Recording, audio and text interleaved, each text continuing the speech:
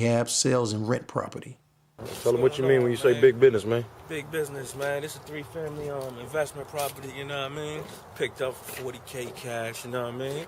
We're gonna throw another 40 into it, you know what I'm saying? Should be worth praising about 160, you know what I mean? 3 floors, you know, I'm doing them all in and out. Hot water and heater units. They like this big right here, you know what I'm saying? Obama giving everybody $1,500 back for each joint. Tell them something they don't know. You know what I'm saying? I had to go grab them, you feel me? So look at this here. Ooh, wait, you gutting this joint. Hell yeah, got the whole shit, man. Came in here, me and Jiggy J, you know what I'm saying? Up North Management, he came through here with me, got my little cousins and them. We ripped everything off the walls. I had paneling and everything everywhere. You know what I mean? We had to rip all that shit. It's that big business. It's the plumbing right here. Running all new pipes, packs. You know, back in the day, like every house I done bought, all the copper was stolen out and ripped out, the baseboard and all that shit. You know what I'm saying? The crackheads, they come and take that shit. This shit right here, they can't do nothing with that. They can't sell that. That's called PEX. You feel me? And it's bendable. You know what I'm saying? It's easy to run. The other pipes, you gotta, you know what I'm saying, run one this way and put an L joint on there and all that other shit. This shit right here bends. It's flexible. You feel me? Running through the whole house. Bring this out a little bit and make a closet, because this is supposed to be a bedroom. But legally, let me tell y'all something. This used to be a bedroom, and you gonna turn it into a closet. No. This right here is gonna be a closet right here, gonna come out from the bedroom. This was broke. This was covered up. So legally, that's not a room without a closet. Because they had made this into a bathroom and tried to put the kitchen right there. Some old funny shit. I'm going to show y'all some more shit upstairs, man. They had some funny shit going on in here, man. But, you know, for this legally right here to be a bedroom, you know, more bedrooms add money. So, in order for that to be a legal bedroom, it had to have a closet. So I had to knock this wall down right here, and I'm about to bring this out, you know what I'm saying? It got to be enough for a coat hanger to hang in, you feel me? Right. A coat hanger hang in is a closet official room, you feel me? So now I'm going to show y'all see what it looks like raw. Now I'm gonna take y'all another step right before it's finished. You feel me? It's like one step before it's being done. This right here, this Joe, he's the enforcer. Get a good look at him. He'll fix your whole house, top to bottom, everything, but he'll break your face too. Oh, this shit look nice up here. So this is what it is, man. This is what downstairs, you know what I'm saying? This is a step before it's ready. Cabinets, countertops, spot for the stove. You feel me? And what's so nice about this joint? What's so nice about this joint is it was a 2-bedroom before. You know I had to pivot. It's a 3-bedroom now. Kind of like a little laundry joint, man. I turned that whole shit into a bathroom. Bust this open. Now we got a 3-bedroom. More money. More money every month. You know what I mean? Let me take y'all upstairs now. Show y'all what a finished product looks like. This is a finished product joint right here. You know what I'm saying? Ceiling fans in. All the plugs. Floors grouted. Then we got one more bedroom. It's a 2-bedroom. This joint gonna go for like $700, $750. You feel me? Because everything all brand new, everything new, doors new, handles new. Once this is carpet, we good money. Got that closet to make it a legit bedroom. Yeah, it's a legitimate bedroom. So that's what the thing is, you know what I'm saying? So we put 40 stacks, you know what I'm saying? Give me the house. You feel me? Drop another 40 in it, we at 80. You know what I'm saying? It's gonna praise for like 160, something like that. Could be more. 160 is a low ball. When the market turn around, it's gonna be worth 325, 340. And in the meantime, you can put some tenants in there. Yeah, meantime, we renting it out, you know what I'm saying? 900, 800, 700, you know what I'm saying? For all the floors, you dig what I'm saying? Then we turn around, we go to the bank, and we tell the bank, look, man, I got a $160,000 house. I got 80,000 cash in it. Give me 80,000. They only want a couple $100 a month for that 80 stacks. What am I gonna do with that 80 stacks? Go get another one. Go get another one. Yeah, that's big business. You feel me? That's big business, man. Always thinking of his next move, Truth and Power took it upon himself to supply the soundtrack for Cross Country Pimping Part 4, an idea he felt that would help boost his publicity in the streets. Brilliant marketing idea. With help of Too Real for TV's ability to book artists, Truth and Power received the opportunity to record with Too Short, Sugar Free, and Ken Ivy, amongst others. Alright, this happens to be the street that I was born on, man. Sunset Boulevard, man. This is what you call historic, man. It's like shit. This is the best of the best and been worked at Sunset, man. You know what I'm saying? Yeah. The stories I heard from when I was a little boy, man. It had probably been like, you know, billions of dollars worth of pussy sold on this motherfucker, you know? For real, from to the end. Let me ask you something. Is this something that you traditionally do, go to the blade before you go hit the track in the studio? I mean, it works, man. It makes for a good vibe,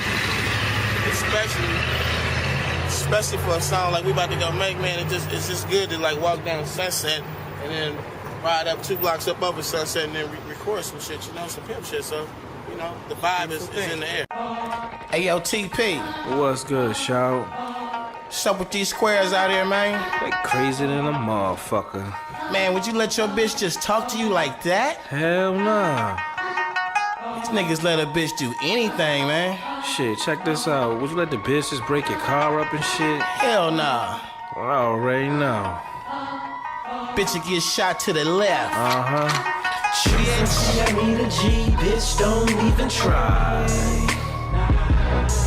You wanna give me that cat and get a free ride. Think I'ma fuck with you, running around here looking bummy.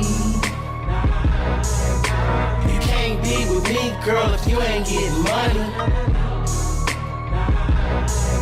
Pimp, unless you've been on the blade with a bitch. Pimp C, yeah, you know. No, I ain't say, Pimp C didn't say that. Oh, you said you was interviewing a pimp. A pimp, not the pimp, but a pimp. Oh yeah, you know, nigga like me, man. I don't necessarily go 24/7 all my life and none of that shit, but I've never ever turned down a bitch's money, never ever. And you know, just like what you said, the bitch said, I give mama money. I done been standing around on a few occasions. The bitch walk up and they ain't even my bitch and go, here go a stack, nigga. Thanks for the game, or you know, nigga. I done had a bitch say, nigga, I never would have ever became a hoe if it wasn't for you. How do you feel about that statement? That's tough. I feel like, you know, if we turned out a good little innocent girl, you know, I do have like certain little, you know, misconceptions about that. Like, should we do that? Right. But some bitches need to be a hoe, bitch. You a slut, whore, tramp. You fuck for free all day. The scrubbiest motherfuckers on earth. You ain't got nothing to your name. You kind of cute, and you stupid. You could make a good hoe. She's a candidate for her. You could make a good hoe, and I mean, and yo fucking. From that dirty life you living in fucking, I tell you, 6 months, you'll be comfortable in the motherfucking. You'll be proud of why you fuck and fuck for a purpose. And your nigga gonna be fly, you gonna be fly, and you be like, damn, this nigga sure told me that shit. 6 months is some good hoeing, and the nigga gonna realize you're a real one and start you know, treating you like a superstar princess. You know what I mean? You gonna earn it. Shit, basically, all that fucking for free. That's what I ain't been rapping I already about. have a session set up. That's what I ain't been rapping about. All you do is put in the session.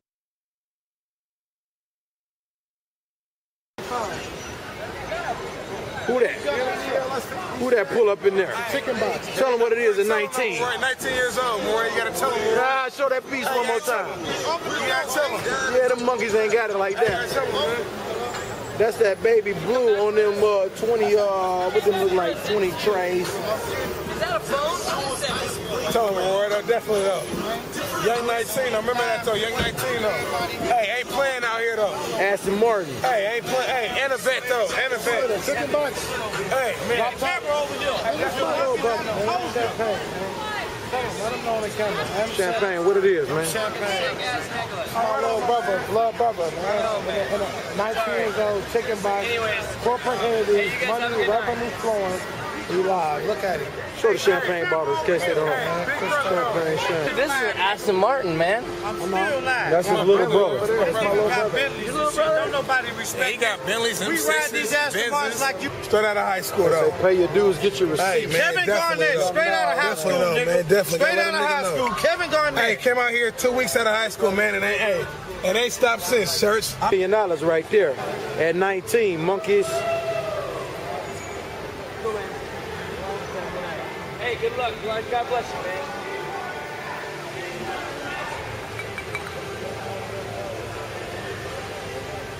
That's Young Now right there, man. Making Vegas look good.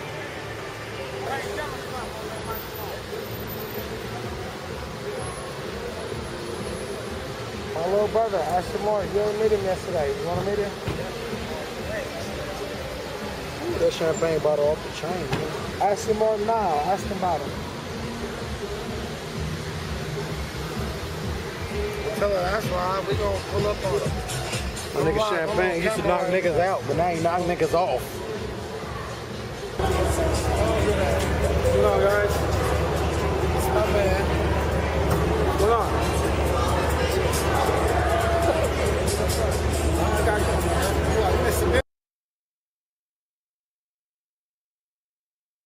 In every profession, there's a friendly competition with your colleagues, and the pimp game is no different. For years, two of the biggest names in the game had a simmering, friendly rivalry that was largely unknown to the general public: the Archbishop Don Magic Juan and the infamous Pimping. What began with Pimping being the fast and loud-talking, braggadocious, self-proclaimed slickest talker in the world, trying to prove himself worthy of praise from an older, smooth and mellow-mannered Bishop Don Juan, whom he looked up to, slowly spent out of control.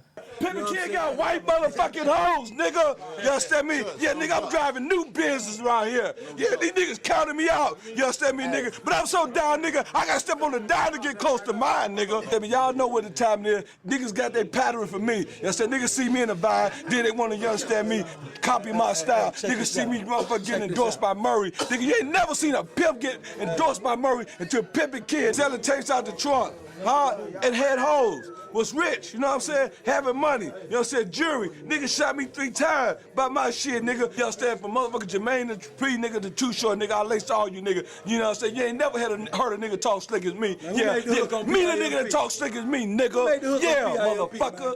You understand me? Yeah, let's keep it real. You understand? And a gangster, nigga, yeah. Ain't scared of now one of you motherfuckers. Yeah, huh? I talk slick like this wherever I go. It ain't no nigga better not touch me.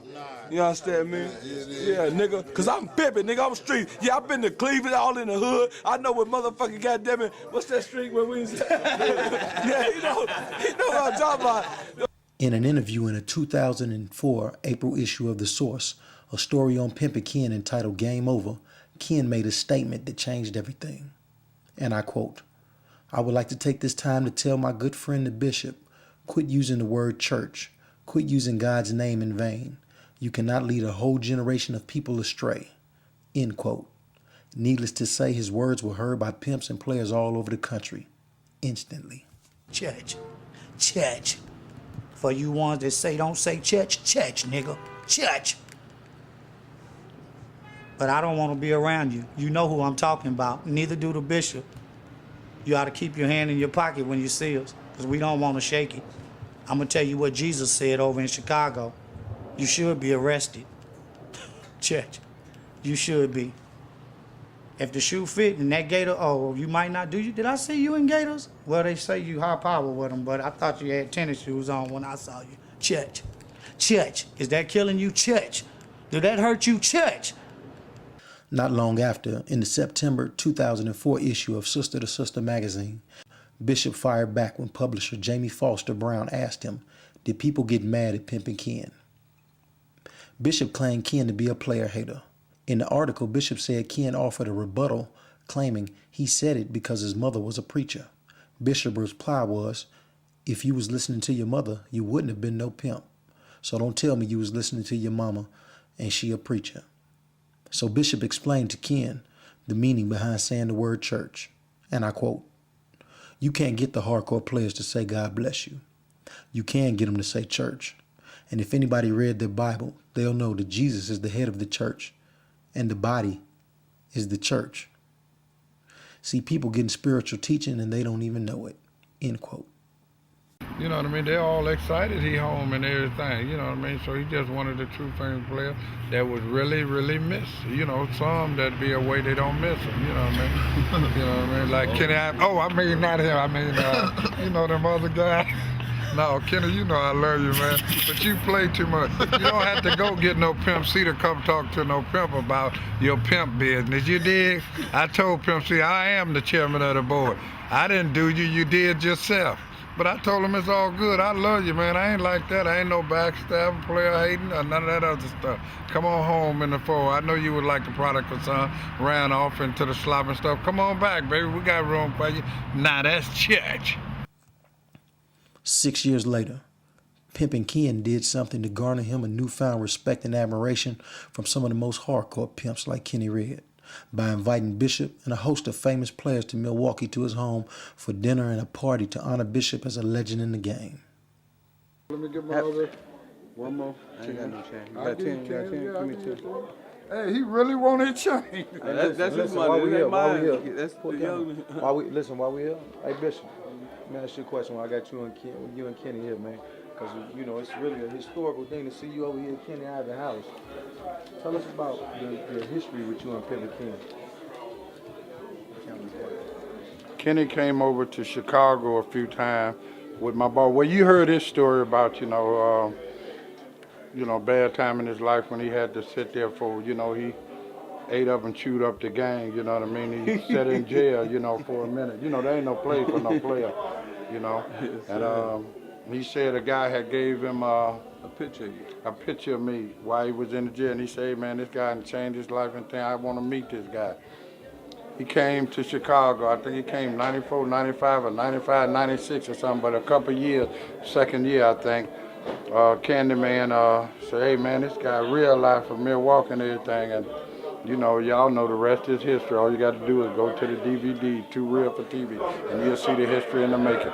From then, we got to know each other. We fellowship, and, it got bigger than just meeting somebody to become, just knowing them. We become friends. We know each other. We have our ups and downs. We do our magazines, interviews. It just been happening, you know what I mean? And he said church, and I said I don't agree with church, but now we bigger than that. You know what I'm saying? I'm getting him his change. Yeah, look at him, give me some money. Yeah, look at Bishop, give me some money. I tried to keep on the 20, but I know he was going to remember that. He was going to remember that 10. Break yourself, man. Hey, but what it is, this is an honor when players can exchange money. Yeah. When it can happen like this, you know what I mean? Blessing. If you can bring me and put me to work so I can put food on my table, that's a blessing, man. That's an honor. We got to respect it. This is all business. Hey, this ain't nothing but a reciprocation for all the people that have been blessing me. Yeah, the future jumping. You know what I'm saying? So all the people that bless me, now is my time to bless the bishop, you know what I'm saying? Bless Too Real for TV, you know what I'm saying? We made sure they all ate, you know what I'm saying? We flew them in, you know what I mean? Put money in their pocket, get a bottle of champagne, nice hotel give them the best of food. So all y'all be thinking I be just trying to take y'all money. I give money back too now. You understand what I'm saying? Put it back in the community. I put it back in the community. Through the player, but like y'all know, I do help people and all of that kind of stuff. So I got to go off and do some dinners and some clothing. I help the less fortunate. I feed the homeless, and I clothe the naked. So that's my mission. Get that elephant over there, man. See that Ivory Tusk over there? Yeah, man. Hey, well, hold on. Get them lions too, man. You understand what I'm saying? Yeah, we're on the safari. Get that giraffe. Get that giraffe. Hey, man. Hey, but guess what, though? Get them leather animals down there, too, man. We just want to let Animal Planet know you ain't got nothing on us. Hey, guess what, man? Hey, man, guess what, man? All courtesy of Chicago and Bishop Down, man. Hey, it's because of the good game that they blessed a young player with, man, that I was able to get up there and quiet all this fabulous shit, man. And we're going to get some more. Give me these. Now sevens. Them ones should have caught. Motherfucker. Yeah, them ones. I want to get in on the action. But I hit 100. Who want to bet on the Pacquiao fight that happened yesterday? But I hit 100. The one yesterday. Yeah, the one that you. Sevens. Come on. That nigga cracked my head with that. I'm good. Hey, camera. I'm good. Hey, he cracked my head with that one. He cracked my head with that one. He bust his ass. That hurt. Good to see you, my nigga. Hey, man, let me tell you something. That nigga got you. Don't be in the horse. Camera Too Real for TV. You see, hey, this was not playing. Walker with Flock of Flame, the hottest nigga in the country. Y'all see him iced out, gun beat up and some more shit. Now walk. Hey, man, y'all got to come over there kick with the Bishop Don Magic Wand tonight, man. We coming over there. We know coming over there? might get nominated and shit, man. Yeah, You know what I'm for real. We might get to Y'all know y'all watch Too Real for TV, man. These niggas around here too real for the camera. The nigga might well just shoot that shit to the wall, man. Look at some fake shit. That's some fake shit. Flocka, man, I'm in there, motherfucker. Flocka, man, we love you, man. Keep it up, Hey, man. I'll be there. We do it. Yeah, we will come through there, man. But, we pay to be over at the other thing, man. Your crew looking good, though, man. Y'all looking good, man. Yeah, them young killers, Keep it up, man. Y'all don't hurt nobody, Yeah, man. them Y'all niggas get up ain't in there hyping on they nothing, not man. grinning, Now, they not we ain't killing nothing. shit but pussy, man. Yeah. 5 minutes, church. Hey, church, Bishop. He got the green and the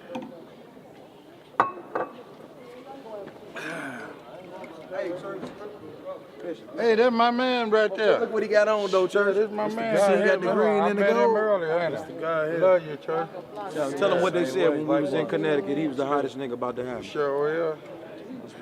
He blowed all the way up. My daughter, everybody like you, man. Bishop daughters right there, man. Yeah, that's beautiful. Got a little helium in there. That play alive, Jack. That play alive right there. Hey, I like you, man. You live, Church. Hey, I wanted to come to your show and stuff, man. How you doing? I wanted to come to your show, man. Yeah, but Bishop paid your to show. be. Your show better. Yeah, believe that. This is motherfucking Charlie Boy. In case y'all don't know who Charlie Boy is, on my mama, on my hood, I look fly, I look good. Now everybody know, yeah. What's up, nigga? What's good, bro? What's happening, fam? Good, you man. looking Just good? out here getting in. I'm trying to keep up with you, man. Stop it, nigga. You shining. Hey, man, your single's hot. Everybody bumping it. We got it on the ringtones and some more shit. What's up? What you doing in Milwaukee, nigga? Man, I'm out here. I got a show tonight, man. Oh, Going you at the out Waka just shit? like that. No, Waka got his own spot. I got my own venue tonight. Onyx. Club Onyx, you know what I'm saying? Yeah, man, we got a party tonight, too. So when you get done with your concert tonight, you got to come over and pay homage to the bishop. No That'd doubt. be a blessing. You hear me? No doubt. Yeah, come That'd over be and an pay honor. homage to the Love, church. church. That's all. But you a player though, Charlie Boy, man. I love that shit, man. Oh, I be bumping that shit when I'm getting dressed. That's what's up with it. Yeah, That's man. what's up with it. You know what Yeah, I'm that saying? shit is real hot, man. Get it in. We fucking know with what the you. business Hey, is, Pinky man. gonna be Real there now. I niggas know you fuck know with who real Pinky is. That's why I put it on this side. What's up, Pinky? Go on, give him some, kick him to some of that hot shit. Charlie Boy, 33rd, Battery Jive, Milwaukee. We out here getting it in. You know what's up with it. On my mama, on my hood. We looking fly. As you can see, we looking good. You should too. Every day, all motherfucking day. Get it, got it good. Yeah. Tell them they watching Too Real for TV. You watching Too Real for TV.com. One more time. Too Real for TV.com. I don't think they heard you in the back. Too Real for motherfucking TV.com. Sing it to them one time. Man.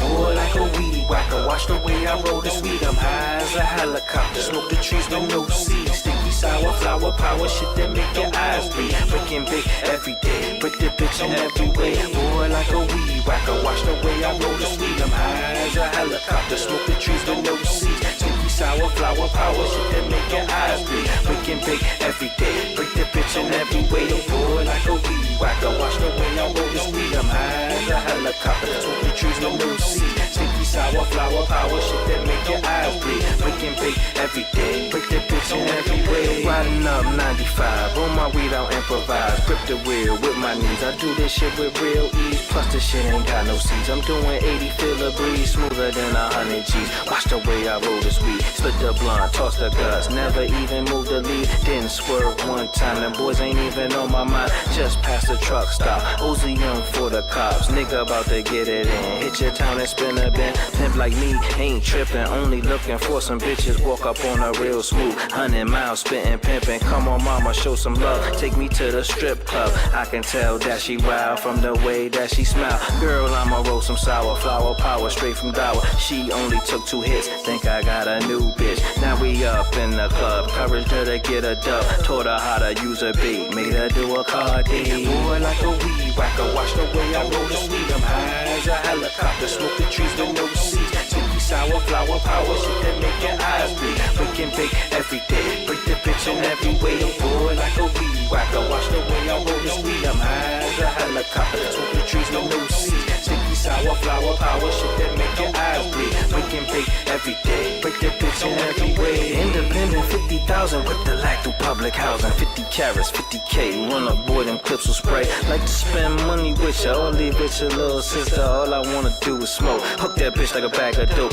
Only smoke the best now. Don't play that shit just like that clown. I've been living color, exotic buzz, I love ya. Damn, how you ease the pain, relieve my stress and keep me sane. Met Mary Jane at 12, my life ain't never been the same. If I don't have my meds, I can't eat a damn thing. Haze just could be my wife, I think I might need a ring. Keeps my mood proper, flipper. Never sleep without her, and she's a lesbian. Helps me break these bitches in, spark her up and get her going. Let these kitchen bitches for me. We was just riding, smoking. Now she out there happy hoeing. Like some kush, I'm out here with her, hoping that the feds don't flip her. Have my G's, that's all I need. Pimping and some dope weed. Boy, like a weed whacker. Watch the way I roll the sweet. I'm high as a helicopter. Smoke the trees with no seeds. Stinky sour flower power. Shit that make your eyes bleed. Breaking big every day. Break the bitch in every way. Boy, like a weed whacker. Watch the way I roll the sweet. I'm high as a helicopter. Smoke the trees with no seeds. Stinky sour flower power. Shit that make your eyes bleed. Breaking big every day. Break the bitch in every way.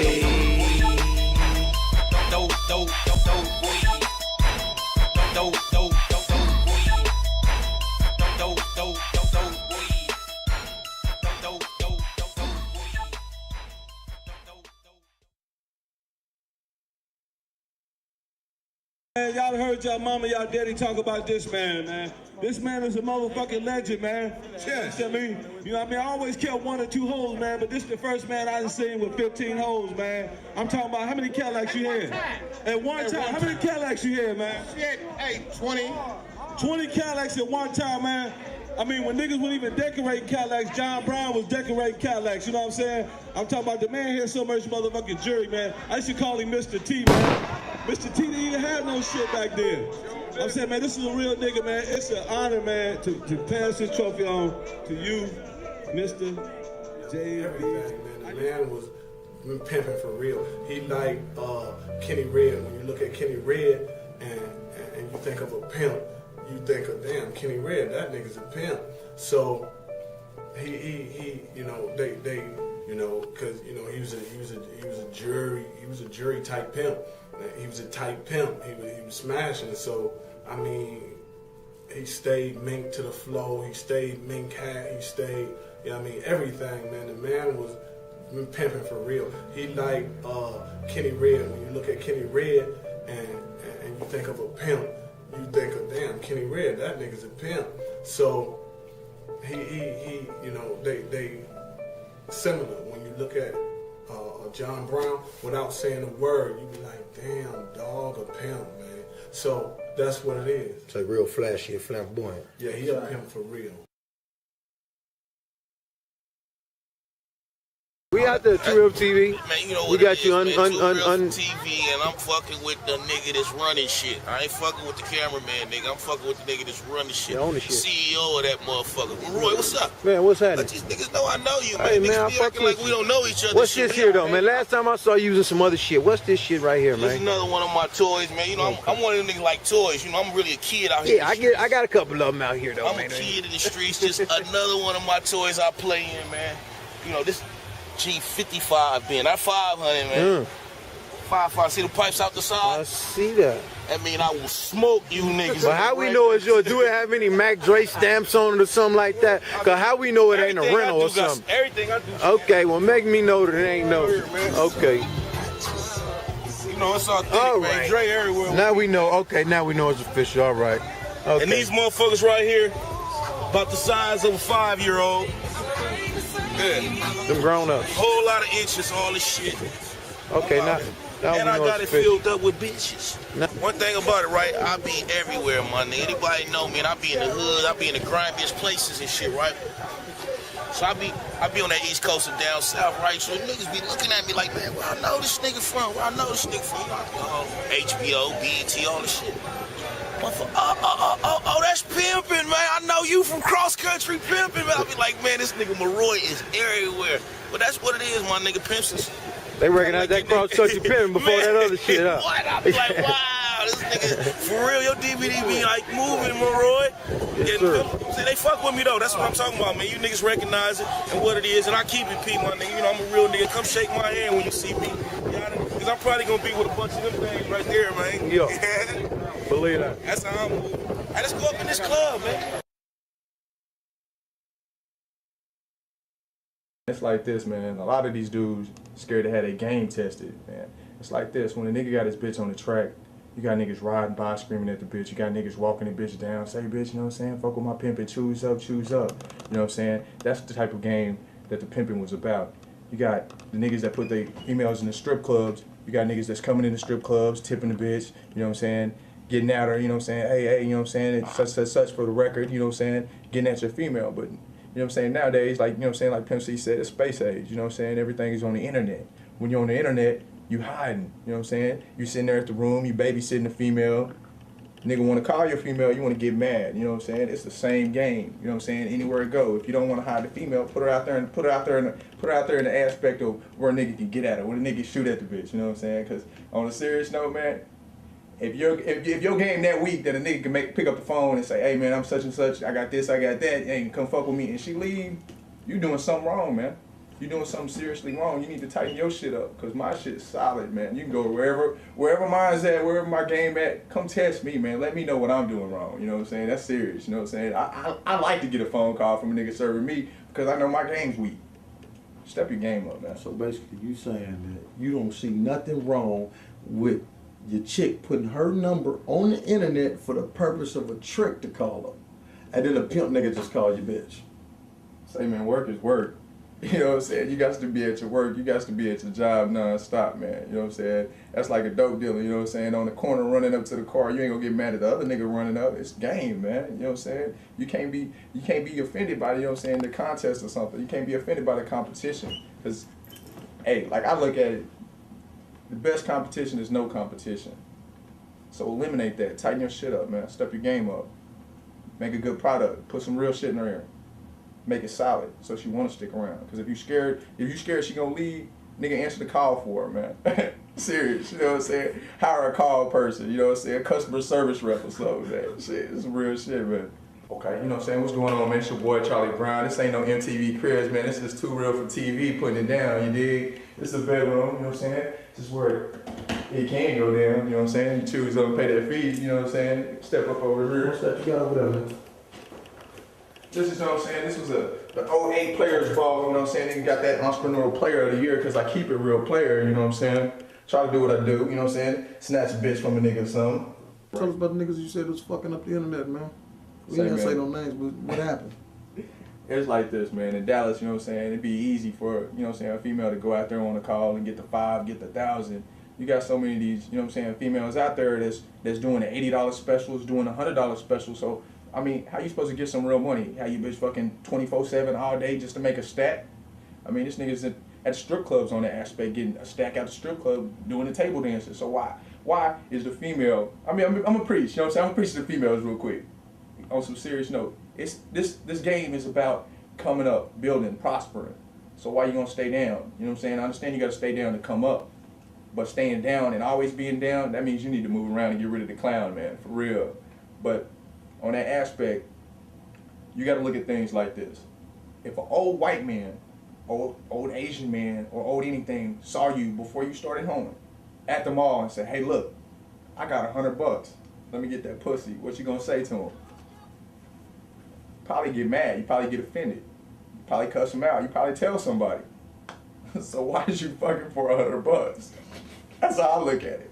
That's not no money. $100 can't do shit. You know what I'm saying? The club table dance is 20. Some clubs they 30. They even got spots that's $40. Yeah, you looking at it, I'm working, I'm dancing. That's just called lazy. That's lazy hoeing. You know what I'm saying? You want to sell yourself short. There's more money out there. You can get more money. Have some more game about yourself. Have your nigga educate you. Because if your nigga can't teach, you need to reach for somebody else.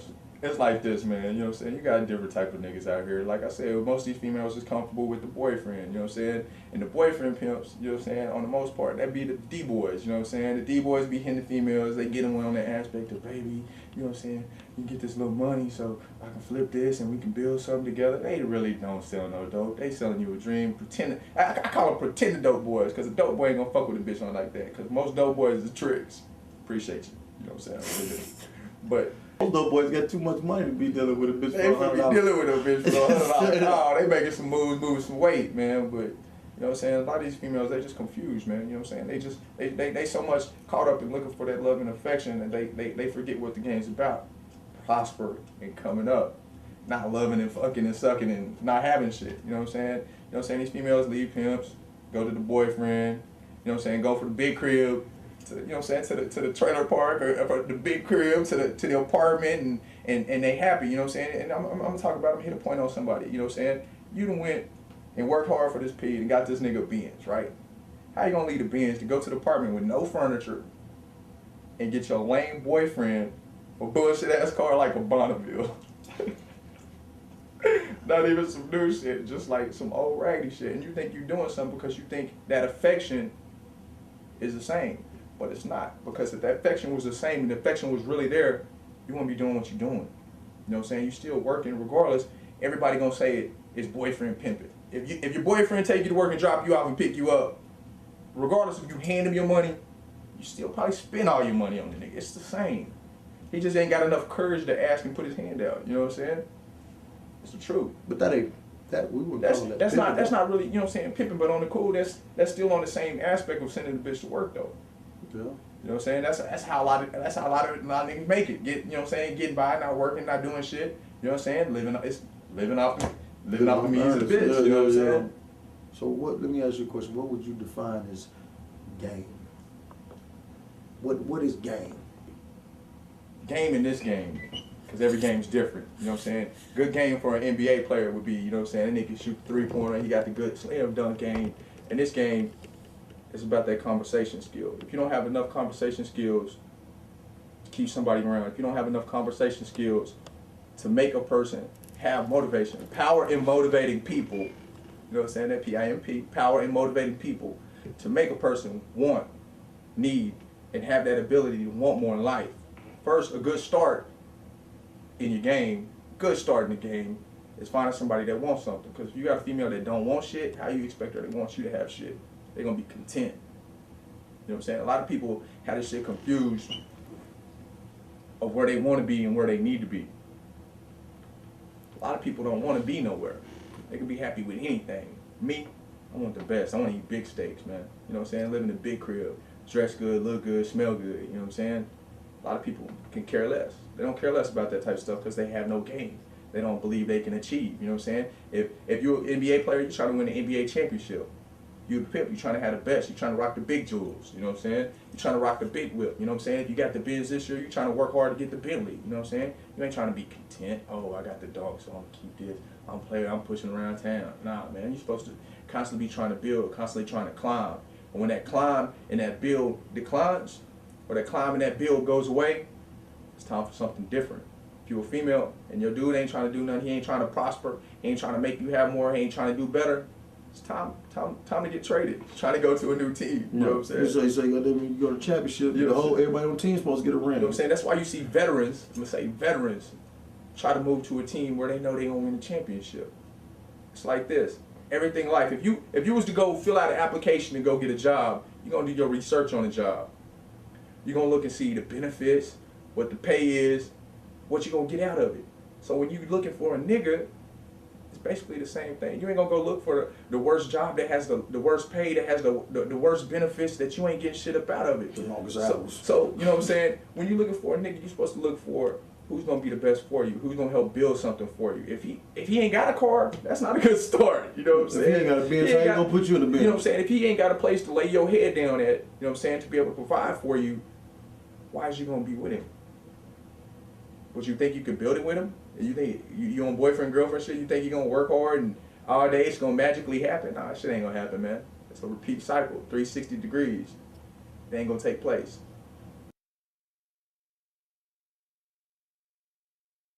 Get you right now. Here we go. We're going over here. Fuck with the Archbishop down next month. There we go. Check.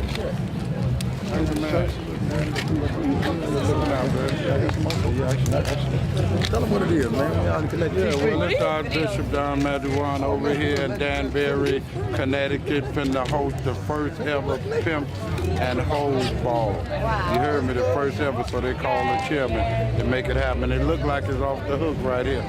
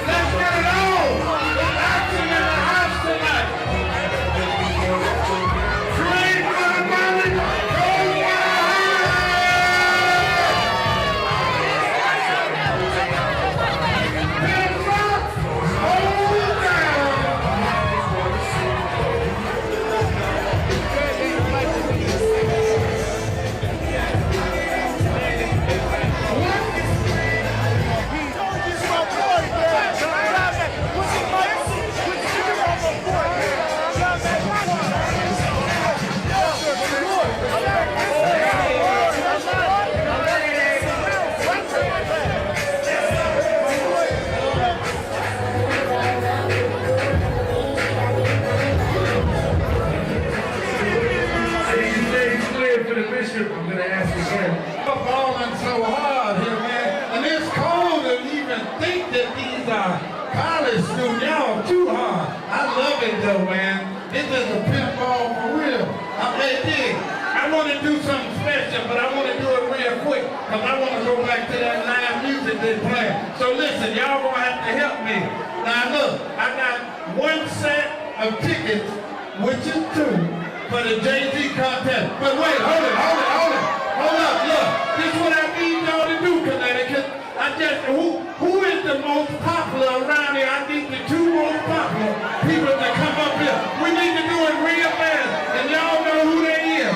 If you ain't that one, don't do it. Y'all know who they is. Send them up here real quick. Send them up here real quick. You say that, sir? Who you say, Church? Who you say, man? Hey, baby. Right here, let them see you. Hey, they sit up. Right here. Right here. Hey, man. You come up here. Come here, man. Yeah, come on around there. Hey, Maroy. He been balling. We gonna give him some help now. Okay? Hey, pal. Hey, listen. Y'all know, hey, listen. I got you. I'm working it up. Yeah. Okay, look. This is what I'm gonna do. You know, I'm the chairman of the board of famous players everywhere. And you know, I'm gonna make these 2 here. She been balling out of control right there. And this man been cracking like an easy player. So I'm gonna give him an honorary player and player-rent card. That make them official, like a referee with a whistle. They are honorary player and player-rent out of Connecticut College. All right.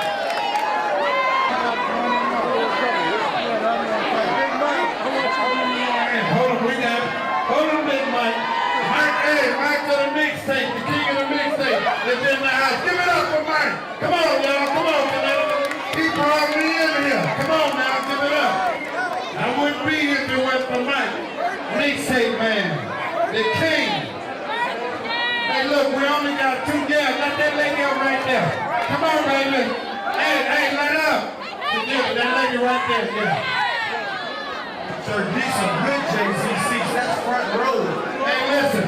These ain't in the balcony. These ain't no nosebleed seats. Hey, player. Man, all the crime you got it early. You know Pimp supposed to show up, man. That guy live there got his Pimp truck and his cane. Now that's pimping, Jack. Let your school see who he is. Give it up, boy, y'all. She one of y'all. It's one of the one. Come on, baby. I want to get you one too, man. You know that. There's another one of y'all. Tell them who you is. This is Kim from CPI. What's going on, Connecticut? Now let's get back to balling. Because this is player ball. Pimping home. Hey, Connecticut. Let's get it on.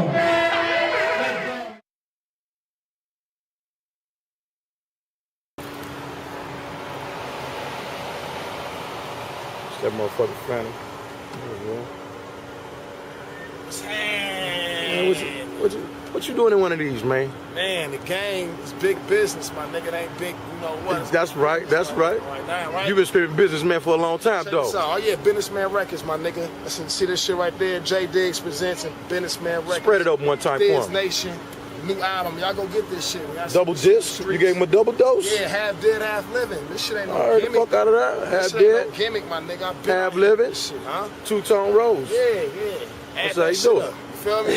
Playboy Maroy, what's up, my nigga? 2 River TV, you know what it is. Yeah, only for our fans. Only reason I'm doing this because I go to every ghetto in America and I be hiding and motherfucker run up on me like, yo, I don't know you from Outlaw, I don't know you from Pop, but I know you from that Kosh Country. Woo woo. You say it again, though. Huh? You know I'm paranoid on the shit, right? Say that cross. They know where that cross country though. Woo woo. I say, yeah, that's me on that cross country. Yeah. Woo woo. You feel me? And I be humble, but they fuck with me. So I give a shout out to my nigga Maroy, H. Ryder. For the fans, I did this for y'all. I fuck with y'all. But y'all see, I stepped it up a notch. Y'all fuck with me, man. I heard niggas talking about big boys and heavyweights, my nigga. I'm a motherfucking outlaw, order, second generation, 5-star general lieutenant around this. Just a warrior, nigga. Thug and Peace, we out here with Pop. But like I said, I don't even know what to call myself. I'm a sumo wrestler. You're This motherfucker. big boy. Niggas is heavyweight, big boys. I'm a sumo wrestler. Step your weight up, man. I weigh like 800 pounds around here right now. TwoRealForTV.com. TwoRealForTV.com. HWater.com. Go get the record. It's out right now. HWater, go find it. All you bitches that's really trying to find a nigga, MySpace me, man. That nigga Jay Diggs, the king of MySpace. I got some MySpace game from that nigga. Y'all look out, bitch. Holla at me. Believe that. HWater. Yada. Where we at? Yeah, I'm over here trying to see my man. Cause I know he's in the area. Very, shit's getting scary. Dallas is live. Dallas is like a second, maybe third home to me. You know what I'm saying? Like I'm really comfortable in this town. It's a live city. You know what I'm saying? The niggas got flavor. Town got flavor. Beautiful women. Good weather. Big city.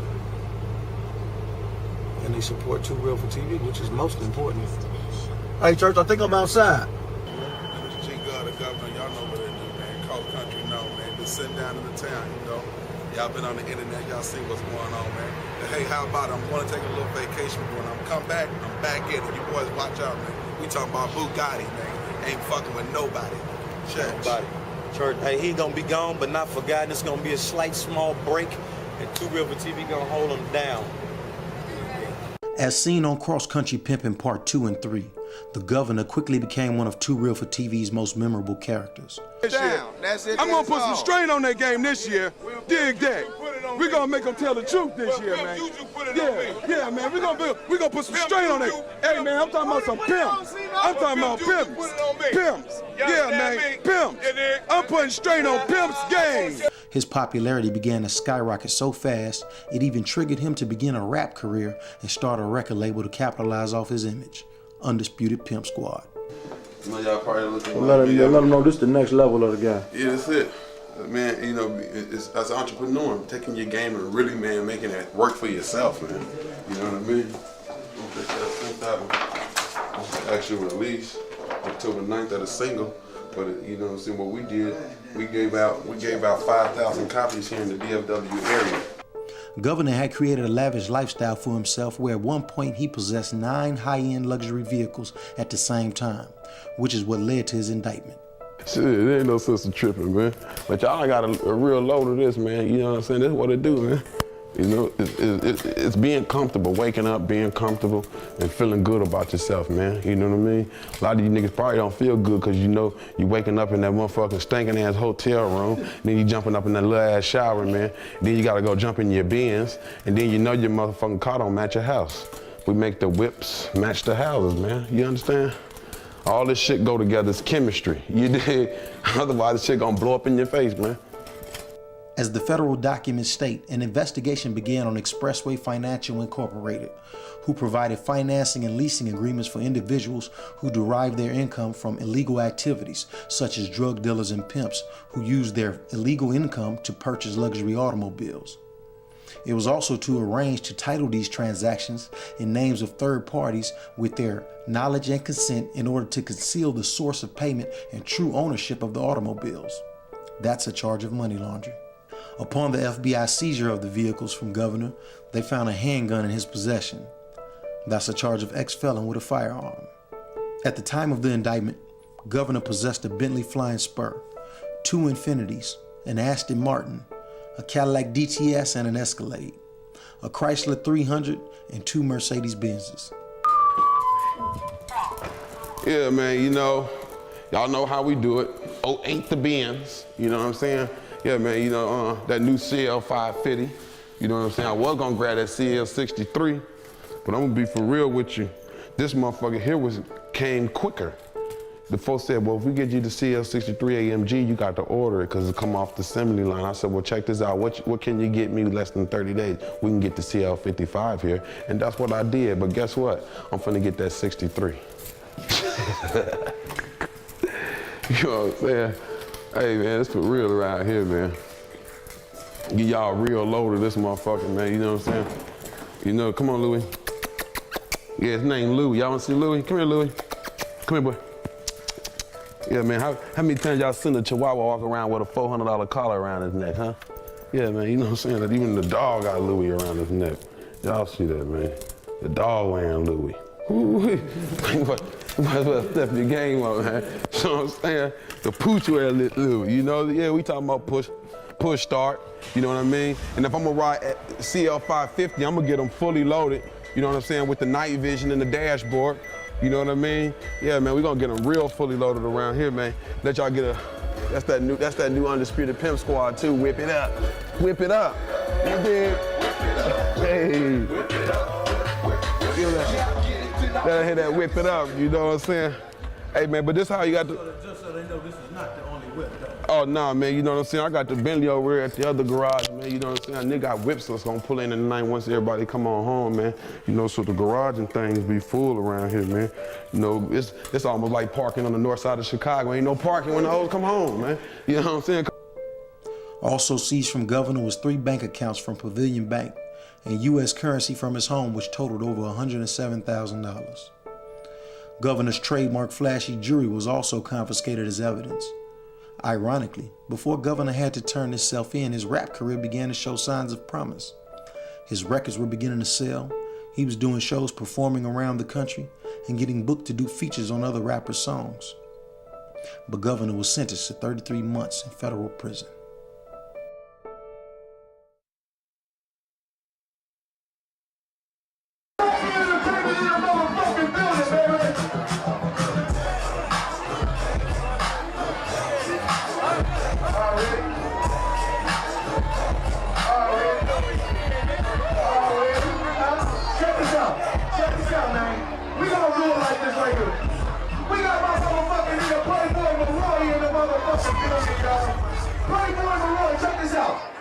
We gonna move over here. Let this player through this motherfucker. We got my nigga Playboy Maroy in this motherfucker building. Excuse me, Miss Lady. Excuse me. We got a goddamn event coming through tomorrow, man. We got this goddamn player boys, man. Hey, folks. What that bitch gonna be like tomorrow? Let them know what it's going down tomorrow. Tomorrow we giving away $1,000 to the baddest bitch in the club. We giving a trophy to the biggest player in Minnesota. We know some real niggas in Minnesota. We giving out a trophy to the biggest player in Minnesota. Let me say this. Come to 2rivertv.com. Check it out. My nigga Cersei in the building. I see you, Bill. Come out tomorrow. It's going down, man. $1,000 to the baddest bitch. If it's 10 baddest bitches, say it loud, baby. Say it loud. $1,000 to the baddest bitch. DJ family, let's keep this motherfucking rocking. That player let it know what it's gonna be. I was booked to host and film a cross-country pimping party in Minnesota. But once the event's commercial hit the local radio station, protesters and police showed up to protest the party. The police towed the DJ's vehicle while he was trying to unload his equipment. Majority of people coming to the party didn't even try to enter. And while the event was not based on the concept of pimping and prostitution, simply a theme party, it's hard to defend it when one diehard 2 Real for TV fan showed up with a woman on a leash. You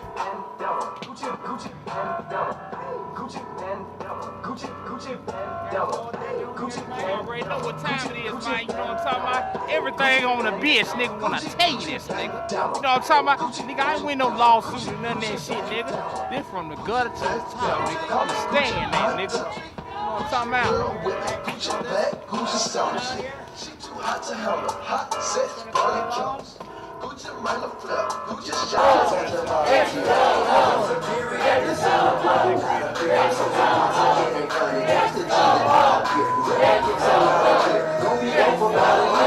Funny thing is, I was booked to give away $1,000 to the sexiest woman in lingerie.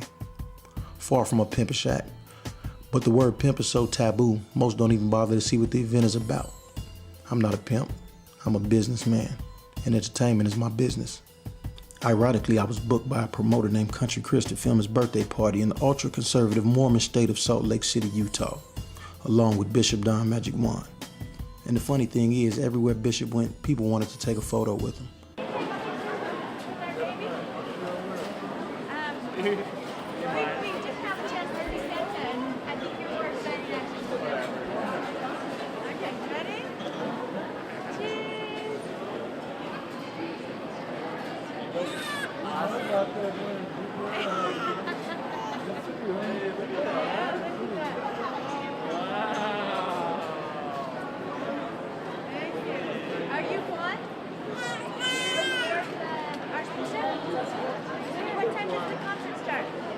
I've been fortunate to get booked or have full access to so many events all over the nation.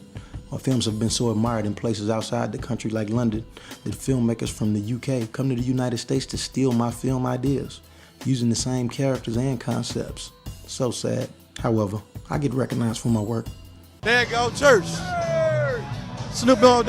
Jacob Fella, what up, nigga? Hey, what bring you in, church? What's up, nigga? Hey, champ. What bring you out tonight?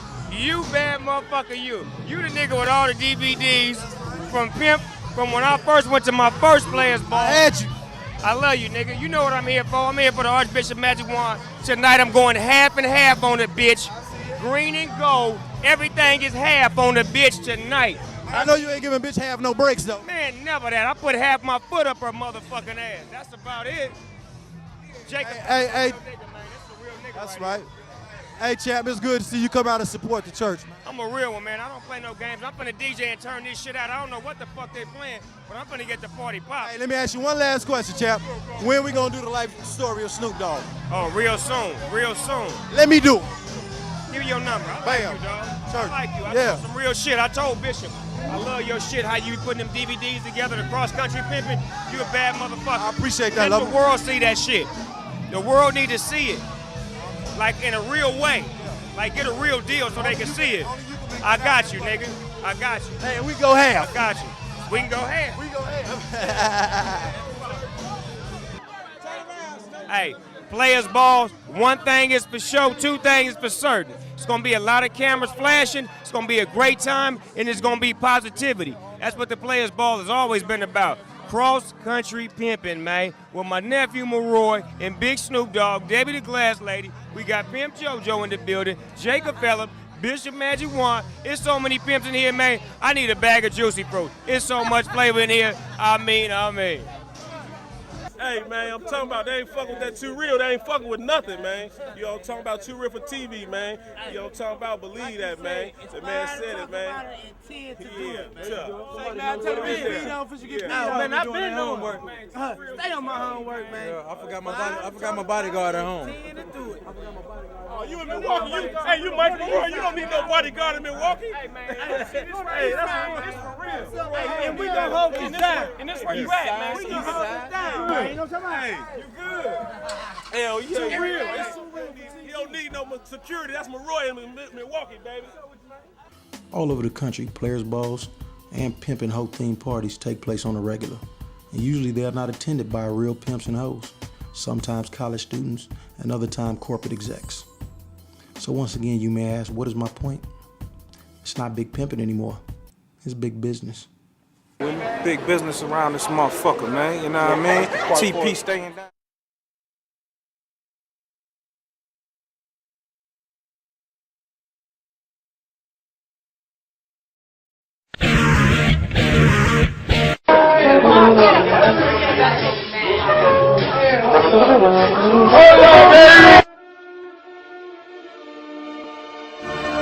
Boxoffice.com on your bitch ass. Don't change the diesel, turn it up a little. This is the bizzle, Snoopy Deagle double jizzle. Yeah, it's off the hizzle, for shizzle, for grizzle. And as you may know, today is a very special day across America. It's National Pimp Appreciation Day. Most schools and banks are closed in observance. The parade in downtown Detroit, it was great. The floats were beautiful. Check it out. Bishop, have you been in fatherhood? Have they put you in that episode yet? Yeah, but they keep blanking me out. See what I'm saying? But when it was pimping, you wasn't blanking in my door. I even give gifts to my enemies. That's how I get out, man. I was blessed with the golden gift for the gap. That's why I give what I have. See what I'm saying? But when it was pimping, you wasn't blanking in my door. When niggas was doing bossing up, when niggas was trying to recycle their career. You're the chosen one, Big Jeffrey. Church. He don't drive a Cadillac. Nigga, they went hiding, Bishop. No, Bishop, stand up. Man, hey, man, that man on how you living in your house. I don't cook round here. What's ass there, big Snoop Dogg. What up, homie? In your house, that man in your house, but the man can't buy you a house. Pimp, hooray! The man just let me ride around with you all day, but he won't buy you a Bentley. But just let me. Well, maybe he ain't got it like that, kid. He might not got it like that. Die den Asphalt schmelzen. Snoop hat einen Stall voller Frauen aus aller Herren Länder. Echte Rasseweiber. Vote for this pimping bitch. Player of the year. But just let me. Well, maybe he ain't got it like that, kid. He might not got it like that. He was in Forbes. The nigga was in Forbes. He made 12 million. 12 million? Snoop got 12 million. But he might have smoked some got one. He might have smoked. I don't know what he smoked. He should have gave Bishop a motherfucking mansion. Hey man, we love you. Hey man. Yeah, Bishop man. ain't going nowhere, man. I'm holding my shit, It's man. real shit, man. You know, we came down here for this, man. This is real shit. That's the new campaign. Give him the address again, so Snoop can send the money. Hollywood, California, 90078. And anybody else can Snoop, see. T.I., 50 Cent.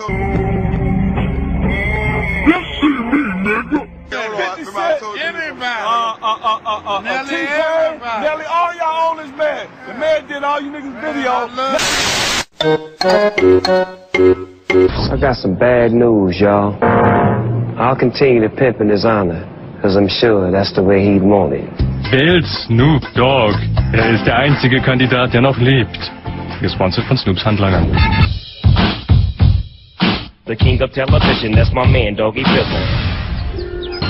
We're gonna keep this pimp train rolling right along as I take questions from the streets. First question. Choo-choo. Where would you be now if it wasn't for the bishop and the magic? I'm free. Get your ass back in the house.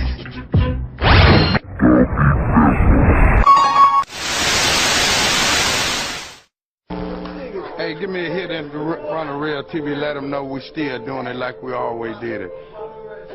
Y'all thought we was gone since Pimped Up Hoes Down, you know, an American pimp, but we back and better and liver than ever, baby. They're only in America, baby. It's Pimped Up Hoes Down and never like it been before, and I'm the bitch down, one, and I'm telling you like it is. Don't you hear me telling you, Pimp, get on your game. Shit. This is what this music is gonna do to you. It's gonna dedicate you to something. Can't get no better than that, Jack. Snoop, 50, T.I., all y'all own this man. So once they understand that, they're gonna live happily ever after.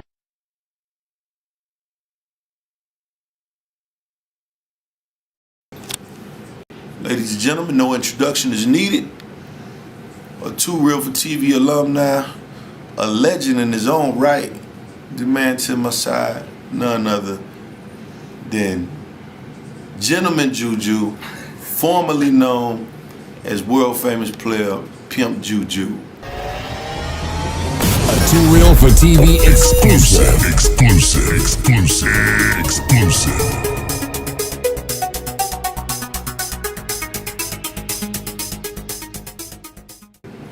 Every time I speak of the top 10 players, dead or alive, his name comes up.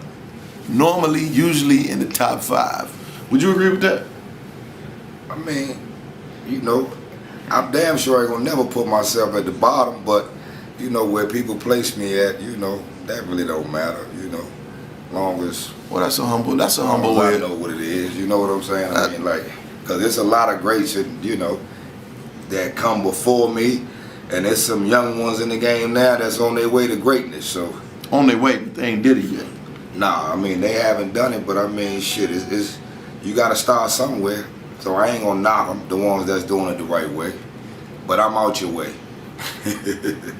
That's for sure. No, on the player side, I just think that with Juju, what I think, you know, he had a players ball in DC. And we talking about a player that put a players ball on every year. I think he did about 10 of them. The only time he took a day off is when he was in the joint. And his ball was top flight. You know what I mean? I'm talking about top flight entertainers, top flight location. ice sculptures, horse and carriage, all the shit you think in your mind when you think of a player's ball, he did it. Hey yo, first of all, what's up, baby? Ain't nothing on that. Hey yo, check this out. First of all, we done had some people come up here and give it up to a true famous player, you know what I'm saying? But I need y'all to do me a favor. Right now, I need everybody in this motherfucker to give it up to my man Pimp Juju right now. So check this out. Check this out. This is how we gonna do it for a famous player.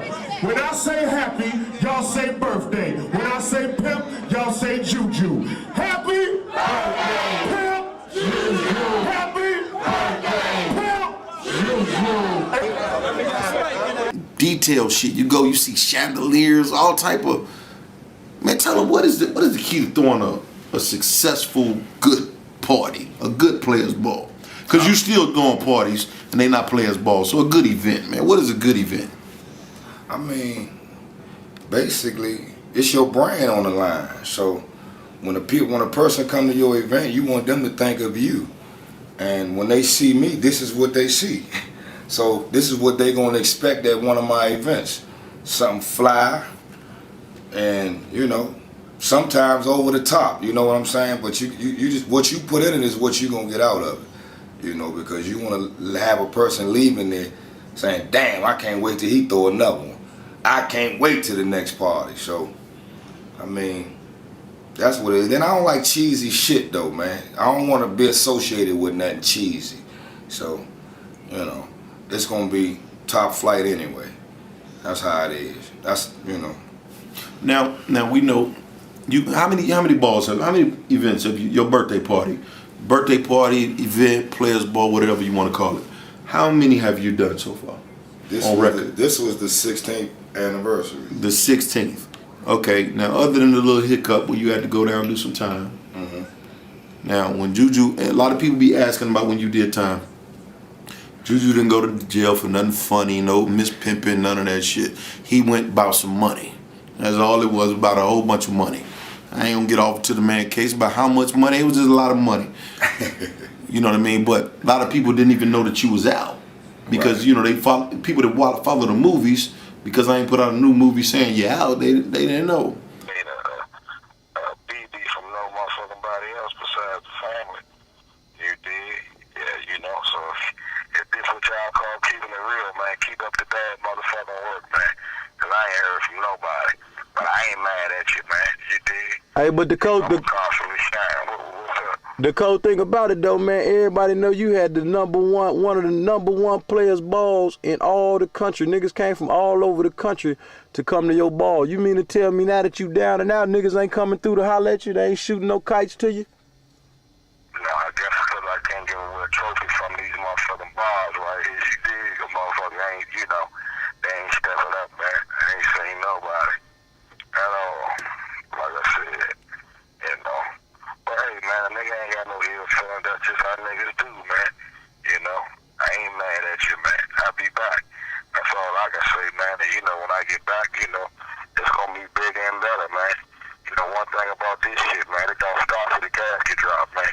And really campaign out there like you been looking out for me, man. You ain't done any goddamn thing for me, man. I ain't seen the thing from none of you niggas, man.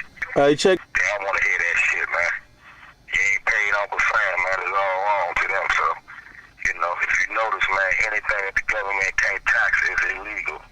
So, basically, they gonna find something. That's just how it is, man.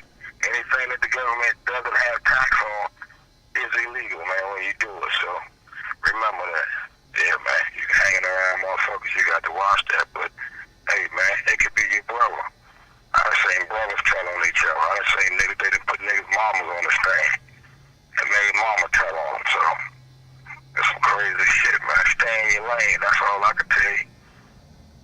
Especially if you ain't ready for this part of it. Yeah, most niggas ain't. This part of the game come with pimping, trust me. It come with pimping. Yeah, the two P's do collide sometimes. Penitentiary and pimping. So, So, how when you got out, if you're not in the game no more, how in the fuck did you bounce back the way you bounced back? I mean, you still taking trips to Vegas. You still, I mean, no offense, but you look like you doing better now than you was when you was rapping.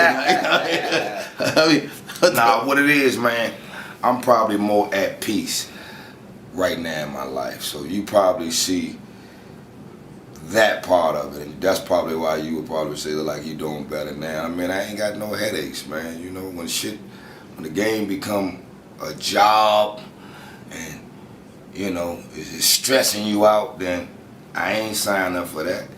You know what I'm saying? So, and the game is really supposed to be a stepping stone to get to the next level. So, you know, during my time away, I just had a plan.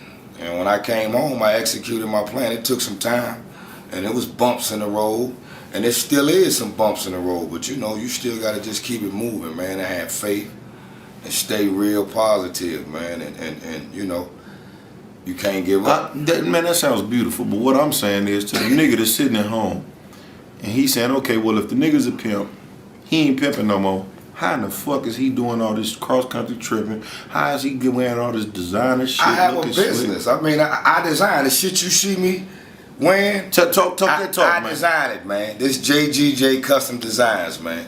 You know, you can order anytime you want something like this that I'm wearing on a low end. If I know you, and might start at $500 or $600. You know, and then you go all the way up to $1,000, and this is quality I have on. And this is fresh as so fuck. this is what allows me to move around and do the things that I do. You know what I'm saying? You gotta take the pimping and apply it to something else. This the new hoe. You know what I'm saying? And this what it is. So I just, you know, I seen you did a suit for Snoop Dogg. Yeah, that was them or something. Yeah, that was a custom. That was a JGJ, and I used I believe Armani. Yeah, I think I used that stretch Armani fabric. So you know, I designed for quite a few people. So you know, that's gonna keep you going. You know, among other things, I'm a promoter. You know, I just had a big 3-day event in August for my birthday. You know, the first night I had a hot band called Familiar Faces out of DC. The second night we had Jadakiss, and we capped it off at the Barcode. So, you know, I still do event hosting, mixtape hosting. I mean, it's a check out here, man. You gotta go get it. You know, you can't lay down and be waiting on a motherfucker to hang. So let me ask you this though. In 20 years in the game, I ain't never asked for a jug. So that should tell you about me. Hey, that's true story. That should speak volumes. That speaks volumes. You know, you gotta have money managing skills. You gotta know when to hold them, when to fold them. You know, especially you young pimps in the game that's having it your way right now. You know, sugar come with shit. They think they gonna have it forever. Nah, you better invest in plan. Shit. But let me ask you a question, don't you? What's up? You in Vegas right now. You're looking good. You hit the casino floor. Bad bitch run up. She ready to choose. Is you accepting? Man. No. You gonna say no? You gonna turn the money down? Because the risk ain't worth the reward right now. I'm cool. Talk that talk, man. Yeah, the risk ain't worth the reward. You know, I got some big shit that's getting ready to happen for me, and I don't need no part-time faggot ass hoe to be coming in my mix. You know what I'm saying? Spreading poison to my blessings that I'm about to receive. So, and I'm not gonna halfway do things anyway. You know, I'm a father now. I got full custody of my kids and a lot of things. So, you know, my schedule and my agenda is set up different right now. And I'm happy, man. I'm cool. You know, I'm the prize. So, you know, whoever that bitch may be that want to run up with the money, you a smart bitch, you know? You know? Yeah, I don't blame you. If I was a bitch, I'd want to give it to me too. But right now, baby, you know, A little I'm too retired. late. She a couple of years too late. I'm retired, baby. You know. But you can always send a donation. She can always buy a couple coats or something. She can send a donation and yeah. And I have her a dress together or you want to buy your folks some fly shit. You dig what I'm saying? Yeah. For his birthday or something like that or a special occasion, I'm here. And you make everything. You make suit jackets. Because I thought you only made suit jackets. Now I see you make bombers. You make everything. No, I make shirts, yes. everything. If you just give me a from picture head to toe? of it, head, besides a shoe. Okay. You know, you probably seen the sequin shoe I got. I got that custom made, but I didn't do it myself. I sent away for them to get custom made like that. But I remember when me and you used to argue because I used to think that I was a better dresser than you. You remember we was at the little flip video shoot and we had a battle on who, because I used to always peep your dressing because Juju was, unlike, you know, all the players, you come to the players ball, everybody dressed tailor-made suits, you know, if you a top-notch player. But the thing I noticed about Ju is he was tailor-made even if it wasn't a suit. He was tailor-made even on regular shit. So I was like, you know, I used to always kind of challenge him and say, you know what I mean, you know, I'm fresher than you, but you know, in that battle, we could say you won. We can say you won because you making some real fly shit. Nah, right now. man, you know, you put it together. Shit, there's a lot of players in the game that put it together. Good game. Give me your top 5 freshest dressed players you know from the game. Top 5. That wouldn't be fair to the players. Come on, man. Give it to me, man. There's a lot of them out there that do what they do, though. I think Good Game definitely will be in the top 5.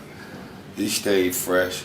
Bishop, with his own style. No question about it. He unique. He tailor-made every day. Yeah, he unique. And he the only person that can get away with wearing what he wears. So a lot of people try to imitate it. Yeah, they do. And duplicate it, you know. But don't look right. It don't look right on you. But who else? Damn, let me think, man. I ain't been around. I ain't been in no. I ain't seen nobody. Lee Mack was a sharp dresser. Yeah, Lee Mack. Lee Mack dressed. Shit, Gorgeous Dre dressed. Gorgeous Dre was a bad motherfucker. Yeah, I like his style as well. Man, it's a lot of them, man. It's too many to name, man. Shit, you know, it's a lot of them. You know. But you think Juju's number 1? Nah, man, I just think Juju is comfortable at being Juju right now. So you know, wherever you want to place me, man, then that's where I'll be. You know, it's ironic, Ju, because like I know you, right? Yeah.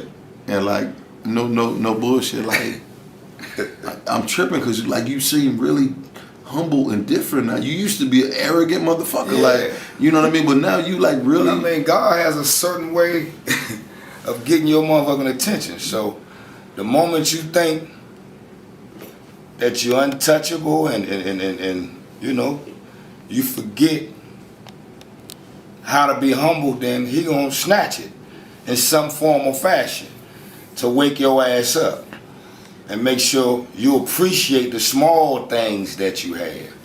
You know what I'm saying? And then that's what I'm doing now, man, in life. I appreciate the small things, man.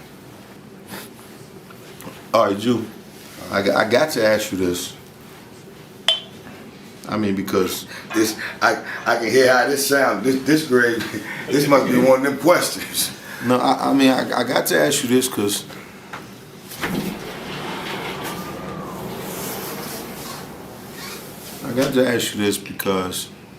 I know Good Game was your right-hand man.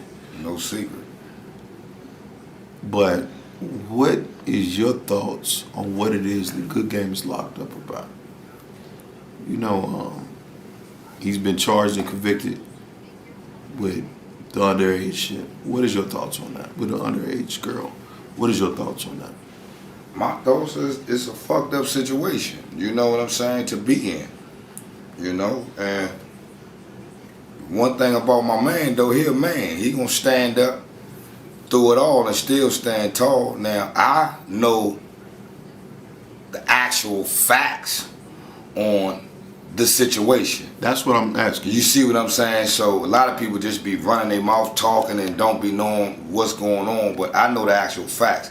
And not only just the facts of how it went down, I know this individual more so. you know what I'm saying, than anything. And I know what he stand for. And it ain't no shit like that, you know what I'm saying? But all at the same time, it was his job to follow up and check. You dig what I'm saying? And that's something he didn't do.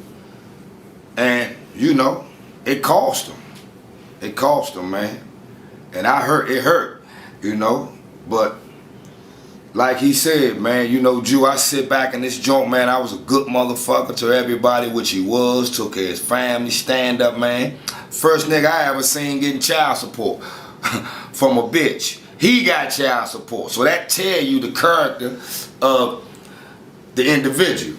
You know what I'm saying? Took care of his, you know, he ain't been had full custody of his kid back then when we was young, pimping, you know, before I even had a kid. So, I mean, I know his character. But like he said, Jew, I sit back in here and I often say to myself, man, damn, I've done this and I've done that right. Why me? He said, then I sit back and God answered me and said, why not me? You know? That's cool. And that was cold. Why not me? He said, because all at the same time, that was my job to check on that. And come to Brown, you know I'm still down. I ain't got no frown, but I guarantee you I'm pimping strong as fucking every time. So let me get this straight. Let me get this straight, dog. You gotta get on the plane. I gotta get on the motherfucking plane with this motherfucker as a carry-on. Hey man, listen, you dig what I'm saying? I got a hat box, I got glasses, I got a motherfucking pimping ass cane and everything. You dig what I'm saying? But I got to get this Pimp of the Year trophy home. And I'm going to get it home, you dig what I'm saying, no matter what. If it takes me to, young man, get 10 shots in my dome. I suppose nothing. You got to know the facts. The man didn't take no girl across state lines. He didn't go with her across state lines. He didn't even ride with the broads or none of that. You got to know the actual facts of the case. And the young broad actually lied to him about her age and to the arresting officer about her age. She still was lying all the way through the whole process. You know? And until, I guess, when the FBI took over, or the feds took over, I guess that's when they figured out she was underage or whatever. So, I mean, he didn't know. But it still ain't no excuse. You know? It ain't no excuse. And like the judge told him, man, you know, your ignorance of the law don't excuse you from the law. So shit, real shit. And that's cold, but it's real. But one thing about Good Game, he gonna stand tall, and I'm gonna ride it out with him. I know my man ain't no pedophile or none of that old sucker shit. Never was thirsty. Never was thirsty. What, you know, that's what I said. Listen, that nigga ain't like we wasn't no, when you know, when we was in the game, we wasn't no thirsty motherfucking pimps now. A bitch really had to have her shit together to come and fuck with us. Yeah. You know, trust me. Interviews cost, all this shit they doing now, no choosing fees, niggas choosing with their penis now, and a bunch of other crazy shit they got going on in the game. So I don't miss none of that kind of shit about the game, cause that ain't how I came in the game. So, you know. No, you know what? When people bring up the Good Game situation with me, I always say, all the years I've been around him, I have never seen anything that would indicate to me that he would do no shit like that or was thirsty, because I ain't never seen him hurting. I ain't never seen an off day on the nigga. I ain't never seen him without a bad little chick. Man. I ain't never seen nothing to make me say. Good Game of business, man. Yeah. One of the few niggas that had property back then, still, you know. And doing things for kids. Yeah. Remember he was giving the backpacks to the kids? Like, you gotta know the individual, man. I know the situation, so. But I mean, again. So let me ask you a question. So when you see all these cases and stories that you might see on Too Real for TV of these guys getting all these time, do you think maybe the government is setting these cats up nowadays? I think a lot of guys, I think these bras ain't solid no more, for number one. You know what I'm saying? I think a lot of these guys are just making probably bad decisions based upon money and again being thirsty, you know. You know, that's more so what it is. I mean, and yeah, the feds gonna set a motherfucker up too.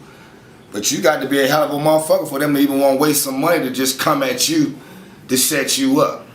They ain't about to waste no money on no old regular degular ass nigga now that, you know, who are you to be, for me to even want to set you up? You got to do something, you got to be somebody big, unless you done caught that bitch and then flip the broad to turn them against you. That's what I'm saying. It's like. Now that's a perfect segue for my next question. Because now I'm asking you questions that people ask me to ask you. You can go on my YouTube channel, you'll see it yourself.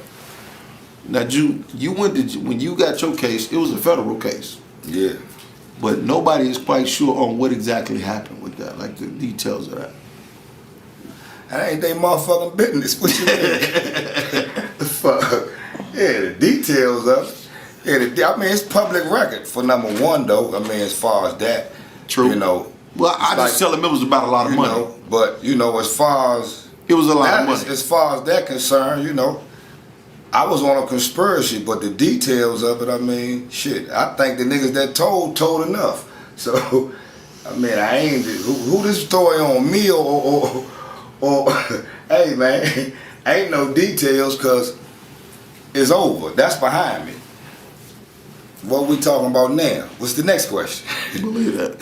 I believe it. What's the next question? There you go.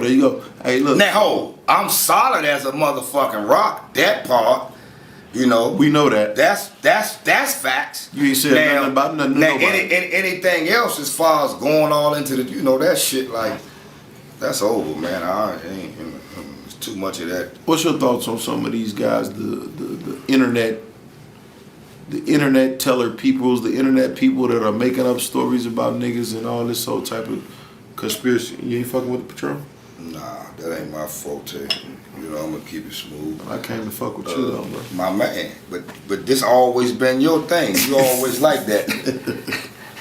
that motherfucker, one shot had me down. But my thing on as far as, I don't get involved in that shit though. That's my thought on it. I don't have enough time in the day to be worried about or be on social media all day to even pay a lot of that shit no attention though. But you have become a big kind of like social media star, so to speak. But my focus is not on sucker shit. You know what I'm saying? Like, I just ain't with that part. Like, I'm not gonna, especially with a motherfucker I know I ain't gonna never see. You know what I'm saying? It just don't make sense. That's like a ghost. What am I? Come on, man. I don't know who that is. You know, so that ain't my thing. I'm on social media to spread love, man. You know, that's what I'm doing. And to promote my business, you know. Other than that, I see it, but I don't see it. You know what I'm saying? My name has even been mentioned before, but I still ain't respond or pay that shit no mind. All lies. Half of the shit on the internet be lies anyway. You got niggas be so nosy with this internet shit, they Googling how much niggas worth and all this old sucker ass shit. Nigga, you wanna know how much he worth. Like, I'm going to Google it. Man, I'm telling you, and they really be believing that shit too. Right. So, like, come on, half of that shit be lies, man. Yeah. You know? That's what I think of it be lies, man. But I love social media because it's a free marketing tool.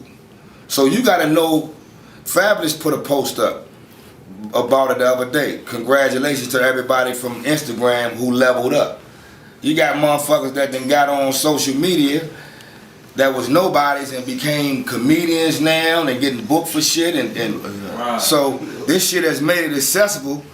If you know how to hustle, or you know how, if you got some drive about your motherfucking self, you know, it's a good tool. A little bad chick in the neighborhood could be a model now. Yeah. She can get booked and shit now. Yeah, everybody, what they call, they say a published model. What you published, book me. Yeah. Everybody got booking info and everybody everything. Everybody got booking info. You know?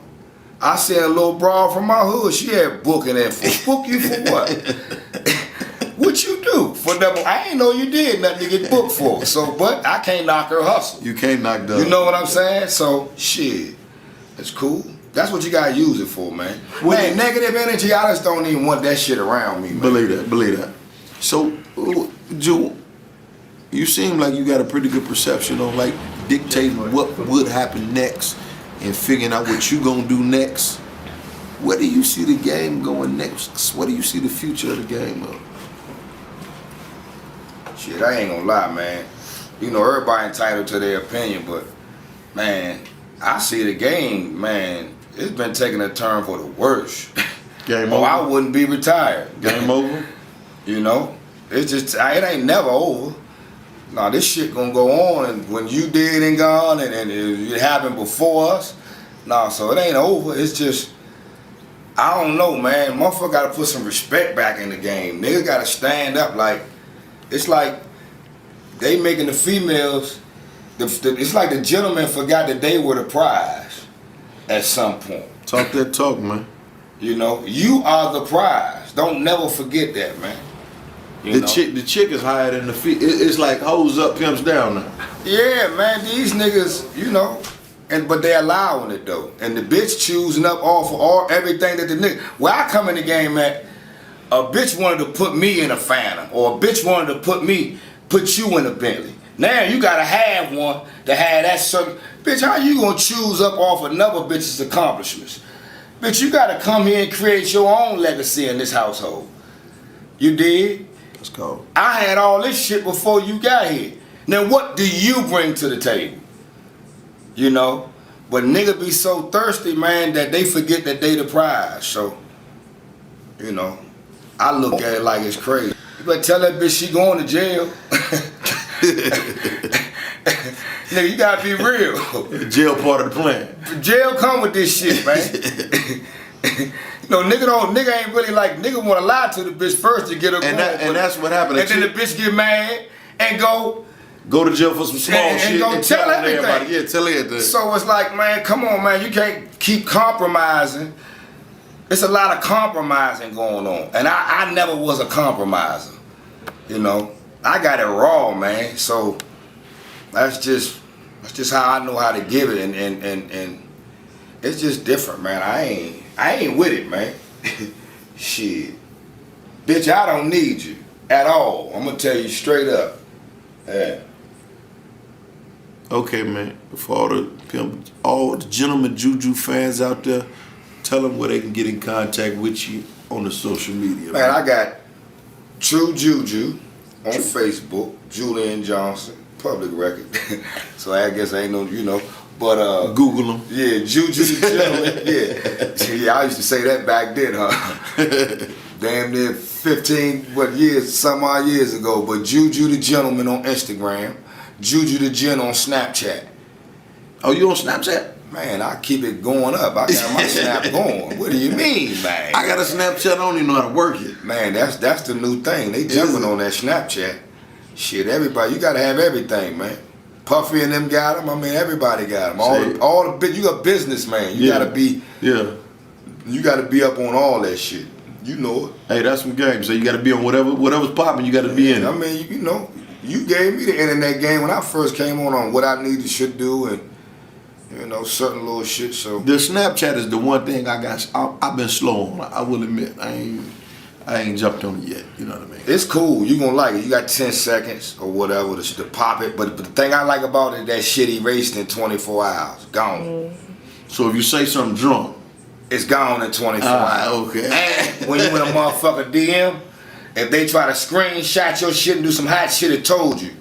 This message has just been screenshotted. Oh. Yeah. So you catch me, hey, bitch, what's up with the screenshot? Bitch, who that's for? You know what I'm saying? What you on? Yeah, you know, what part of the game is this? So, I mean, yeah, I like that too. But man, I'm just feeling good, y'all. You know, and tell them about your relationship with. Tell them about your relationship with Too Real for TV, man. He love that. Nah, we got a good relationship, man. No, I'm talking about. No, fuck that shit. We argue, so what? I'm talking about listen. Okay, for those that don't know, I'm gonna put it on record. All right, man. After I did my first film, World Famous Players Ball, Chicago, with Bishop Don Magic One. After I did that, I traveled cross country trying to sell it. You know, trying to sell a DVD to pimps is the hardest job in the world. in the world. Went to Cleveland, went to Atlanta, went to Memphis, went to all over the places, and I wound up in D.C. When I was in D.C., I don't even recall the year, but I wound up in D.C. This man right here was the first man to look at me and say, hey, I see what you're doing. You film my ball though, I want to pay you for it. And he paid for it, paid for the room. Straight player shit, didn't even really know him like that. This is the first man to ever give me $1. And that's when the light bulb went off. And I said, damn, I could actually charge for what I'm doing. What made you do that? Well, for number one, I mean, you know, when you came around, I seen you did a good job with Bishop Joint. But all at the same time, to want to pay you was because I wanted quality service. So, you know, a motherfucker doing something free for you, they ain't gonna put their all into it. Or, you know, they gonna do just enough to his satisfaction. But, you know, when you pay a motherfucker, you know, you gonna get what you pay for. Same thing I just said earlier about, you know, how I decorate my parties and shit like that, you know. So I just felt like I would get a better service from you if I paid you. And respecting you as trying to, you know, come up on your film thing. It was cool, you know. We was younger, I was younger. And it was like, man, you know, I respect a hustler, man, period. And you definitely was a hustler. So I was like, fuck it, man. Before I pay another motherfucker or that I don't know, I'm gonna support him. And there it was. We done made magic. Man, if I never said it publicly, man, I just want to say I thank you. For real, because like, man, I appreciate it. Because if it wasn't for you, I probably wouldn't even made it that far. Because it was really discouraging road for me trying to get that shit off. You know what I mean? Being an entrepreneur, you know, it has its ups and downs. You know, it can be discouraging at times. You know, you got to have financial discipline, most of all. You know, and you got to have faith, like I said. So you stepped out there. But man, look where it's got you. So you still around. I ain't got no complaints. You still around. That's what I'm saying. So I ain't got no complaints, man. I ain't got no complaints. And that's what you young guys got to do, man. Your transition, man. Know you getting the money, and know you like all the Giuseppe's and all this fly shit we wear. You know, but man, you know, when the bitch give you the money, man, don't wake up in the morning and run to the goddamn mall. You dig what I'm saying? And want to go get all the red bottoms and you still sleeping in a hotel and you ain't got no motherfucking car, but you the flyest motherfucker on the strip bullshitting around here, man, you know. So, you know, you better take that whole ends and make some dividends and do what it is that you supposed to do and handle your business, man, you know. That's what it's about. You gotta handle your transition is important, you know. Especially if you see the way the game going now. So, and a lot of y'all been getting some blessings, man, from the shit I've been hearing and seeing. You doing good. You doing good, man. You got all the big Maybachs and Phantoms and all that shit. Let that shit work for you, man. Man, do a concierge service with your shit, man. And let these motherfuckers rent your shit out when they come to Las Vegas and Miami, all these big tourist towns. Man, that's business. Let your car make you some money. You know that shit depreciate. Better have your house. I mean, like, you gotta have your priority. Bitches like niggas that got their shit in order, man. You know, the whole reflection of you. If your shit ain't in order, how you gonna expect the bitch to be in order? You know? So, gotta have your shit in order, man, and that's the transition. Trust me. Too Real for TV. If y'all want to see more of Gentleman Juju, I'm sorry. Juju, the gentleman. Juju, the gentleman. Log on, get Cross Country Pimping Volume 1, man. Y'all see his ball. The man had, man, you know, everybody asked me this. How did you manage to get the future president of Haiti, aka Wyclef Jean, to sing Happy Birthday to you? How did you pull that shit off?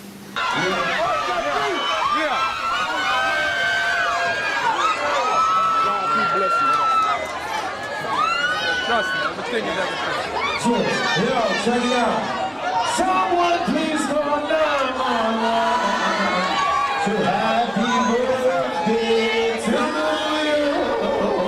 Happy birthday to you. Happy birthday to you. Happy birthday to you.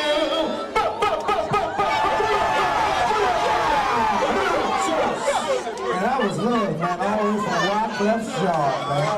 Must have known this a player, man. He came in the trenches. He didn't forget where his ass come from, y'all. Shit, back then though, like on some real shit, back then, the hip hop era and during that time, man, you know, the players was on top, man. That's you know, right. The streets was on top where they supposed to be. You know, we was on top. So guys like that, you know, needed us around for validation. You know what I'm saying? I ain't gonna say needed, but enjoyed us.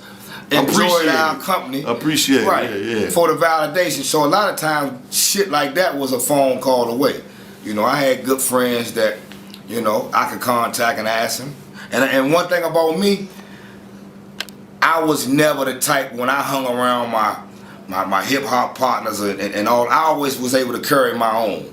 Me and Good Game, we never was begging, or we never was a hanger on that ain't have shit, you know, that couldn't eat unless he eat. Hell nah, we gonna do us. So they ain't mind having guys like that around. And one thing about me, I always came with business opportunities. If I knew Snoop was on his way to DC, boom, that's my man. Instead of me calling and begging dog for a jug or some shit like that, hey man, I got XYZ amount of dollars, man. I'm trying to do the official after party. Boom, there it is. I'm gonna make me some money. He gonna make him some money. Believe that. You know, so that's how it is, man. So, you know, certain dudes allow you to eat with them, but you got to come up with a way to eat. An idea. Yeah, and the motherfucker ain't gonna just want no bum around him. So, bleaching take on care of them, your business, man. Shit, yeah. Take care of your business, man. You know, come up with an idea, man, and do something, man. It's y'all turn. I'm out your way, man. I'm having fun right now. Enjoying this shit. Got my health, you know. I'm financially, I'm cool, you know. Could be better, and it's gonna get better. I don't know a motherfucker that ever said he got enough money. I ain't met him yet. I ain't met him yet. But Jay-Z you know, wake up like, nigga, I need to get more of it. Yeah. You know, most of all, man, I'm mentally stable, man. So, and I'm just happy to be amongst, you know, my friends and family back in society, man. You know, with my second chance, my second shot at this shit. I'm gonna make the best of it. Trust and believe that. JGJ Customs. You want to get fresh? Get with this man. He gonna get you dipped in butter. I got you. I got you. I promise you that. 2rivertv.com.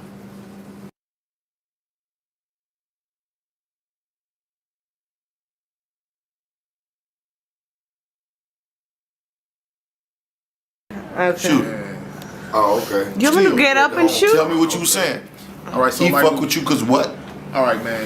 I think the brother really just. You sent a couple bitches. You was pimping. Yeah, I was pimping. Man. I thought I wanted to be a pimp. I thought I had what it took. Yeah. And you know, the little broad, she, the one that I did have, she liking me. You know, what I'm saying her homegirl come because her homegirl liking me. So the little broad I did have, she ran off. So her homegirl, she ran off. I'm homeless. So I'm talking to Juke. Like, man, I don't know what to do. Nigga know, nigga and become, be honest, nigga know who is who. You know, nigga ain't really have nobody to mentor me and really show me how this thing goes. So I'm thinking, I seen movies. I'm thinking you called the OG homie. He you know, whatever. But man, he said, man, you know, if you're gonna do this, you got to eat, sleep, breathe it, man. You know what I'm saying? Everything. You got to believe in yourself. And he's saying, you know what I'm saying? So what else you got going on for yourself? He said, man, you ain't, you know. And I said, man, you know, I had an opportunity to do a little apprenticeship thing. He said, why don't you do that instead of doing the pimping? I'm like, what? I never heard nobody no street shit tell me to do no positive shit like that. So it was an apprenticeship thing, you know. That's what's up, man. Said, man, just, I'm with that, church. Listen, everything you gonna get out of the game is what you all gonna have. love, man. You know that. You do this Always apprenticeship have. thing, you get a career, you gonna retire, Right. you gonna have something. He said, man, listen, you know, I wouldn't be your friend if I didn't say you do something positive, man. You know what I'm saying? So I took his advice. And man, What was the apprenticeship thing? I did plumbing. Plumbing? Okay. Yeah. Got my license and everything. Ran a few big jobs in DC. You know what I'm saying? And really, what got me in the position to run construction jobs, shit like that. Wait a second, man. What do you do right now? Because I see you traveling everywhere you go, and you doing some fly shit. Man, listen. What do you do when you dress fresh? I'm gonna tell you. What the fuck do you do, I'm man? gonna tell you what I tell everybody. Don't worry about what I do. Just make it do what it do. You did. Hey man, I'm just asking, man, because I'm asking for the nigga that's at home. Somebody gonna watch this, a little nigga in Alabama, a nigga in Chicago. He gonna say, damn, what is this nigga doing? Because I'm fucked up. I want to go to Vegas. I want to stay in nice suites. I want to dress fresh. What the fuck does he do? I want to know what he do. Man, you gotta find your niche in life, man. You gotta find what it is that you good at. Nigga, I understand that. What do you do is what the fuck I'm saying. The nigga at home watching this gonna say, Maroy, why you didn't ask what that nigga you do? I want to know what he do. I want to do exactly what the fuck he doing, because I don't know how a nigga travel all the country. I'm gonna tell you what I do. Whenever you purchase a JGJ suit, you know what I'm saying? I'm the man behind making all that happen. I heard the fuck out of that. I can respect That's that. what I do. Okay. So, purchase a suit. This nigga get to travel across the country and be with bad bitches. I respect that. I can dig that. Yeah. Whose phone is that? Is that my phone? That's his phone. Oh, that's your phone. Answer it, P. Yeah. Nah, yeah, that's cool. I thought this was my phone. This is really too real for TV. My bad. Man, I'm loving this. Like my very first interview. I'm gonna tell you when I first met Maroy. It was 2002, 2003 in Chicago. When I thought I wanted to be a pimp, whatever. And man, he's shooting a video, ain't interviewing me. I'm popping my little shit and woo. Man, nigga, I was on the fucking cutting room floor. I ain't never see that shit. Hey, you know what's cold? Hey, you know what's cold? I don't even remember interviewing. God damn, you hear me? But it's cool. But look where we at now, though. Yeah, that's cool. I don't remember that. Life comes full circle like that, man. Just find your niche in life, man, and do that, though. Yeah, but, you know, for real, man, you know. Yeah, I just stay out the way on Let me purpose. ask you a question, man. Go ahead. Because there's a lot of niggas out there that want to be a pimp. How did you know that pimping wasn't for you? You have to be honest with yourself. Everything ain't for everybody. You know what I'm saying? Everybody can't be a dope boy. Everybody can't be a gangster. Everybody can't be a pimp. You know, I can relate with that because I wanted to be a dope boy so bad. I was like, I wanted to sell a bunch of kilos, and then they talking about the time, and I couldn't do it. I'm gonna tell you some real shit, and it goes back to how your upbringing. I was always taught to thyself be true. You know what I'm saying? And then I'm gonna take it a little further deeper with y'all. You remember the movie The Mac? Yeah. Everybody wanted to be Goldie, but ain't nobody want to be Slim, Richard Pryor's character, and he was just as cold as Goldie. He played his position. He played his role. I got a nigga named Cadillac Slim. Juju know him. I got a nigga named Cadillac Slim. We all love Slim. Slim was a cold motherfucker. I fuck with Slim character because Slim character was a real nigga. He was down as a motherfucker. And I've talked with Max Julian. Max Julian, Goldie. He told me that some of that movie he wrote off himself personally. I fuck with him, so I know him. Yeah, man. It was a dope ass movie. But it's honestly, man, it just really come from. But he ain't never sent the hoe to the store though. We gonna let the record reflect that. Yeah. But no, honestly, man, it really come from. Fuck how good he looked on camera. Yeah. You know, I'm retired now, but I put in blood, sweat, and You feeling hella sexy. I'd have been stranded places and everything about this shit, man. You know, no knock from Goldie. Hey man, but Goldie ain't never sent the hoe to the store, man. Hey man, you know you got niggas that done put in blood, sweat, and tears about this shit, man. So I know he made it look glamorous, and it was a good movie, authentic. You know, I done been in movies and all, it look good, but ain't nothing like the real thing, baby. Yeah, nothing like it. This the type of advice and shit that I would get, man. Come on, sit back down. Sit back down, man. We right here. We still. Okay. That was a Juju moment. He was feeling real sexy. Nah, I was feeling real pimpish, man. I wasn't feeling real sexy, man. Men don't look sexy. Refer to the bitch as sexy. Nigga looking like a model over this motherfucking shit. And my shit, feel good about that. Hey, man, this motherfucker. I hate to excuse the partner interruption. Nah, shit, but this is authentic Gucci material. silk and velvet. You did. What is this? Velvet? And this ain't that shit they make them sweatsuits with neither. Let me see that belt, P. Nigga. Versace belt, you know, but you know, just carry on. Excuse me. Hey man, how do you deal with this nigga every day? Like seriously, like I know Juju and I've been fucking with him 16 years, but I can't deal with him every day because man, believe it or not, get on my goddamn nerves sometimes. I'm about to say that too, man. Believe it or not, me and him just alike, man. For real, I'm just a toned down version. You know, or maybe I'm the I don't know, man. Just like the dude, man. Dude, my brother, man. Dude saved my, like I said, you dude saved my life back, gave me a whole lot of man game, not no game. Dude gave me man game. You know what I'm saying? How to grow up and, you know, be on top of my business and have shit organized. And like I was saying, how I had got that position on the construction jobs and everything, running whole jobs, was running with Juju, organizing his players' balls. Wait a second, so Juju helped you get into the construction organization? Help me understand. Okay. How did a pimp help you understand how a construction gig would work? I don't understand. He didn't give me the job or anything like that. It's like, well, when he had the players' balls, the parties, I was organizing everything you saw. I was always behind the scenes. I know it was really this whole me in front of a camera thing. I really don't. This ain't my thing. You know what I'm saying? I'm really out the way. You know, I'm a chill dude, but I always organize the balls, everything, top to bottom. And you know, and when I had did the construction thing, I just took what I learned from doing that and applied it to that. Made a pretty nice piece of change. Yeah. So you know. Still shopping, still, man. Dig the fuck out of that. Yeah, man. Yeah. See, one thing a motherfucker I know about the game, it's simple. It's the game of life. That's the game. It's the game of life. Whether a motherfucker getting up in the morning, doing what they doing, the squares got to go to their 9 to 5. You might be an entrepreneur, have your businesses.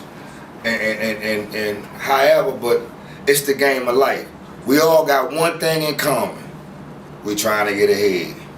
You dig? Hey, that's cold. Jack Bishop just said that on last. That's real. But that's real. He said PIMP mean we trying to get ahead. Yeah, we trying to get ahead.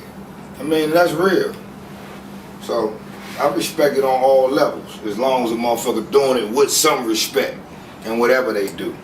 I don't knock nothing, man. You know, because I come from a mother that worked hard every motherfucking day. Church just said the same shit. I don't, you know. Church just said the exact same thing. He said, man, PIMP play in motion for progress. We trying to get ahead. That's all it means. We trying to get ahead, man. You want to tell about any of your epic moments? Still, some of your favorite moments around. Oh man, around the. Some of the he got some hella stories too, man. I'm gonna tell you what is it this year? It's 2000. I'm gonna tell you what. Sent a bitch for real. It got more game than a lot of these. I'm gonna tell you what. Yeah. Baby boy. Yeah. I'll be that. Either way. I'll be that. Hey, look, you know I'll shoot slugs out of that. I'll be that. Hey, maybe we ain't gonna do this all day. Hey, baby, we call it joning over our, y'all call it, but the pimps call it roasting, but man, we do this all day. Man, we got niggas that, in Chicago, man, we got dudes that can't take it. They can't even come around us. This is what we do. But fucking with Good Game, Kenny Red, Good Game is a comedian. Motherfucking Pimping Ken, you know, man them some roast, them three niggas alone. Why you them might be, man, they why you fuck up the move, say Pimping Ken though?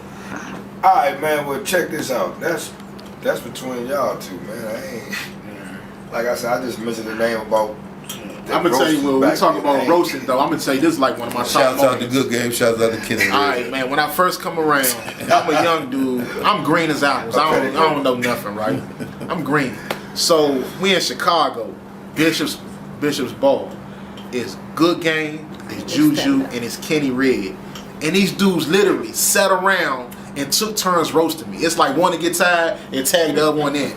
You know what I'm saying? So while Good Game roasting me, he pointing and laughing, Kenny Red laughing, and he'll get tired tagging Kenny Red. And it just go all the way around, and the whole thing with it, man, Jew, while they roasted me, Jew laughing at me so hard, just pointing and laughing. And after they was done, he said, man, you know why we roasted you? Man, we want you to tighten your game up. You won't make the mistakes no more. You know what I'm saying? And that's what I took from it. What did they roast about you? Man, I had on fake gators. Oh. Yeah. You came to the Players Ball in Chicago? And I mean, this is real. This is real shit. It's real shit. You thought you was gonna get away with fake gators? Did I? Man, hold on. So the nigga, hold on. So the nigga Kenny Red gonna come in the nigga, no. Man, I'm dead ass serious. Hey, Jew. I wasn't gonna let him do it. Man, so hey, Jew, you let him come to Chicago with some papers? The nigga just was young and eager for game and to be around it. I'm cheesing, I'm smiling, I'm showing all these big ass teeth, these piano keys in my mouth. You know what I'm saying?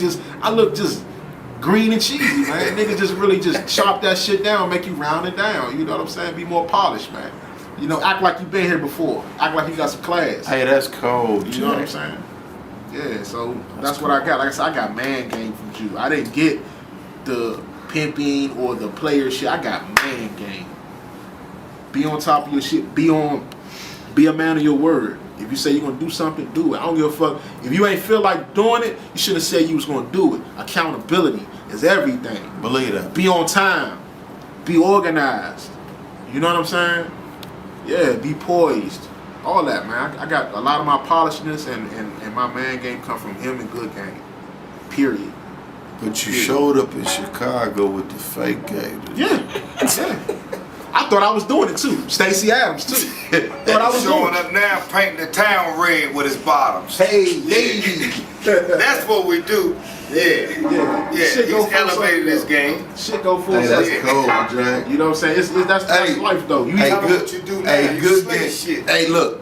True story though. Good Game got me. JG they down too now. Yeah. Hey, Good Game got He me on the break once. because he losing all this motherfucking weight right now. Hey, Good Game got me I can't once. wait to get him back in the motherfucker. I was at we was in Memphis. New Year's Eve, we gonna kill some, we gonna murder some shit. Well, Hey, we was in Memphis, this year, and a chick got on the elevator, and she was like, "Yo, I like y'all shoes." It'd be nice out She here. was talking about, Baby, wait. y'all got some nice gators. We ain't never been out here. Good Fuck Game was the like, state of the yeah, city. We might come we out all here got on and gators, but those all straight leather. I know some leather joints, they wasn't gators. But they wasn't no fake gators, they was just leather. Yeah. But Good Game made sure everybody knew they was leather and wasn't gator. Oh, Good Game? Oh, yeah. Yeah, he gonna get you, he gonna bite you, man. But like I said, it was just so crazy, man. But they bite you to make you step your shit up. Yeah, and like I said, man, I've continuously stepped it up since then. And gonna keep stepping it up, man. Striving and driving towards success, man. You know, that's my life's mission. I just wanna, I wanna live, man. I told my homeboy earlier, I said I wanna live, man. It's gonna sound a little ignorant, but I don't care how it sounds. Man, when I die, I'm spending, man, the last check I write gonna bounce, man. I'm spending it all. You only get one shot at this thing called life, man. You better make it. You better make it the best you can and live it to the fullest. Don't wait till you. So the last check I write is gonna bounce. Yeah, it's gonna bounce. I'm spending everything. Don't worry about it. You ain't gotta have no GoFundMe and pass the hat around. I'm good. My business is in order. Like my brother told me, make sure your business is in order. But man, as far as living life and enjoying the fruits of your labor, man, do that, man. Why shouldn't I be in Vegas? Come on, man. Look at me, man. I should be in Vegas. Come on, man. Yeah. 6:30 in the morning. Yeah, man. I'm on vacation. I'm gonna do me. Nigga, I gotta. Yeah, you gotta do something for yourself. You gonna go crazy? Yeah, that's what I do now. I got full. I get up every morning, 6:30. Kids together in the morning, drop them to school. Yeah, women ain't the only ones out here stepping their motherfucking game up or have to. There's some real men left around here that do the job. I gotta make sure my daughter get the hair done. I don't know how to do no damn hair. I gotta make sure the right person doing it ain't fucking my baby edges up, pulling her. Like, man gotta go through a lot of stuff now that, that's why I be saying, like, it's different now. I'm not about to let one of these old Rudy Poo ass bitches come in between what I got going on with me and my kids right now. It was either the game or my kids. When I went in, my bottom died. I had 2 kids. We had 2 kids, so it was like, I know I can't half-ass pimp. It's gonna require me to be across country on a regular basis. Right. I can't do what I'm doing now to take kids to school. It was either leave them where they was at, which probably an environment that wasn't conducive for them, right, or step up and put the game to the side. This the real truth. Or put the game to the side and say, man, this is what I gotta do. And I ain't gonna lie, AP, that was a hard decision. Yeah. Not because my kids could have still been cool, but it would have been like, it's a judgment time. It would have been like I was choosing the game. Start knowing what's going on. But just like I said, I can't halfway do it. Right. In the game, I would have been halfway doing it with my kids. And I ain't gonna halfway do a motherfucking thing with my kids. Right. We going full throttle. Fuck that game. Hey, Drew. When it come to them. Hey, Drew. Yeah, you know, so. Who's the coldest pimp you ever met? Me. But next question. Yeah. But in that order. Yeah. But anyway. Man, no P gonna believe another P is bigger than his P, man. That's it, man. It's like, man, you gotta have confidence in yourself, man. For real. That was an easy question. Easy peasy. Yeah, man. Yeah. I was just, like I said, the same thing, that judgment call, man. Like this. You know, I had to make that judgment call. What I'm gonna say? I've always said. Hey man, let me say this. Actually, what was I supposed to say? So you think I'm gonna let the bitch hear me say baby wait? Oh man. Choo choo motorbody. Yeah, man. Bitch. Yeah, man. Yeah. Nah, man, I'm just enjoying myself, chopping that was all. Yeah. Hey, but hey, you hella funny. That was an easy question though. The coldest one I met. If I'd have heard you say anything else, I'd thought differently. Yeah. Fuck me, nigga. Who else? Mm-hmm. Oh, the big pimp over there. Yeah. Where they do that at? Never. Fuck me. Where they do that at? That's the game. That's the name of this shit. Yeah. To think you the man. To be chosen for the job. Exactly. Who's the biggest? Me. Exactly. I want the work. You heard what Bishop said, didn't you? He said that in the movie, I think. What did he say? When they come in here to look for a pimp and lock a pimp up, who they gonna lock up? Me, man, because I'm the coldest. Yeah, fuck you, nigga. But that's an easy question though. Like, I wish your athletes think that. They think they number one. You better or you ain't going nowhere. Hey, LeBron definitely think you better. Yeah, now I'm gonna pay homage to those that came before me, and I'm gonna respect those that's coming behind me. But shit, man, they broke the mold when they made me, and that's real, man. It ain't but one, and it ain't but one Maroy. You know what I'm saying? That's just how it is. Well, I ain't talking about me. I'm talking about the other cats. That's another Mac reference for you. You know, you tardy ones that catch that one. Yeah. What we gonna do, man? We gonna see who like us around here tonight? Yeah, let's do that. We need to see who like us around here, man. Yeah, man. Let's see who like me, This man. is the last night. Y'all leave them on? I'm leaving. I don't know what they doing. I got shit I gotta do. I'm gonna lay around here a couple more days. Oh yeah.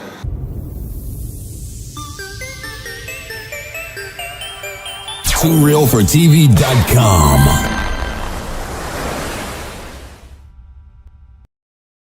Okay, ladies and gentlemen, after many requests, here it is. I present to you none other. Where are they now? Episode 3. The Godfather of the Oasis. A Too Real for TV exclusive. Exclusive.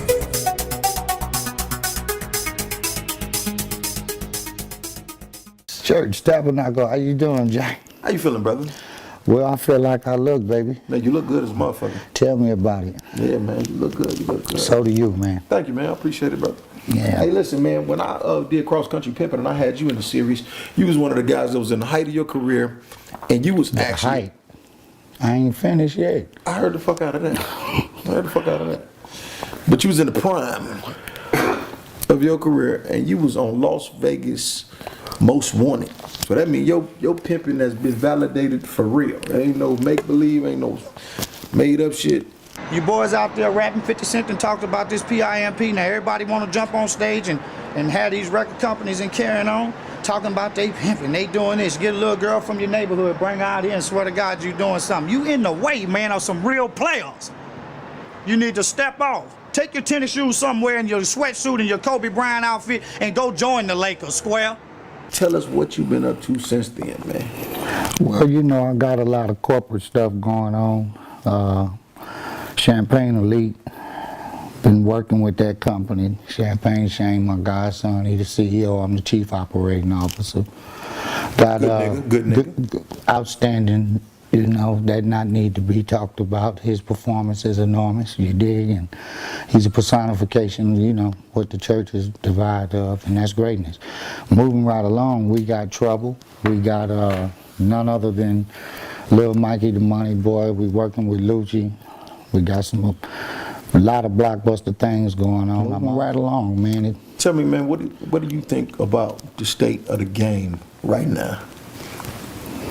Well, the game is twisted all up. You know, you got guys making deals, you know what I mean, guys letting the chicks do what they want to do and calling on them when they want to call on them, and they answering the bell more than the chick, you know. And the interest in the value of the chick sometimes don't be worth the effort that the guy put in. Then the quality of the gentlemanship is real retarded right now. You dig? You know, guys, when we come up, you know, we knew that we had the tick for tack to make the broad have a big head back. You know, these suckers don't understand that, Jack. You dig? You know, so, you know, all of it was about 365 days a year, you know. Wasn't about no birthday or you going to the flea market with Susan, you know what I mean? Yeah, you know, the day they lay off, understand me, the day they pay off, man. Kept them going out the door in a sanctified manner, you dig?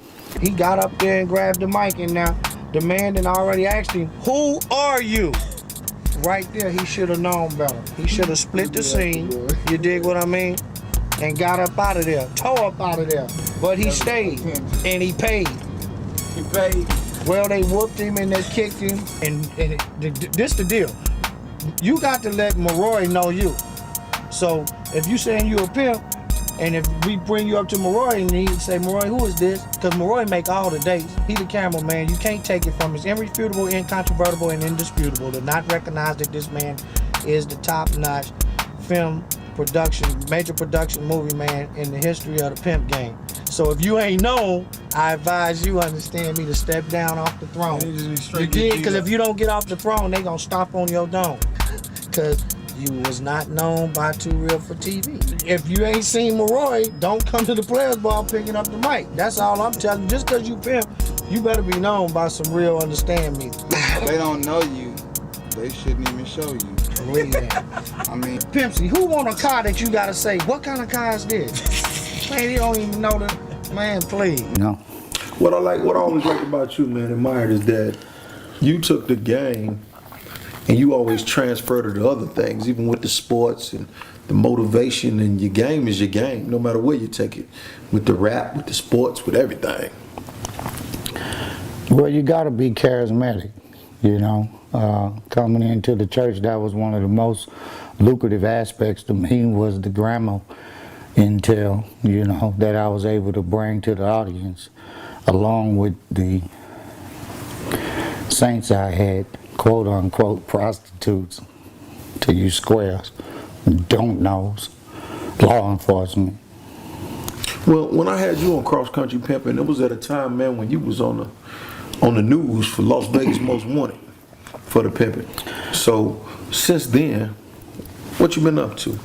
You speak about that. Rick Ross talk about he did something so hard he made them indict him. Right. A lot of stuff I hear from the rappers, you know, I conquered and did. You know, I see guys with the crown and stuff like that. You know, knowing that I'm one of the originals guys sitting at the table with 5 girls when it's Godfather and Heavenly Angels, and you know, I pimped my way to the top. I sold flesh, and I did it in a vigorous manner, but I did it very harmonically. And the Bible instituted a lot of my movements. What I infused and transgressed on the chick, that's what gave her the spirit. I just didn't understand the makeup of the chick. I got into the neural and the molecular of the chick. You know, I make the chick think she in Florida when she was in Rochester, New York. You know. Let me ask you a question, man. Cold from hot, hot from cold, Jack. Seeing how I've met your mom, she's a beautiful lady, nice church-going woman, and you seem to be, you know, an educated man as far as knowing the Bible and the verse. What made you get into the game? Well, you know, I was raised with all women. My mama had 4 sisters on the West Coast. My daddy had a sister that had 5 girls. So I always had my clothes folded up. I always had my plate made. I always had my head massaged with grease and oil before I went to school. So when I went to school, you know, chick come along, you know what I mean? If she couldn't take my lunch out my lunch pail and do all the things that they did at home, I didn't feel she was worthy for me to play with her. You know what I mean? That's cool. And coming up from like that, you know what I mean? I always did, you know? I asked my daddy for $2 to go get a burger for a chick. He look at me and tell me to get it from her. Her mama gave her some money. Why you asking me? So you know, I wasn't got with somebody and it happened like that. My genetic and my makeup and my mother being a minister as well is what gives me the propensity and the intelligence to grab hold to the diction and transgress it into other people. No matter whether you're a robber, killer, pimp, you know, it's the will of God, you know, and I talk to a chosen few, you know. Some ain't worthy to be talked to, you know. They don't even understand what prostitution is about, and they don't take what the interest from that world and do the right thing with it, you know. Concentrating on monetary. Money ain't nothing, because the same guy that get a girl the money get to another younger girl and mess her up. Prostitutes with intel, prostitutes of significance is wanted in that world, and that's what people don't understand. I never seen a 12, 9-year-old prostitute. I've been doing this 30-some odd years. I ain't never seen it. So it's the media has targeted and say the things that they say to slam down 40 years, 100-year sentences for a guy taking money and enriching the situation or using his ingenuity to create a lifestyle. And it's just not right. Do you feel like all these guys is getting these time for these underage kids? Do you think that's all setups? You don't think none of these guys are actually getting caught with these girls? Well, I'm going to take it from the basic. You know right from wrong. And I don't think no guy with common sense going to take no 15, 16-year-old. It is just not fitting. It's just not a just psychological move. You dig? It's forbidden. You cannot create camouflage, you cannot create excuse, fairy tale for any mistake of that magnitude, you know. You should be able to, the youthful prostitute can't tell a salad fork from a dinner fork, don't know creme brulee from banana pudding. So, you know, that's to be judged on. His pimping. You don't believe that some of these guys just get thirsty out here, be hurting, and they'll go for it? I don't know. I ain't never been around that type of business, man. You know, you know, I don't know that class of the theater. You know, certain movies like you don't watch, right? That's right. That's not my theater. You know. So. Enough said. Listen, man. And you gonna talk about a pimp. Let me get to that. You can edit this tape. Nigga, you gonna talk about a pimp. Let me take my glasses off. Bishop say don't do it, but I'm gonna do it. Because I feel it's wanted. Nigga sit up and talk about a pimp. Say that, what did you say he say? He said one is when a black man is out of his mind for prostituting a black woman. Stop it. And this not to you, young brother, but this why I don't talk to niggas. Your mama was a prostitute. Your mama and fucked and sucked your daddy every time he came home from work. He had to make sure the lights and shit was on. If he didn't do that, she wouldn't be there. I know my mama wasn't no fool. My mama ain't just got with nobody and he banged her and I got here and my daddy gone. No, man. It was something for something. That's the derivative of it. That's where it derived from. So what I was speaking about, your mama. You know what I mean? So what I say to a nigga is, if it was a guy that had a bunch of food and his mama and him was the only one on the earth and this guy had the food, and the guy was the size of, we gonna go Shaquille O'Neal but trim down like Marshall Lynch, and he had all the food. Could you stand there to see him go in and out your mama or your grandmama like that? Could you stand to see that?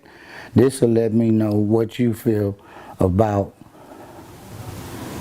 a pimp. I'm gonna make you know about yourself.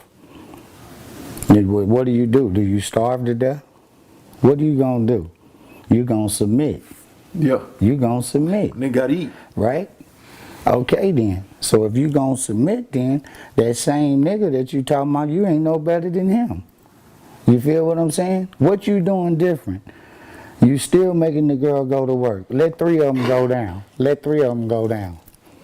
What you gonna do? You got the big house. You got all the stuff. Okay then, you own everything. Okay, we'll do that. You own everything. What you gonna do if 3 go down? You not gonna send them to work anyway? You not gonna make them go on the crutch? So let me get this right. So the only way you saying they could be polygamy, or that could be his wives, is if they don't work and he totally takes care of them. If they do any kind of work. No, polygamy means more than one. It's like quad, tribe, you know, polygamy. Here, polygamous, is in the Bible, the sanctions that you can have wives and all that. What I'm saying is if he not doing anything other than filtering in the money, and he got knowledge that he got a lady that drives the bus, a lady that's a dentist, you know, that's a square world too, you know, so, and prostitutes is way better than a square. She's more cleaner, she's more clever, and he must don't know what prostitute means. That means to prostrate and to institute something. If I stand up and start doing this to you, that means that I'm prostrating and I'm instituting my ministry. That means I'm prostituting. Like the president say, we prostituting ourselves thinly somewhere. Okay, that means that they standing up doing something, and there's a lot of them and we running thin. Prostitute don't just mean that. So the diction, and that's just like when we talk about Jesus walking on water. They talking about, oh, it's magic, he's God. Oh, no, man, he said it appeared that I'm walking on water. That's telling you had a flotation device. It's simple. You gotta read, you know, before you have a theoretical outlook. You always speak highly of prostitutes. Yeah. Now what I hear a lot of niggas saying is they don't love these hoes, bitches ain't shit, this and that and other. Is it possible to be a pimp and then say you don't love these hoes? And the reason I ask that, because, you know, Bishop Don Juan has always preached to me, how you not going to love the chick that's going out? Anytime somebody go out. You going to flex on me right now? No. Anytime somebody go out and do that for you, you understand me? Anytime somebody go out and do that for you, and you can't tell them you love them, something wrong with you. And you NFL, you not for long. You know? NFL. Yeah, for the record, 10 in the pocket. And you ask yourself, where are they now? Make sure you do that one, you know. I got you, church. Yeah, so, you know, for the ones that, you know, and I'm retired, that's me in low gear. You feel me? Yeah. You know that. Oh, really? You know, that 10 be 60, 90, you know? You know, but I just run with one cylinder. I got a saint. She's salvating, praying for girls out there on the street. You know, we even talk, you know, try to get them to understand the politics out there, you know, because the game done changed, the prices are different, the economy is different, you know, tricks been roughed up, you know, the clients as I call them, you know, so things ain't what it used to be, you know, so the approach got to be a lot different, you dig? So a lot of guys need Vegas. I ain't never need Vegas, you know, and I've been the pastor over here a while, so it's too much else going on. It's 49 different states, man. Nigga be stuck here, you dig? So what's next for you, man? some more money. Get some more money, man, and take it and do the right thing. You know, looking forward to doing some seminars and hopefully speaking, you know, at some different venues and speaking about the Bible before we close. So let me ask you, if somebody wanted you to do some ministry for them, come speak to them, or do a seminar, or do some guest appearances and stuff like that, how can they reach you, man? You got the Instagram pop off or any of that? Well, they know Godfather Church, Instagram Godfather Church. Godfather Church. Yeah, and DM from them. CH3Us, man. Course. Everything is 3 around here. You dig? So we want to read a little bit here. And it says right here, it reads very, very simple here in 1 Timothy. It says, likewise also that the woman should abide themselves in a respectful manner. It says that let woman then quietly with all be submissive. Let a woman learn quietly with all submissive, and do not permit a woman to teach or to exercise authority over man. Don't allow her to teach her or exercise authority over you. Chick come home and you ask her to do something and she say she don't want to do it. She exercising her authority over you. You did. So if you ain't in conjunction with that and it's not working for you, then get rid of the jig. You know, and don't hold her hand. Get you some money, man. That's what you got to do. You know, I believe in not letting nothing rest. You be sad, the bra be gone. Then you be saying, man, I remember when I was laying, I should have did this. No, that's why every time, 365, I say that, as long as I got one, they gon' 365. You know, and sometimes they go away because the nigga game be too strong for them, you know. Yeah, you know, she be too weak for what your worth is, you know. I look good, don't I? Yeah, you look good, man. You see the gleam in my eye, man. I'm happy to see you, man. You look good. You know, it's the gleam, you know. I don't want to be arrogant, you know. Yeah, man, but this is crazy, man. The guy with the polygamy stuff, man, and I listened to his texture and his grammar. He's very diction inclined, and sometimes he's robotic. I was listening to the guy. Is the camera on? Cause the camera's on. Okay, well, I'm not killing him, but he's very robotic, you know, and it's like with the chicks and everything, like that, you know, I don't know, man, because if his dick was around me, like, I got a hoe, like, you know, and she's so respectful. She's a college graduate, you know, all honors at Gardner, you know, cheerleading and all the stuff. So I don't think he understands our world, you dig, at all, to say that. And any chick that's beautiful and don't want to look the best and don't want to attract a guy with a lot of money is crazy. Yeah. Something wrong with your chick. I totally believe that. You know, and if you don't believe in God, you got a bunch of fools. The demographics of atheists versus Christian, Muslim, Judaism, even the people that worship the sun outdo you. You're in the idiot basket. You know, no disrespect. So I wouldn't even want none of your chicks.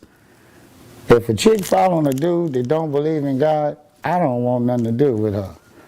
I don't even want her in my house. You don't believe in nothing? That means if a pit bull get a baby, you don't have no system of right and wrong. You don't believe in God. You don't believe that if you do wrong, something will happen. You don't believe that after you die. If you don't believe after you die something will happen to you, that means you'll do anything here. You can close your camera off or whatever with that. If you don't believe that when you pass away from here, something is happened to you for all the wrong you did, you think you just died. You didn't rape people and set people on fire and you just died. and that's the end of it. And please, you know, you better think about that. You might want to come back and do it again. You know, I'm just telling you that. So yeah, hit the game that he got. That's why he got bras that stay with him that just work. I imagine that coming home, pouring some cereal in a bowl, and the bitch really go to the Kaiser Hospital at sunrise to work. You know, what do you say to the bitch? Like, what do you say to her? Like, she goes to drive the bus, like, have a good day? I mean, what?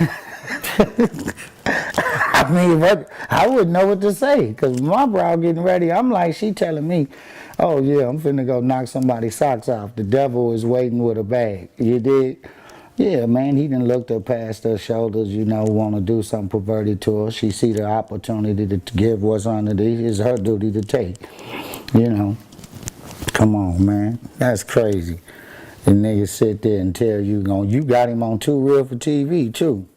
Yeah, man, if you're looking at this, don't get mad, bro. I hope they let you, don't get upset, because I don't promote none of the, I have been to college.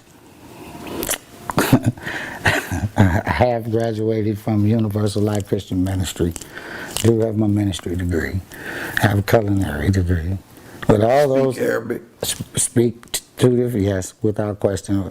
That's neither here or there. I mean, it's impressive though. Yeah. Because a lot of times when people talk to me about you, they think that it's a gimmick, and I'm like, no, dude, it's for real. Well, we have. I'm like, dude, know that Quran and that Bible. The Quran says, "Alakum, let it be," and I always say, "Udhu billahi minash shaitani rajim," and I reject and rebuke the devil and rebuke all evil. So, you know, and I know that I don't wake up by myself. I know that the sun rises in the east and sets in the west, every time on time, all the days of my life. So you can't tell me it's not an axis of power. Well, here we go to the Tower of Faith. Praise God. Christmas time. Hallelujah. Top choice Rolls Royce Pastor movie. Best believe it.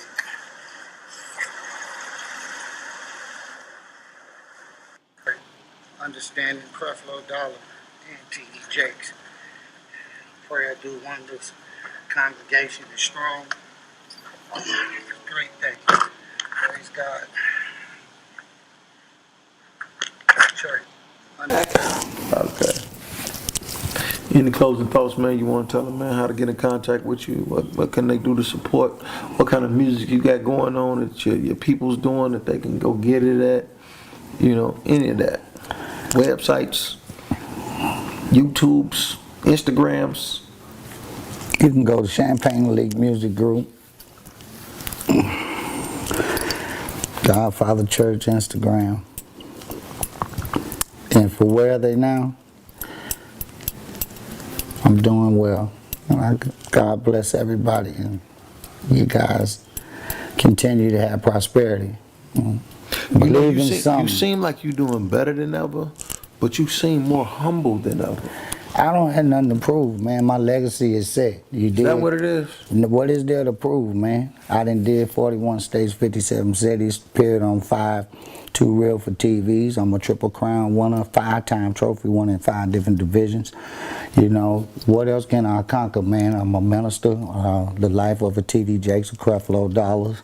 You know, it's always top choice Rolls Royce. You know, it's always marble floor hallways, smoked out all day, trying to get more paid. Long as the Lord say the same, man. You did. So, you know, you take it for what it's worth, man. You know. So you happy? Without question, Bishop ain't made no mistake. You can see your camera clear as a motherfucker. You did. So, you know. It's my man Godfather, aka Oasis, good friend of mine. Y'all make sure y'all like, comment, share, and most importantly, subscribe. Hit the bell next to the subscribe button to get notifications every time we upload. If you want to get in contact with Godfather to do some personal ministry for you, come do speaking engagements and all that, hey man, get it Too Real for TV. I can make it happen. Or you can hit him up, Godfather Church. Hit him up directly, man. He's waiting on your call. All right. God bless him. Church, shouts out to my man Champagne Elite. Archbishop Don Magic Warren, the church, Godfather Oasis, High Minister, Top Disciple. Man, get those young ladies some game, man, on how to maintain themselves, man. Well, a lot of how them, to decorum they need to. Listen, for the polygamy boy, a lot of them don't. They have a household, right? In a household, they don't have hold to the man. They argue with the man, or the man argue with her, but they in a house. Don't have hold of the house, you know. Chick telling the guy what to do. Guy going to buy her choice of car. Guy going to do what she wanted to do for her parents. You know, the game wasn't like that, man. The game was you isolate and you live inside a spectrum that no other. You know, and you had to want to do it. That was the sacrifice. That's what people don't understand, the illumination aspect to reflect that. It's good inside of that. You know, and I've been in the penitentiary for it. You dig? And, you know, some take that as a loss. You know.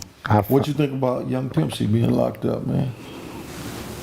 Well, he played it and caught up with him, you know. He was with a group of people, from my understanding. You know, he one of the youngest church members, you know, to branch off and to get into something like that. And from my understanding, it was, I don't know if it was a gang situation or what, but, you know. Some old shit came back, old neighborhood stuff. Yeah, Pimping, you know, Pimp do, you know, how he do. You know, he's my man, and whatever mistake he made. What you think about Good Game situation? Good Game was, that's a situation where it's just an error. I know Good Game ain't no pedophile. I know Good Game. I pimped alongside of Good Game. Good Game like kids, got kids. So, that's right. You know, that's one of them situations, you know what I mean? And people judge it for how they judge it. You know?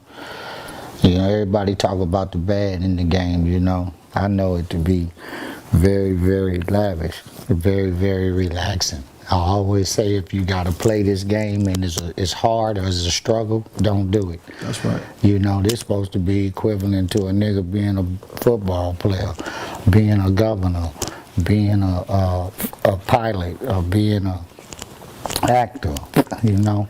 You gotta live a certain lifestyle, you know, and if you're not doing it and you're not looking good doing it, then you don't need to do it, you know. What do you think about these new age internet haters? Well, the media gonna be the media. They gonna say stuff and speak bad about a nigga, you know what I mean? A nigga, long, you know, my thing is this, man. As long as I got a chick that's moving and doing some big numbers, and things is going well and going swell, then you know what I mean, they can write what they want to, you know what I mean. Your proof is in the pudding, man, you know what I mean. You know, so some just, you know, it ain't even what it used to be. I can't even really explode on the pimping because ain't nothing out there.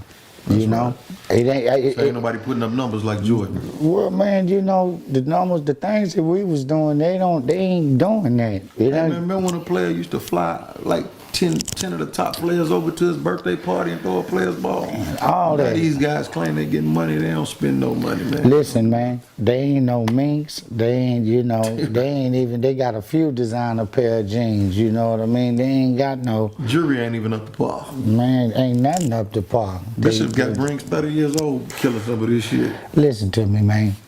Listen to me, man. Everyday jury, okay? Every day. All right, Bishop, show pieces and he do every day. You got to have everything it is to play the part. And these niggas, and I'm talking about up here though too, you can have all that, and if you don't have a mindset, you ain't got nothing. You send a chick out and the chick get raped. How do you compensate your morality for the rape? How do you make yourself right within the rape? Or, you know, the broad go get out of pocket and go to some nigga table with the girl that she going to work with, and you find out he a pimp. You come home, you young, you beat the broad. All right, 2 days go overtime for her to go to work, she still swole up. It affected your money. Now your spirit level, her spirit level ain't right, so your pockets ain't gonna be right. How you compensate for that? You know? So, you know, a lot of bros this day and age, they accept all that. Because that's what they used to. They drinking syrup, they taking Molly, they taking prescription pills. You know, bros is junkies and the niggas is too. You know, car hookup, house guy, all that, man. But chick that can't see, go for that shit. You did? I don't want one like that. I know a whole lot of them I can knock off a handful. You did? Got them all in Detroit, on ice, St. Louis. Y'all seen the Apple, bitch. You know? It ain't worth it, man. Then bitch get 2-3 misses and her courage level go down. Your pimping is too strong because you telling you can take 20 misses. You know, you believe in the game. Yeah. Well, bitch, I know what I drafted. You gonna score eventually. You gonna get a knot. You kind of dig what I'm saying? Yeah. Some niggas pimping don't be stronger than the broad's execution, her effort. And the bitch out-hold the relationship. He never get to really grab the bitch because she had 4 misses and he low on money, got a Maserati and a note. He can't tell the bitch and he really needed 700 more on the 2,000 to build 2,700. And he pimped the bitch and keep her down. Now she went from going to work from 10 to 5 in the morning, the bitch out at 8 because the nigga got to get that money. You know what I mean? And that's a nigga that could have a good bitch and don't have the patience or don't have the control. He's not concentrated enough to wait out what the pimp guy got coming to him. You dig? You feel me? Man, you know what, man? You are really, me and you kick it off camera, and you're a really intelligent brother. I want to know, do you ever feel any obligation to your blackness, to our culture, to be a role model of some sort and be in a positive position that someone would say that pimping is negative?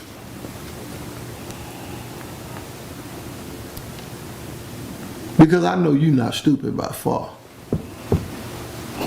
Role model, blackness. Listen, man, I'm about winning. Okay. I don't care if the Russians tampered it, how it happened. I'm about winning. You feel me? And if you poverty stricken, then that's your lack of execution. That's your bloodline. You know? You can't transformate nobody. You can't be born like this, Jack. I don't care how phenomenally your resources can be. Your philosophical state could never be like Martin Luther King's mind, neither. I just so happen to be the godfather. You know, I didn't wake up and say when I was a little boy, oh, I want to be the godfather, or I want to be a symbol of a crime boss, or whatever you call me, a cult leader. I don't know what you people say in the media as he was talking. You gotta really follow me because I cover a lot of grounds ambiguously, and sometimes I do things, you know, quadruplex. That means 4. I'll be talking 4 different topics, and I'll lose the interviewer. So, you know, you really getting into my mind right now.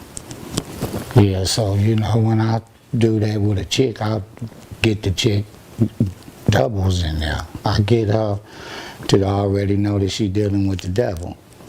You dig? You know?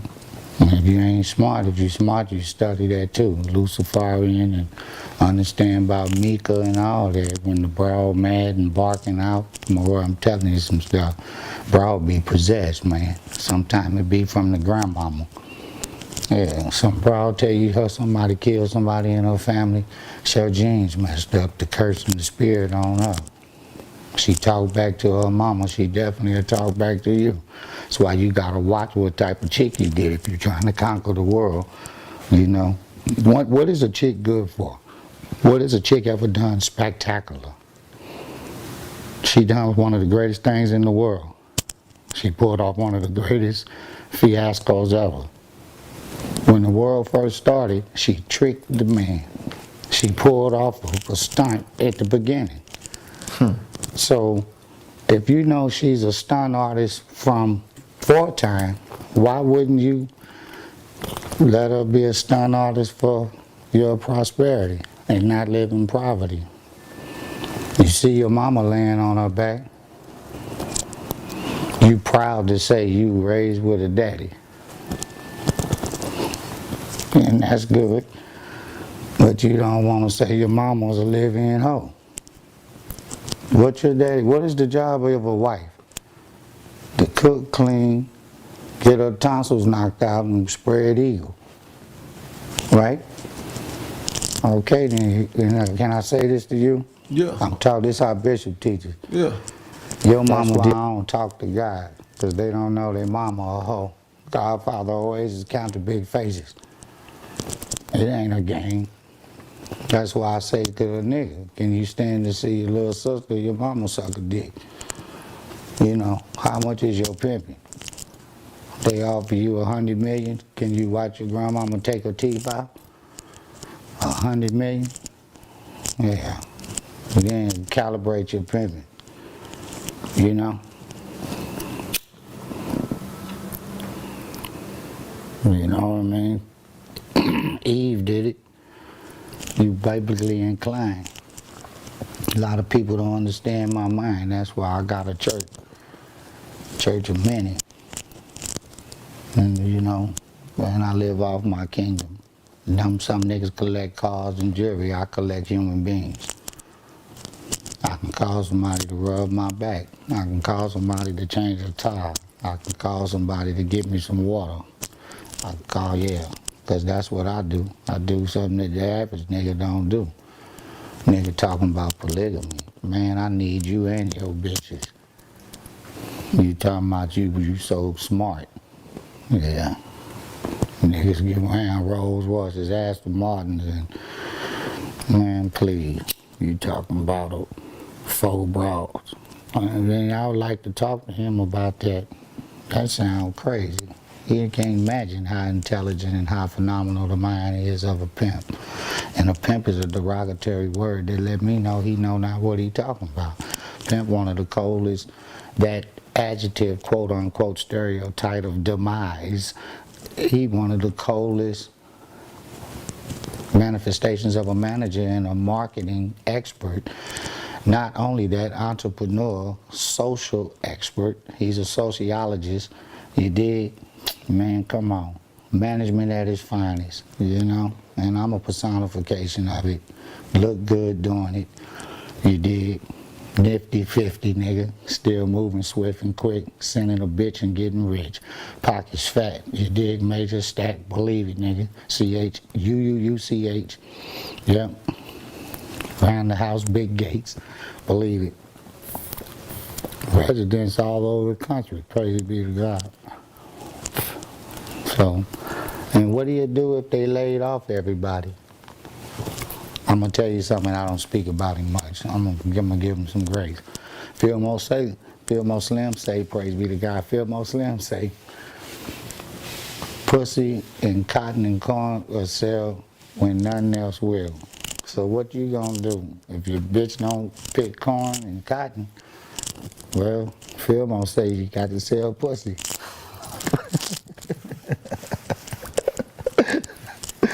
Church. You know what I mean? Yeah, nigga gonna talk about a pimp, man. Nigga been all around the globe. You know what I mean? Believe that. You gonna do that like that, man, and you talking about sending a bitch to a 9 to 5, talking about you clever. Man, come on. I wouldn't even say what I think about you. I wouldn't even say what kind of guy I think you are. You know? You know. About the black thing, I know where you were going. You want to know how I really feel? Yeah. Okay. That's their world. First of all, I'm Creole. All right? You met my mom. You know my mom. Yeah, for sure. You know, everything. So that's their world. That's what they do. I don't want to put my money into nobody that's going to be selling dope and I build a house for them. And then, nah, man, I'd rather do that and go to the stem cell. I'd rather do that and put something into the schools. You know, certain things I just don't believe in supporting. You feel me? And, you know, I ain't never had a job in my life. I don't know what that is. I ain't never cashed a check. None of that. When I get paid from the WBC, Hassan Rockman, Zab Judah, you know, when I get checks from, I worked with movies and stuff, Too Real for TV, or got something from Snoop Dogg, you know, them checks was to my mama, Hassan Rockman, Chase, man. Yeah, none of that. Believe that. So some niggas get checks. And niggas say he got a broad, I'm getting it something. Niggas say he a polygamist and he got some broads and they work, that mean he get a check. You know, they might be high-priced models or something, I don't know.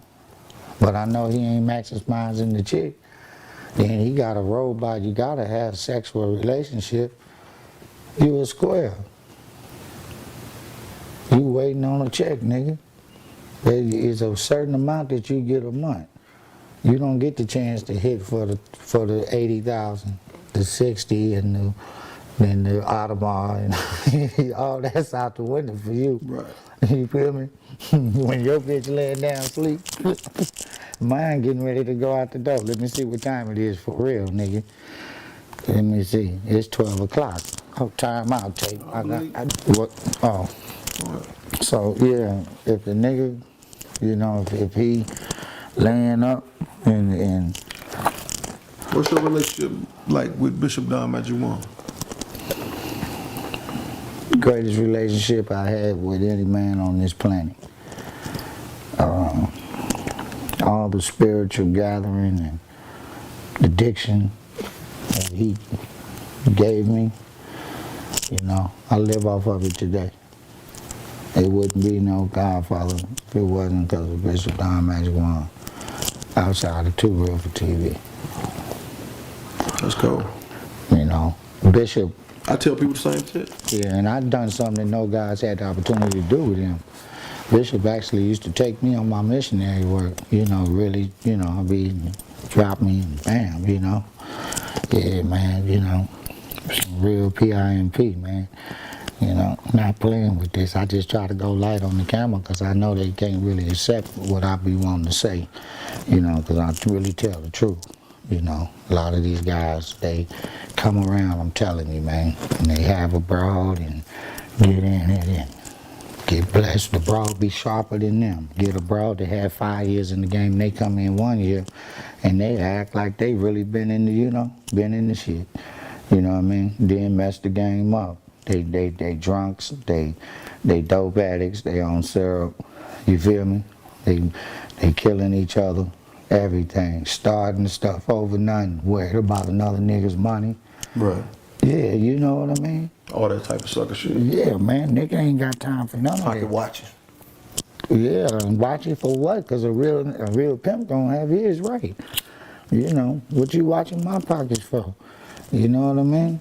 Man, I've been pimping 30, I think 32 years, throwing on 33 years, 32 years plus, man. I ain't, you know, I can't remember too many times in my career I ain't had a bitch. Nigga be talking about how much money you think I made in my career. I tell him to add that up. You know? You know, that's like asking Mike Tyson how much he got. He ain't got it no more, but you know what I mean? I couldn't tell you. I know it's a lot of money. I check a bitch 365 days, man. I was 4 deep, man, for 13 years straight. Even not sincere baby doll any money. You remember? Yeah. Bodyguard, chefs, everything. The whole motherfucking entourage. That's how they don't know how to do. Moving like a rapper. Listen, man, way back then. And you know, it's like boxing or baseball or something. You know, people be saying, when you gonna do this? When you gonna do that? You know, I try to proclaim the retirement and then, you know, I see a guy out there and I'm like, man, I could just outshine a nigga, right? The mindset is like, what is this? You know, you not, and then he trying to represent it. You know, and I got some of the hottest youngsters in the country. My church is, oh my God. You know, I got a choir and a pulpit out this world. So, you know, I don't know, man. This shit in this day and age is so different, Jack. You know, it don't even make me want to fire. It don't even have you want to fire. Like, it ain't nothing So a else. young dude looking at the game now, would you, and he asking you for some advice in some game? Don't do it. You push him away from it? Don't do it. Don't do it. You going to prison too. If you don't know how to pimp, you going to prison. I'm telling you in the camera. I ain't been looking at this camera. Y'all going to cut this up now. You going. Let me tell you something. The way it's designed now, you listen. You get a broad. This is what chicks do. You get a chick, the chick run. You already got a little car, however you got it. You riding, you got one broad. Now you get this white girl, then she run hard. She hit. You hit for about 40. Then you hit for another 65. Then you get a nice piece. Then guess what? Now the broad want a $25,000 ring.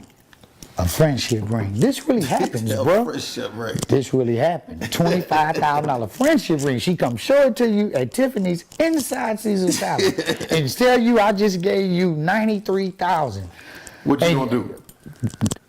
Listen, you say no to the friendship ring. You like, well, you know, I'm looking at it, and then the girl turn around and do this. Then she starts saying, you mean, really? You're not going to get me the ring? That's how, after all that work, I just asked for this. I'm not really, she really wanted that, and you don't get it. Now, she go and report that to family member via friend. Friend catapults that into, girl, you gave him that much money, you need to get a lawyer on that. The lawyer, nothing I can do. They really try to go sue you. You a pimp. Right. Man, the money inside the shoebox, bro. In the closet, in the Quaker State box. Yeah, believe that. You know, inside pocket of the old 90 ain't nothing but this. Yeah. So you did. I love you. So now here we go. She she's saying, she asking you and you get pimpish. Of course a nigga, especially, bitch, what you talking about? I don't owe you, wait, I was already like this when you came, bitch. I had the 500, Cadillac, whatever you saying. I was already live. I'm already swole, bitch. Hold on. Then the bro get to saying that you feeling like you for some kind of way. You're not gonna do me like this. Right. Okay, not when you hear not gonna do me like this, start thinking red and blue lights. Don't do me like this leads to, I know, no, it don't go like that. It goes to, don't do me like this to, I know your name and who you are and everything. It's different procedures before you get to that stage that you at. And then from there is demand of money. You don't get the money, then they want to get the people on you. Then what you gonna do? That's why I don't get tired of with no Let me ask you a question, okay? I'm the square nigga. I got the broad, she didn't check 90. She asking about the friendship ring. Fuck it, why not buy the bitch the friendship ring? For number one, you too turned up and you too young to not buy the friendship, to buy it. That's number one. Number two, you can't think. Cause you got the other broad, she already, you better not buy that. You got this broad been with you 3 years that only make you 300 a night. Right. And you like blessing her. If you do that friendship ring, you know, you got something over here too now. That friendship ring, you know, and then that's 25,000. That's off that 90. That little nigga with like 60 cents. Yeah, 25,000. Yeah, hold on, but that ain't I counting. go find a $2,000 friendship ring. No, she want that one. Then you got to realize she gonna want shoes. She gonna want a dress and stuff. She need a jacket. She gave you 90. You find yourself giving her 60, 30. You get 30,000. She end up with the 90. Want the house and everything. You really like her. I gave you the 90. You really like me. I gave you the 90. If you don't really like me, it's gonna be a problem. You really like me. I gave you 90,000. I want the Birkin bag, 18,000. A nigga go get a purse. It ain't bulletproof. Don't come with no cell phone or nothing. It's $18,000 Ain't got a pistol bag. in the motherfucking Ain't shit in there. You know, pardon my grammar. So, you know, there's a lot of niggas that get in the game, you know, and they fall for that. Some niggas let the broad and be breaking with the broad and the nigga be It's thinking like he you doing just said the good. thing, man. The chick shouldn't have any jurisdiction or authority over the man. The way Bishop taught me this, and this is why I'm so good, and then I'm so got good status with the game. I don't allow no authoritarian around me. I can make a broad, not make her. I can assign Persuade. or give no requisition. Okay. I can request for her to go walk around the house. I can have her go do something odd that the next nigga can't do. That's why I'm telling you, don't bring the polygamy boy. You don't want me to let him out the cage. Let her tell you what she feel about a chick that go to work. Don't nobody respect that, man. Ain't no politician made it clocking no 9 to 5. Nigga hammering nails in people's houses with signs, bullhorn, everything. You know, you waiting on somebody to bring you a check and talking about you ain't pimping on them and you blessing all 4 of them. They can't go bless nobody else. The pimp got more sense than that. I let mine go bless if she wanna. I done had mine go with Ray J before. A bunch of people, Buttons, and you know, I don't call no names, but we kicking it with. right. You know, he my friend if he on the ball. Sorry, I said it. You know, at the players' ball, stuff like that. I mean, it's to each his own, man. But you can't pimp scared. You know, them bras, out of his 4 bras, he really believed in himself that ain't none of them barred down and harnessed a pipe and anointed it. I don't know. I'm just saying anybody. I'm saying anybody that got, you know what I mean. That's all I'm saying. He got to be able to take that.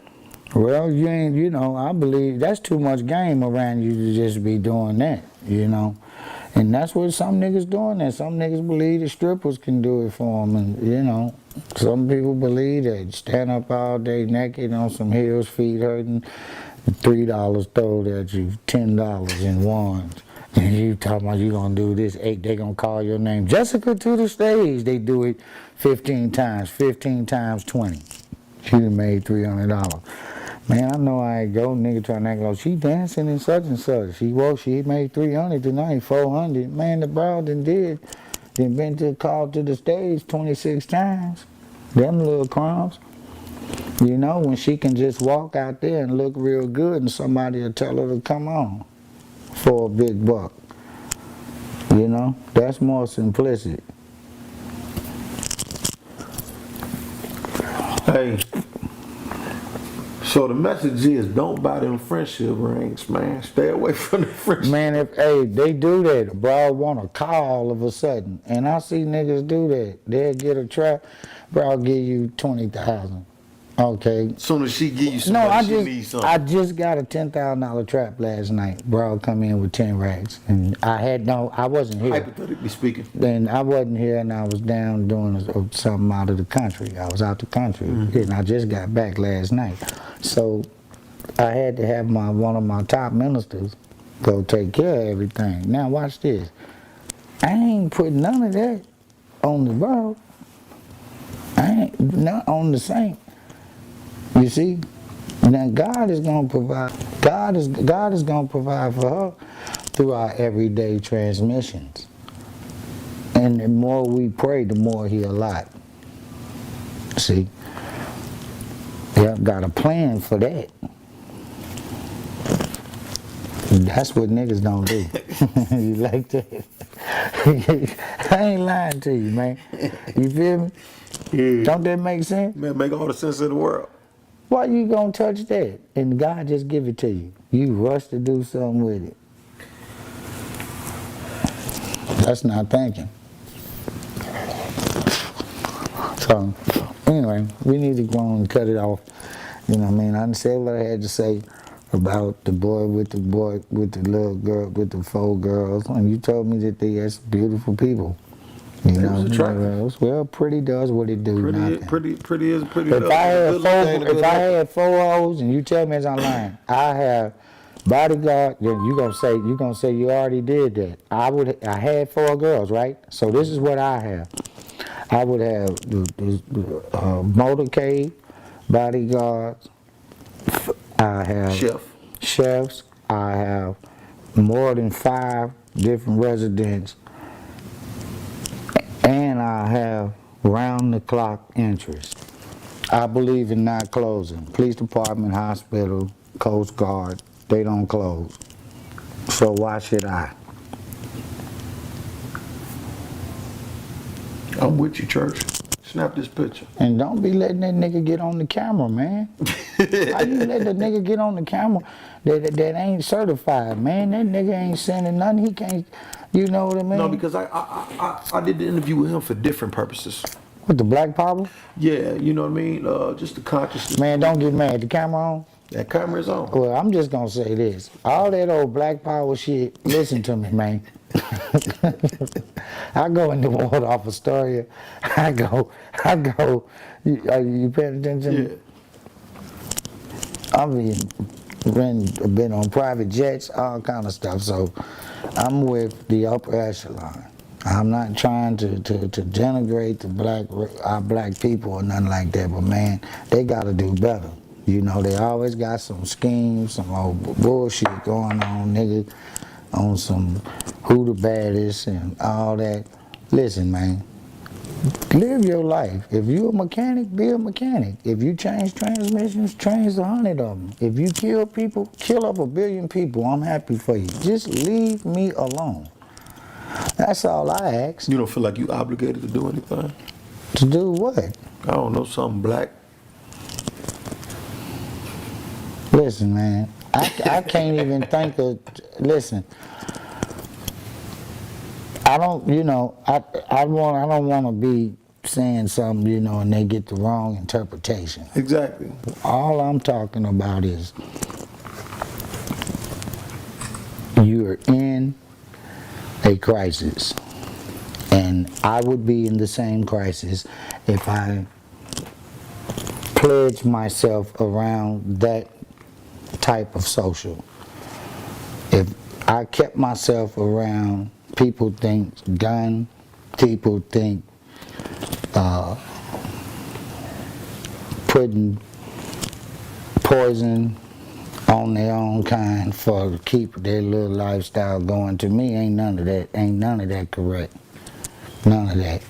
You know, and they'll say you pimp on a girl. No, man, the chick was already doing something. If she wouldn't have been with me, what would she be doing? You know, and that's real. So, you know, I love all my black people. I'm not, you do how you do. I ain't calling my cousins with me to come with me, my uncles. I ain't doing none of that. I mean, you know, I'm gonna help you. You know what I mean? I come to town, we can go to dinner and everything, but as far as you coming to the Vatican, coming to Gracie Eagle, or coming to the Commonwealth or the Tower of Faith, nah, we ain't gonna have that. Well, I appreciate you welcoming me into your humble fortress. Well, shit is wonderful. Shit is nice. It's the Vatican. 2 River TV. Subscribe, like, comment, share. Hit the bell next to the subscribe button. Get notifications every time I upload and go live. My man Godfather, always a player. Always. All right, God bless you. Always. Thanks for coming. A pleasure. 2rivertv.com. Let's get this photo real quick. Come on.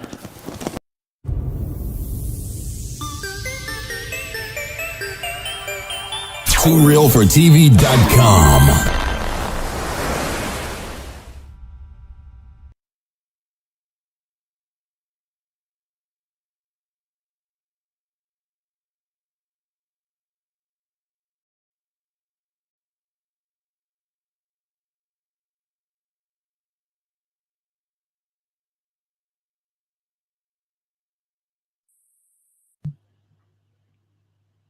Ladies and gentlemen, my name is Michael Maroy. If you're tuned in right now, please let me know. Ladies and gentlemen, please let me know if my sound is okay. Reason being, because I'm about to give an elaborate live podcast. I just want to make sure that you guys are tuned in and you can hear my sound. So please tell me if you can hear me.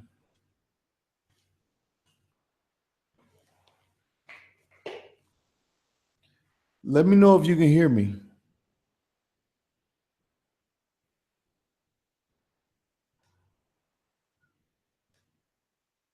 I'm about to do a director's, because of the success of my last YouTube, there was a Q&A. Thank you, Alpha Male. Shouts out to Cali West, Carl Williams. Thank you, TV to God. Conjure, I see you, man. Thanks all you players. Joshua O, what's up, Playboy? Trina Wallace, listen, man. Because of the success of my last podcast that did very well, I showed some previews of my other films, Cross Country 2 and 4. I can't even recall. 1 and 4. They help boost sales. So I want to give y'all a commentary of my film Certified, Volume 2. I call this The Making of a Millionaire. It's a film that is a hip-hop musical. So I'm going to pause it in some places for you because if the music cuts off, that's because I'm pausing the music because YouTube will cut me off if I don't play the music. But I want to play this film with you. This is a director's commentary. Anybody got any questions about anything as far as the film goes, feel free to ask me. And I'm here to answer it. This is going to be fun. It's like inviting y'all all over to my house, but I don't have to pour drinks. So check it out. Yo, shouts out to Cali West. I've been waiting to watch that. Well, yo, you finna watch it now, baby boy. Here we go. Here we go, fam.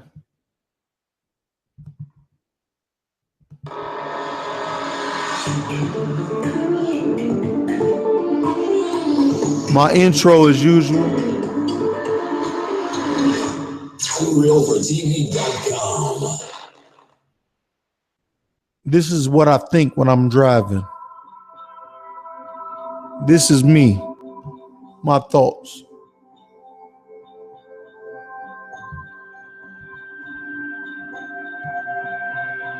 As far back as I can remember, I only wanted to be one thing, and that was rich. As a child, my favorite TV show was The Lifestyles of the Rich and Famous.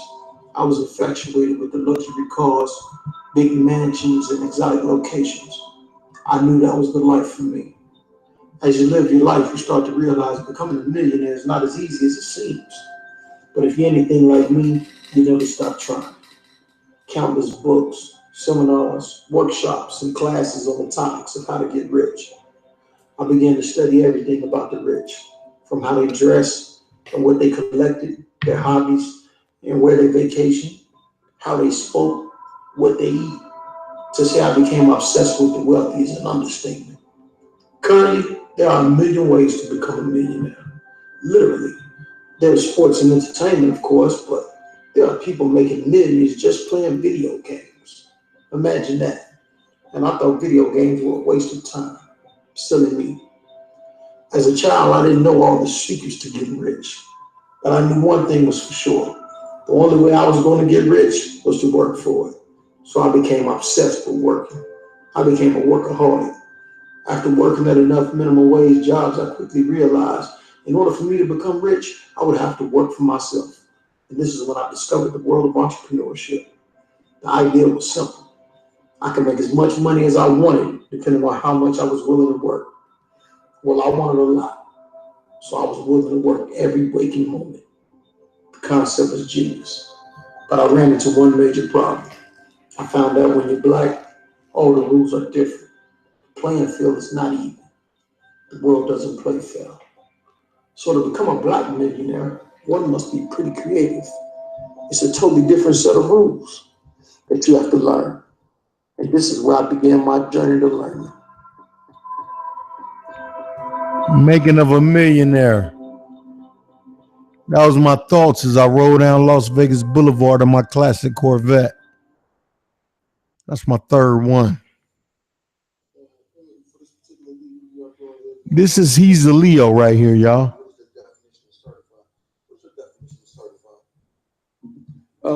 Certified in a sense of this rap shit, to me, would be when you have, you know what I'm saying, enough history on you where they got something to say about you. Like, you know what I'm saying?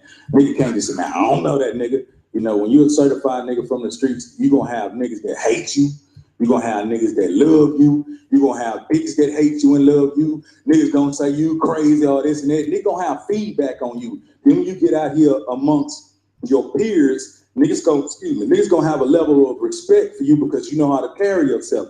A lot of niggas get thrown in this limelight shit. They actually some groupie niggas. So when they get in the mix of this shit, they taking 15, 20 pictures with niggas who they thought they'd never get around. They showing they pussy, you know what I mean? They acting all out of character. Niggas recognize that shit. Niggas stay away from niggas like that. So a certified nigga is a nigga who done been through the motherfucking fire and still standing and still shining and can stand next to the best of them and not look like the rest of them.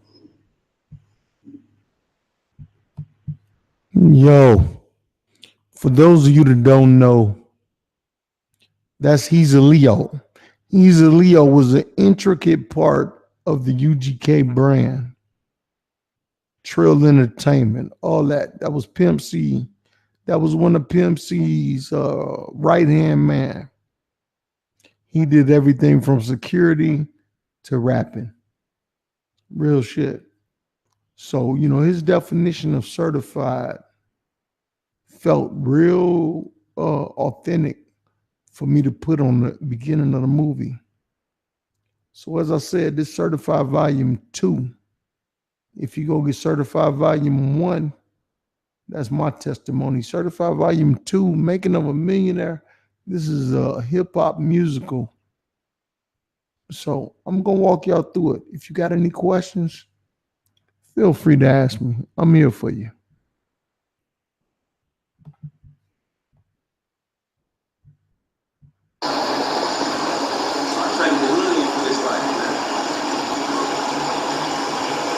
A lot of things show to stay in there.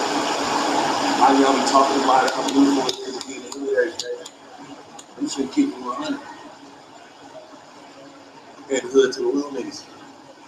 I don't want it no more. I don't want to be out there no more every day. It's beautiful to go through. I miss y'all. I love you young niggas and everything. But if I had to make a choice between the neighborhood and doing what I'm doing right now, I see you niggas later. But good. What you say, bro? Come here. But you made a career of being one of the most infamous hood rappers. What do you got to say if people say, man, what you talking about, you don't want to fuck with the hood no more? No, don't get to understand. I said I ain't gonna want to fuck with the hood no more. I said I traded the hood for this. That's the whole thing about being a hood rapper. Rapping your way about that shit. If y'all hear that clicking, what that clicking is, this is one of the first times I was working with a DSLR, which is a certain type of camera.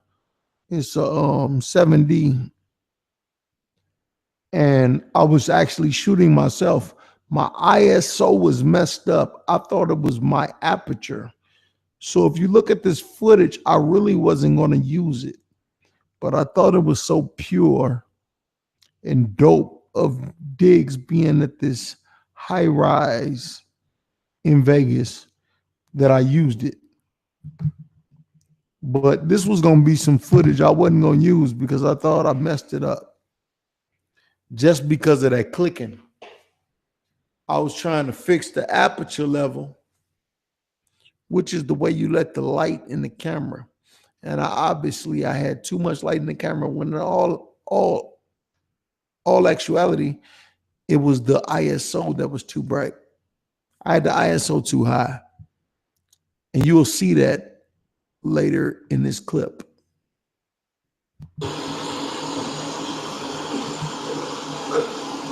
I didn't choose to jump into the game.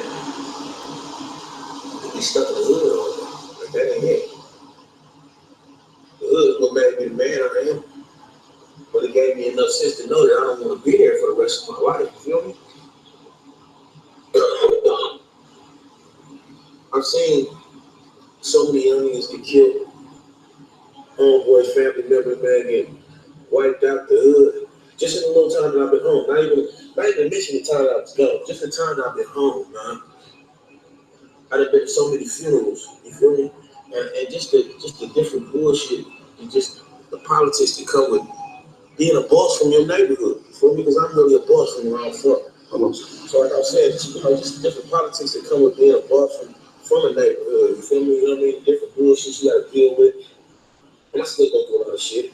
Don't get me wrong. You feel me? I still gotta address a lot of shit that go on in the Bay Area, not just my neighborhood, the Bay Area. And I'm okay with that. You feel me? That's the leadership role I took on. But all I'm saying is if it came down to it, I'd rather not have to run around with my letter all day. You know what I mean? I'd rather not have to hustle so hard to put meals on my table. I'd rather not look over my shoulder so much. I'd rather do this, man. I'm just keeping 100, man. I'd rather be out here in these lights, man, where it's bright and beautiful, man. And where I can feel like, man, that my hard work in the streets paid off. You feel me? At some point in time, that shit got to pay off. If it don't pay off, then you just doing all that shit for nothing. Well, just to survive, man. And I pushed myself to the max. So I didn't do this shit just to survive. I did this shit to succeed. And right now, I'm gonna succeed. Hey, let me just input something. I really enjoy interviewing Jay Diggs. I really enjoy filming him because he's one of those dudes that is used to the camera, so he knows how to work it. He knows, to do his number, but more importantly, man, he's really the genuine article. A lot of niggas be like, yo, I'm a boss, I'm this, I'm that. And they're not. But this guy here really is the guy he claims to be. If you go to the Bay Area, you'll see that. He really is that dude. For real, for real. So I just like to fuck with the real. And he just one of those real cats. Successful point in life, man. You know what I mean? This is what it is, man. Some people always ask me, why you leave the Bay Area? Why every time I see you in Las Vegas, why you move to Las Vegas? Well, this is what it is, man. And Las Vegas is probably the reason why I'm still in the streets, or the reason why I'm still alive. If you really want to know, keep it 100. Because it's keeping me out of a lot of bullshit.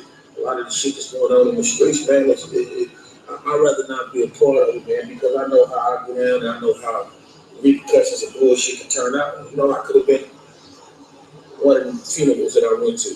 So, I'm happy with where I'm at, and I'm going to be here. They just trying to run me out of here, but I'm going to be here, man. Las Vegas is where it's at. Gigs, man. So y'all stay tuned, man. Hope y'all got a better understanding of why I am 70702 in the King Dash. Be out of it.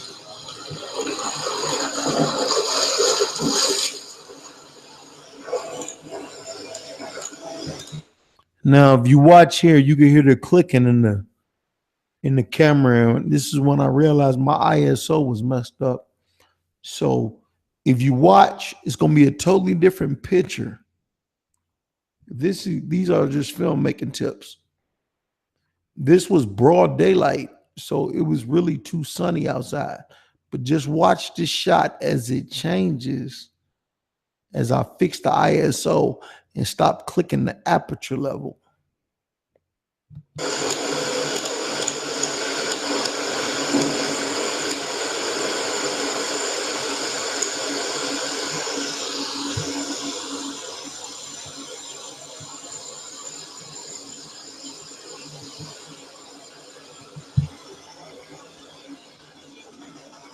Well, you can go get the pool, one.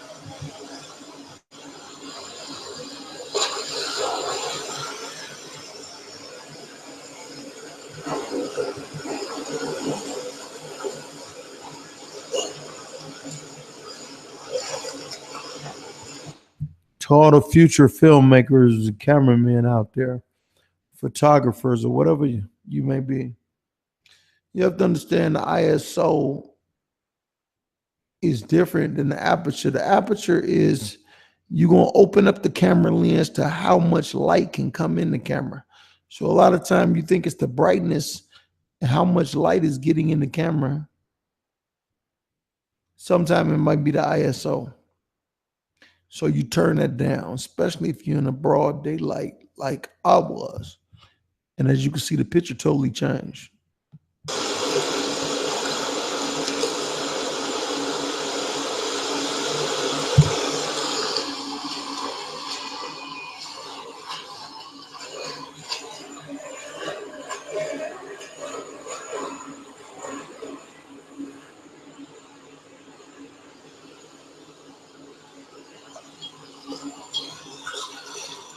You know this shit's too real for TV, bitch.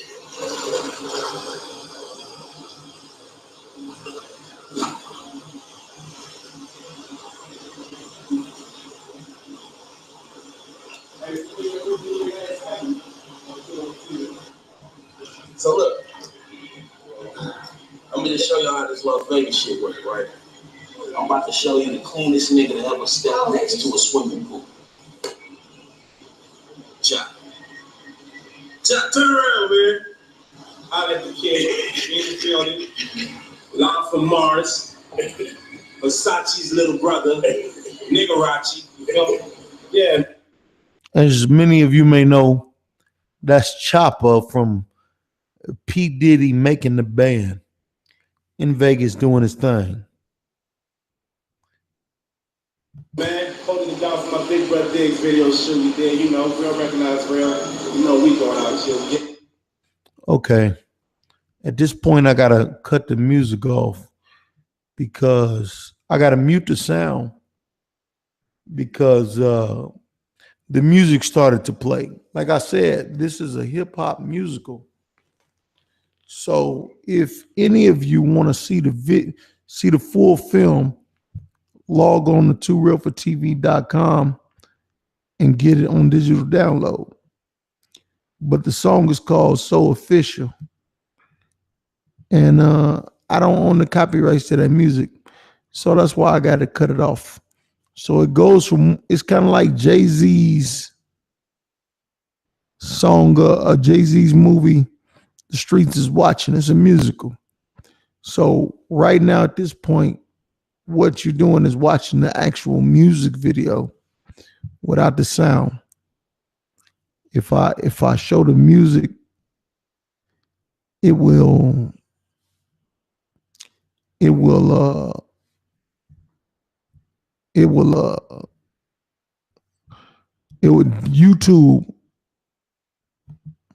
YouTube will cut me off for copyright infringement. And I don't need that strike. So I'm going to skip past it. But I want y'all to check it out, man.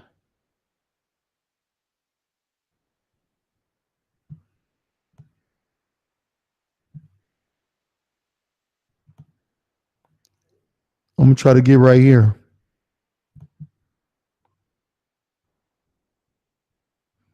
So y'all can see the rest of the movie. This young lady on here is being a little bit explicit. Hopefully I don't get a strike for that. A hater will probably say this, that, and the other.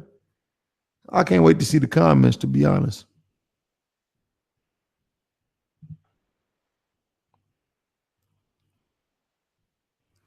But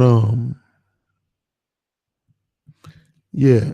Certified Volume 2, The Making of a Millionaire.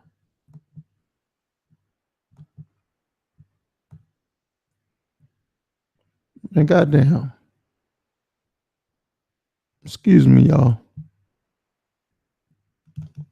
Here we go. I'm going to show you the rest of the film. I'm just trying to skip past the music video part. What you're seeing is the raw file that I edited with. This is not the DVD. If it was the DVD, I could skip to the next chapter. Like I said, the DVD is available now on tworealfortv.com. So I don't think you know it. Niggas isn't like being a real nigga is you gotta go to jail. I don't understand it, please. The only thing jail means is you got caught. Period. That's it. Period. So you can't be nigga, that means you got to work on your shit more. Switch your that nigga. Then you got caught. Yo, this dude right here is a really cool ass nigga by the name of Just Push. Makes dope music. He's from Sacramento. I had a great time with this dude because I just like him. Some niggas, you know, you film and, you know, y'all build a relationship. You just like them as a filmmaker. And I just like him. So that's my man's. It's Just Push. You get caught with them, you get caught with it. When you get out and switch it up, do something different. Don't you know that you call priors?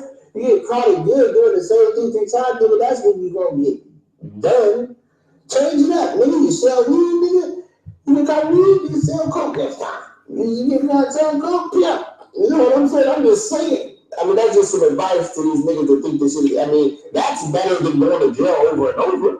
I'm not saying I would do that. I'm just saying that, nigga, if you're going to go to jail for the same thing, at least change the shit up. If you're a real street nigga like you say you is, that means you know all aspects of the street game, nigga. Or you keep doing the same thing again. There's a million different things you can do in the street to make money.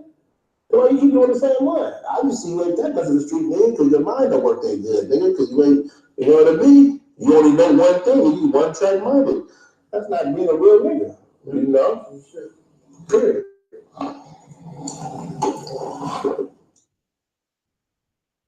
This is Akobama Banks. Yo, once again, I got to delete it.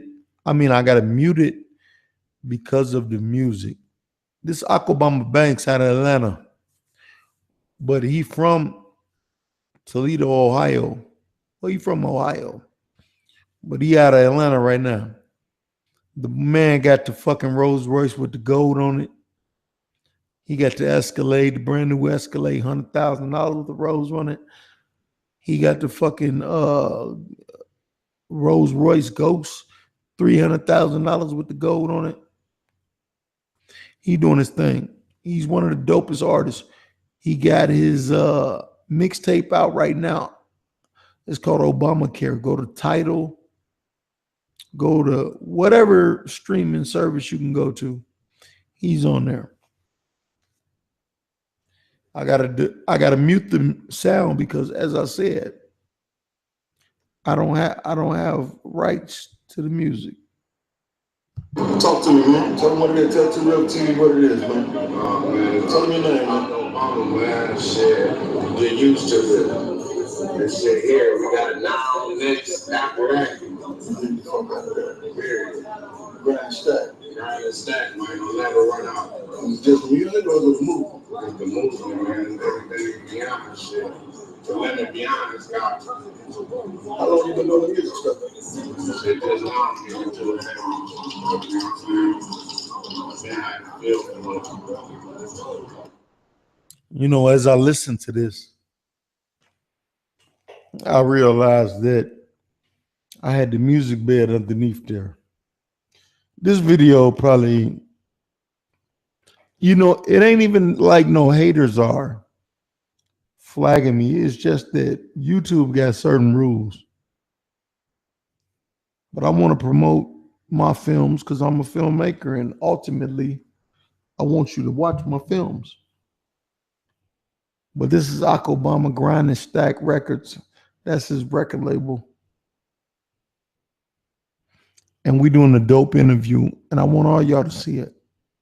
If you want to see it as much as I want you to see it, log on to 2realfortv.com/store. You could order it on DVD or digital download. It's called Certified Volume 2, Making of a Millionaire. When I made the film Certified, I came out with the shirts, Certified, and that was volume 1. That was my personal testimony. I fucked around and sold more shirts than I sold DVDs. I couldn't believe it.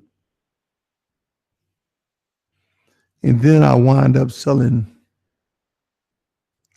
a gang of films afterwards. and everybody was asking for another one. This volume 2, I wanted to show other people testimony. And that's what you're getting right here.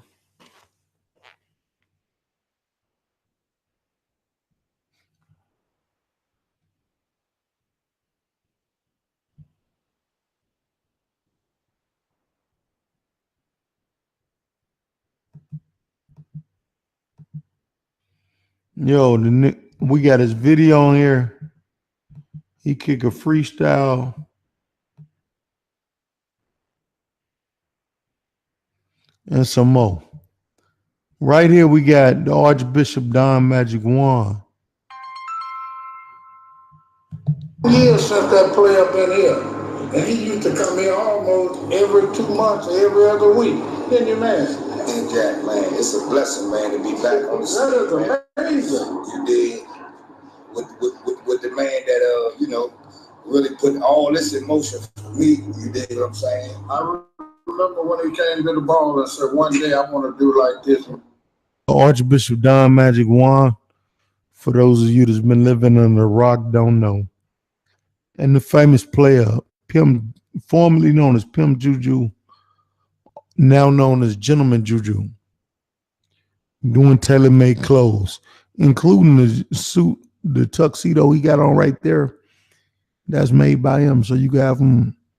You can order a tuxedo or a suit or a bomber from him yourself. Follow his Instagram at Juju the Gentleman. But the point is, this was the Manny Pacquiao the Manny Pacquiao Floyd Mayweather fight weekend. This was a big weekend in Vegas. So this is why all the players was here. And of course, I was on the scene. Man, when I get, I think I was doing my 50th birthday or something like that. Now it's my 63rd one. And he got that recorded. Yes, man. Yes. Recorded. Exactly what you said. I remember it like it was yesterday. You know, we was talking about it. You said you had been here 9 years. Exactly. But now that you're here, just like it was yesterday. You remember everything. Hey, ain't God good, man? Ain't God good.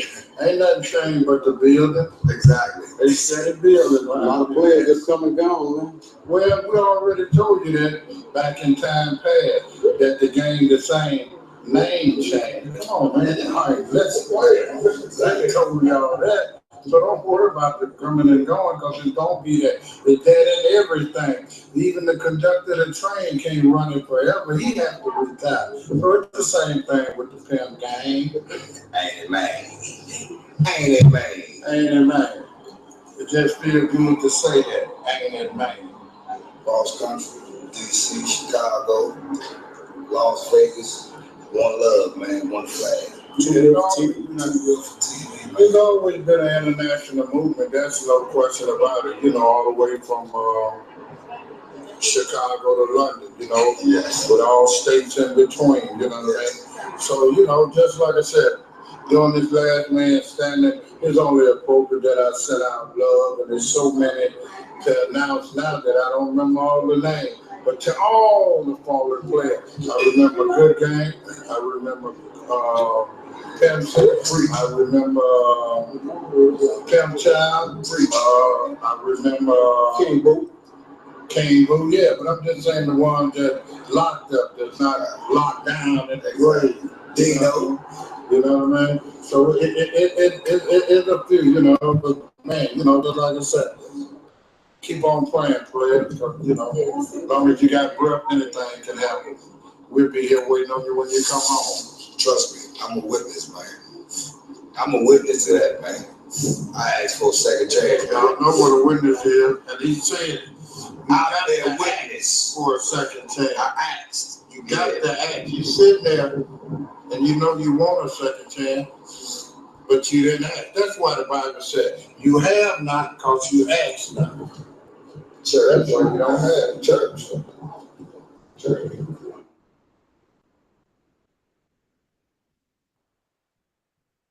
So where you from, man? Just Push, out of that Sacramento, California, capital city. What's up with Sacramento, man? We don't hear much about Sacramento. Sacramento, it only consists of a few things. One main thing that it consists of is gang banging, you know what I mean? Most definitely gang banging. It's in the culture, you know what I mean? The criminal blood thing. It's not really too much culture there. Yo, I want to give a shout out to my man Just Push. However, I had an opportunity to go to Sacramento, and I wasn't in the hood and the streets like he is, but I gotta say, man, Sacramento is a beautiful town. Seriously, a beautiful city, and I enjoyed myself while I was there. So what he's saying is from a hood perspective, but I enjoy Sacramento. I mean, as far as Sacramento, I mean, it's changed over the times. It used to be better. It's getting worse. You know what I mean? There's a lot of hating going on for my city. I hate to say it because, you know, it's where I'm from. But, you know, it's just not a lot of people want to see you really do good. And it's no unity. That's pretty much what I'm putting. There's no unity. People don't come together to do nothing. Everybody want to have it shine, and motherfuckers don't want to get together. A lot of times I hear about Sacramento, people call it Macramento. Yeah, there's a whole lot of Mac and Pimping going on up there. I think Sacramento came from the earlier days. You know, the 90s. Right now, that ain't pop. No, it's not no more. I can't. I can honestly. I have to honestly say no. It's not, because when I was raised, when I was coming up, all the motherfuckers I learned the game from, that's when it was popping. You know what I mean? That's when it was popping, and that's when there was a whole lot of macking and a whole lot of pimping going on, and a whole lot of understanding in my city. Now it's saturated with a lot of haters and, you know, a lot of confusion. You know what I'm saying? Like an identity crisis. You know what I mean? People don't really kind of follow the trends of other people. You know, other cities. You know, closest ones to us is the Bay Area. You know, and the Bay doing their thing. You know, I mean, as far as Sacramento.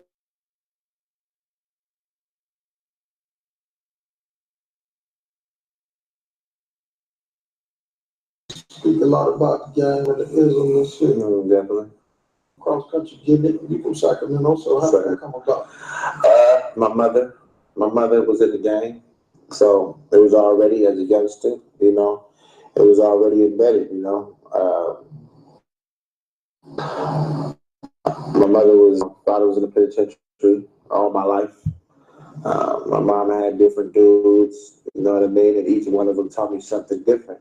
Trent Wallace, I appreciate you, player. The main investor as far as my game was my mother, you know, just telling me about things and telling me about how it would be about these females, and, you know, just lacing me, and then even besides that, me seeing it, you know, seeing all the things that went on, you know, since a young one, you know what I mean? I was in the game, you know what I'm saying, as far as, I mean, I grew up with a little bit of everything as far as my childhood, you know what I mean? The dope, you know what I'm saying, the guns, the hoes, all that shit, as far as the experience of what I seen, you know what I mean? So what I did is that was what was embedded into me. So at the end of the day, you know what I'm saying, that's what I got older and did, you know what I'm saying? I mean, we can go a million different ways, you know, some people say, well, shit, just because you grew up like that, you know what I mean? That doesn't mean that you had to take that role, but everybody's different. I chose to take that role, you know what I mean, and the shit I seen. So as far as me getting older, yeah, I did the stealing shit, you know what I mean, stealing, shoplifting, you know, breaking in the houses, all that type of shit, juvenile hall, group home, you know, ward to court, all that shit. You know, as I got older and I started realizing the game I had about myself, you know what I mean, it was embedded in me from my mother and, you know, everything that was around me. I started trying to, you know, I did a transition into, you know, fucking with these bitches, you know what I mean? And, you know, it came to, and I knew I'm from Sacramento, which is a city that's really not noticed, so I knew I wanted to go somewhere. I always knew that, you know what I mean, when I got old enough and enough game to go, that I was gonna go. So that's what I did. You know what I mean? First that I hit was Phoenix, Arizona. You know what I mean? Hey, listen. What I want to tell y'all is this film it's a great film. I watched it myself, and I learned from a lot of stuff my own self. A lot of things I have to cut off because of the music. I don't own the copyrights. But like I said, if you wanna get the full film itself without my interruptions, log on to tworealfortv.com/store. You can get the digital download right now. Right now. This is called Making of a Millionaire, Certified Volume 2. So that's what it is. Coming up next, you see, that was the music video by Just Push. I can't show y'all, but it's an exclusive, and you ain't gonna find it online. Only way you're gonna find it is through tworealfortv.com. Why? Because I shot the video. It has not been released.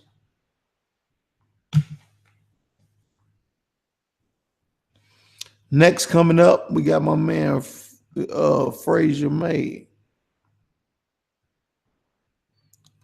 out of Dallas, Texas. I want you all to pay attention, man, to these players. Just drop some good knowledge.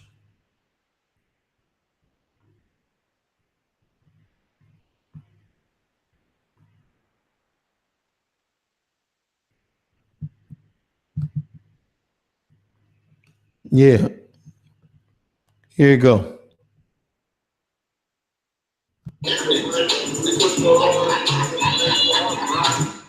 I gotta mute the music.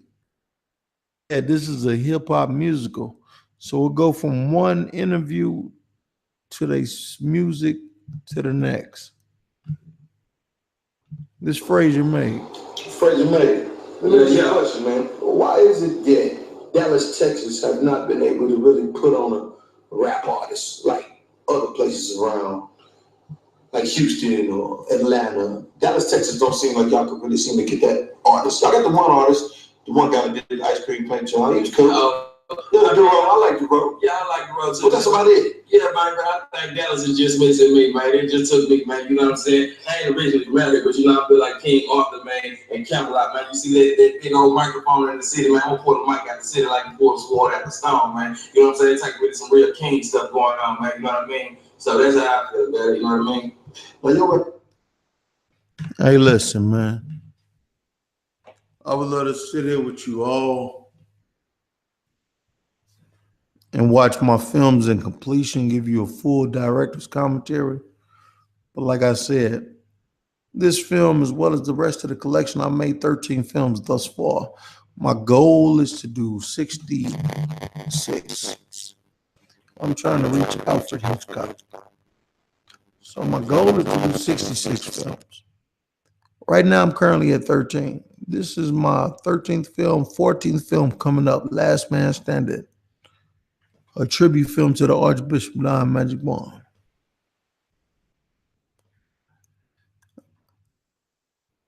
I appreciate you all, man, for tuning in. Really, I do. And I'll see you in the comments. So, I would love to answer a lot of the questions, but I didn't want to interrupt the film. But I wanted to tune in with y'all, man.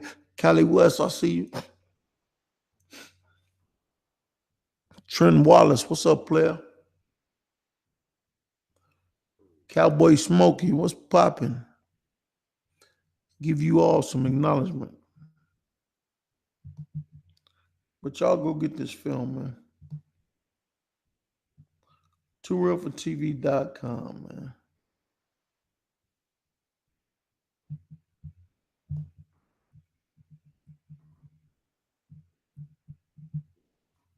Certified Volume 2. The Making of a Millionaire. Go get it.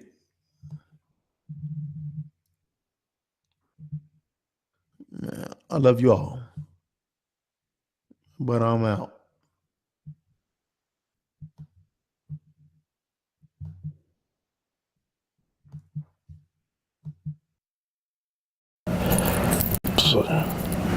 Appreciate it, man. You're a gentleman. Oh, man. Back in the days, I'd have thought this was a robbery. Like, what size is that chain? Like, man, what is them pieces on there?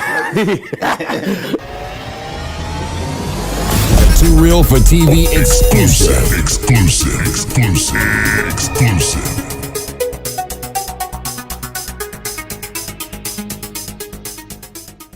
Ladies and gentlemen, I am here with my biggest interview yet. Literally. None other than Cali Muscle. Hey, what's up with everybody? Hey, brother, man, I want to tell you, man, that I'm a big fan. Thank you. And the fact that you contacted me saying you seen my work just blew me the fuck away. I don't know why. Shit, you've been at it for years. I know. You're a legend. Hey, man, I appreciate that, especially coming from you, man. But I just felt like, damn, like when you was like, man, I watch a lot of your shit. I was like, damn, really? I was like, but every time I've seen your videos about the swole pimping and the comedy on the pimping, I was like, I bet that nigga done did something. Oh yeah, it's in my book too. Oh yeah? Yeah. And you originally from Oakland? Yeah, born and raised in Oakland. I think everybody in Oakland kind of know how to pimp. Yeah, they try it. I think it's like a fad. Right. Well, yeah. So tell me about the excerpt in your book about the game. The excerpt for me, I started off. It's funny, you know how they say you have born killers, born robbers, born pimps, whatever. You know, I was a born hustler. But my mind, what happened with me was as a kid, I would watch Channel 2 News. And back growing up, they would have robberies. Like they would, somebody robbed somebody at a bank or whatever, they would show it. And so as a kid, I'll never forget, man, I would critique everybody robbing. Like, what that? He's stupid. Why he just did, so that always just stayed with me. And so I graduated Castlemont High School in 1993, full scholarship, academic and athletic, to Fresno State. And so I graduated with 3.83 senior class president. So I went to Fresno State, never got in trouble in my life. As a kid, I worked at 24-Hour Fitness, it was called Douglas there, from 16 years old till I went to college. So you was in the fitness before? Oh yeah, because I did football, wrestling, and track. I had got a football scholarship to Fresno, and I was already buff. At 16, I looked like a bodybuilder. And wasn't trying to, was just wanted to be the best in football, wrestling, and track. But it developed into me looking like a bodybuilder. And so went to college, got in some trouble, some beef behind my roommate, and purchased my first gun. Well, it wasn't my first, because I had one in elementary, but actually bought one in college again. And that gun possessed me, and I was a quiet, everybody knew me, I was real quiet. Hold on, rewind. You say the gun possessed you, but you was already bodybuilder size. Yeah, but I had a gun in elementary on through high school. Because in Oakland at the time, robbing was like the thing. Everybody was robbing, and so I had a gun to protect myself as a kid. Even though I was, into sports, doing the right thing, I always, it was about protecting yourself in the 80s and the early 90s. Because you remember those starter jackets was out? Man, believe that. Niggas was taking those off your back. I had 3 of them, and if it wasn't for my brother, I would have been got a couple times. See? I got an older brother that was a gangster in the neighborhood. Yeah. So he kind of saved me a couple times. Oh, so they was robbing y'all for them in Chicago too? Jordans in those. Yeah, behind those Jordans in that jacket. Yeah. For real. Yeah. So I went to Fresno, got in some beef.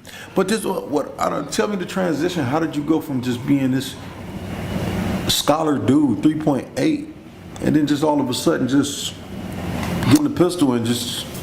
Well, you know, I contribute that to, you know, like in mob movies, mafia movies, they wear suits or ties, appear square, right? But really doing some demonic. I was like that, you know. And Oakland was like that. The coldest killer in Oakland, name was Pondo, and you'd think he a college student. Had 20 bodies, and so that was the. I'm like, assuming Pondo's gone. Yeah. Okay. And so that was the image of Oakland, was to look square, wear your Argyle sweaters and your safe fitted, but be a stone cold killer. Yeah. That was For some reason, that's not the image I got of Oakland. Yeah, the coldest killers was look like squares. Dig that. And so that's the image that I had. And you know, when you look at people like Huey P. and all them, right? Genius, smart, and you know, of course, thinking you over smart, that'd be your outdoing, you know. Believe that. But so yeah, I was just.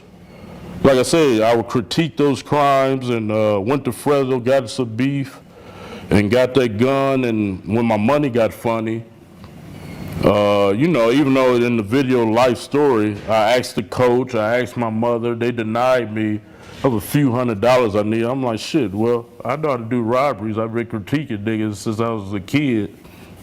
And went on some, did some, and they caught up to me. Went on a run for a while.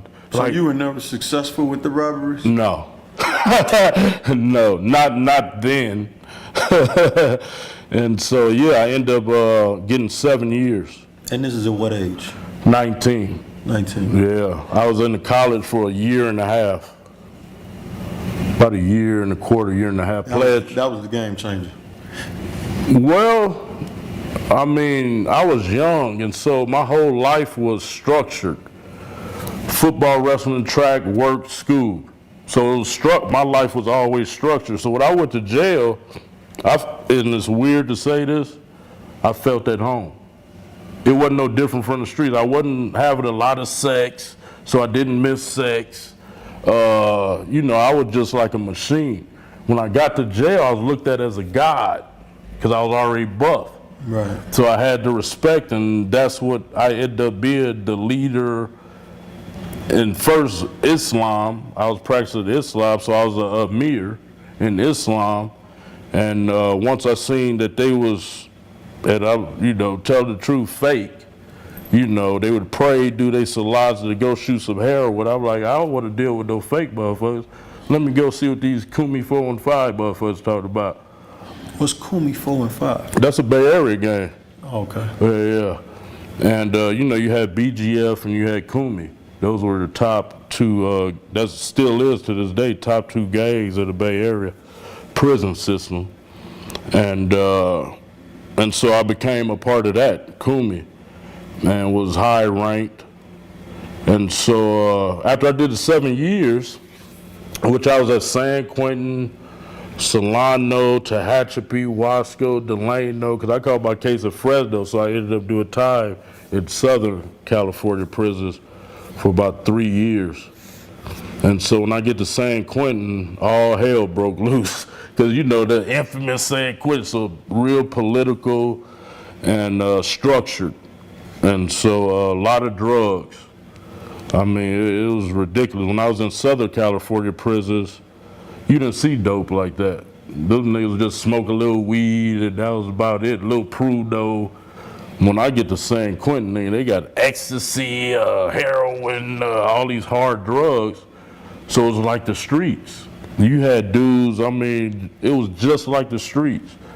And I lost all my time at San Quentin. I was supposed to do 5 years, 11 months, end up doing a full 7 because of San Quentin. So you was up there rocking? Oh yeah. We was riots and all type of, just like the streets, you know, it was going down. And but to me, it was all fun. You know what I'm saying? You got some OGs be like, why does this nigga keep going back and forth to jail? That nigga having fun up in there. Just the intensity, you know, and I was institutionalized like a month in jail because I'm getting praise. He's our leader. He's, you know what I'm saying? So I felt powerful, you know, and this was, man, I was the most likely to succeed in high school. You know, I was it. You said when you went to college, did you say you pledged? Yeah, fraternity, Alpha Phi Alpha. Get the fuck out of here. That's what that is. Everybody thinks it's a shot. You A-Phi? Yeah. Get the fuck out of here. I almost pledged A-Phi, man. My cousin wanted me to pledge A-Phi so bad, but the campus I went to, it was just political. I couldn't get to it, but that's crazy. Wow. You don't even fit the, like. No, everybody would have thought 3.8. Yeah, that makes Yeah, sense. but everybody thought I would have been a Q. Q dog, yeah. But alphas, like I say, God just mapped my life out crazy. The alphas were like the Qs. It was all public game. information. I've never heard this. What? That you A-Phi? Yeah, it's in my book, everything. Oh, okay. Yeah. And, my whole life is in there, you know, but, Let me ask you a question, man, before we get back to the story. Mm-hmm. Your book, it says from ex-con to icon. When you were locked up, was it your intentions to become the bodybuilding guy that you are, the personality that you are? No. After during the 7, I went personal trained and became a stripper. And so I was successful at both, but once again, when I took a hit financially, I looked at the block. I grew up on 98th and East Street. Look, these niggas ain't handling this right. You know, here come that intellectual, think he's smarter. Bruh, go buy me a half a key. Let me show y'all how to do it. Never sold coke in my dope in my life. I say, I didn't know you was a dope boy. Yeah, never. Only in San Quentin when I get bugler or something, I traded a youngster and brought some dope in. I'll get that and sell it to the lifer cats, right? You know, for some canteen. And then I got in the dope game after I was only out about 8 months when I took a financial hit again and got in the dope game. So, hold on, man. We gotta cut this. You became a stripper. Yeah, I was a personal trainer stripper my first week out after doing 7 years.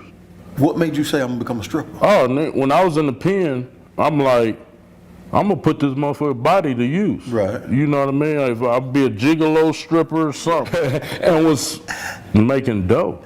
Making dope. Because I got with an agency called Men of Exotica. First week out after doing 7, we go to a John B concert where we was the headliners. All them bras, it wasn't nothing but women in there. I'm talking about thousands screaming for a mother. First week out of the pit. And I just kept on snowballing. So why did you walk away from that to get into the dope game? Well, at the time, the stripping brought in about I'd say every weekend at the Grand. It's good money, bro. Yeah, then personal trainer, I didn't know it dipped. That's when you was asking me being a personal trainer. Personal trainers, I didn't know. From January to about May is good. But in summer times, that's when everybody go on vacation. So my money like dropped. And I was spending like 2 cars, I had 2 cars, music, and all of them rims. So rims cracking, beat, you gotta go to beat shop. So that money was leaving, you know, and so that's what made me get in the dope game. But I didn't last in the dope game about 2-3 months. Oakland police, they like had a heat-seeking device on my ass. So you were hot. I was hot, because I was the known top dude on the streets in Kumi 415. And I didn't know, you know, I'm fresh out. I don't know these motherfuckers got a telescope on me anyway. And I'm buff a threat, you know. And so, yeah, I didn't last 3 months. Went back. I ended up having 3 cases with the same officer. And each case was you ever heard of a third player? No. I'm right here, dudes around me serving. So they saying I'm telling them to serve dope.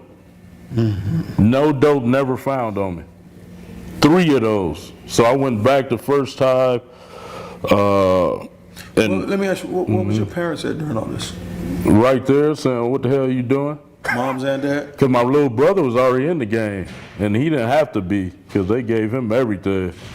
And yeah, shit, I was on the same block they still lived on. So they was like, you know, what are you doing? Your little brother doing it, you supposed to be motivation, inspired him to die. But I just had that leader, you know, that general mind, like I'm about to get rich by any means. So yeah, so I went back, bam, did a year. Wasn't out 11 months after 7 years, went back, did a year with a case. So I had to take probation. And so they had me on probation and parole. So the next time I got busted, I don't think I was out 90 days, same case. Same police, same block.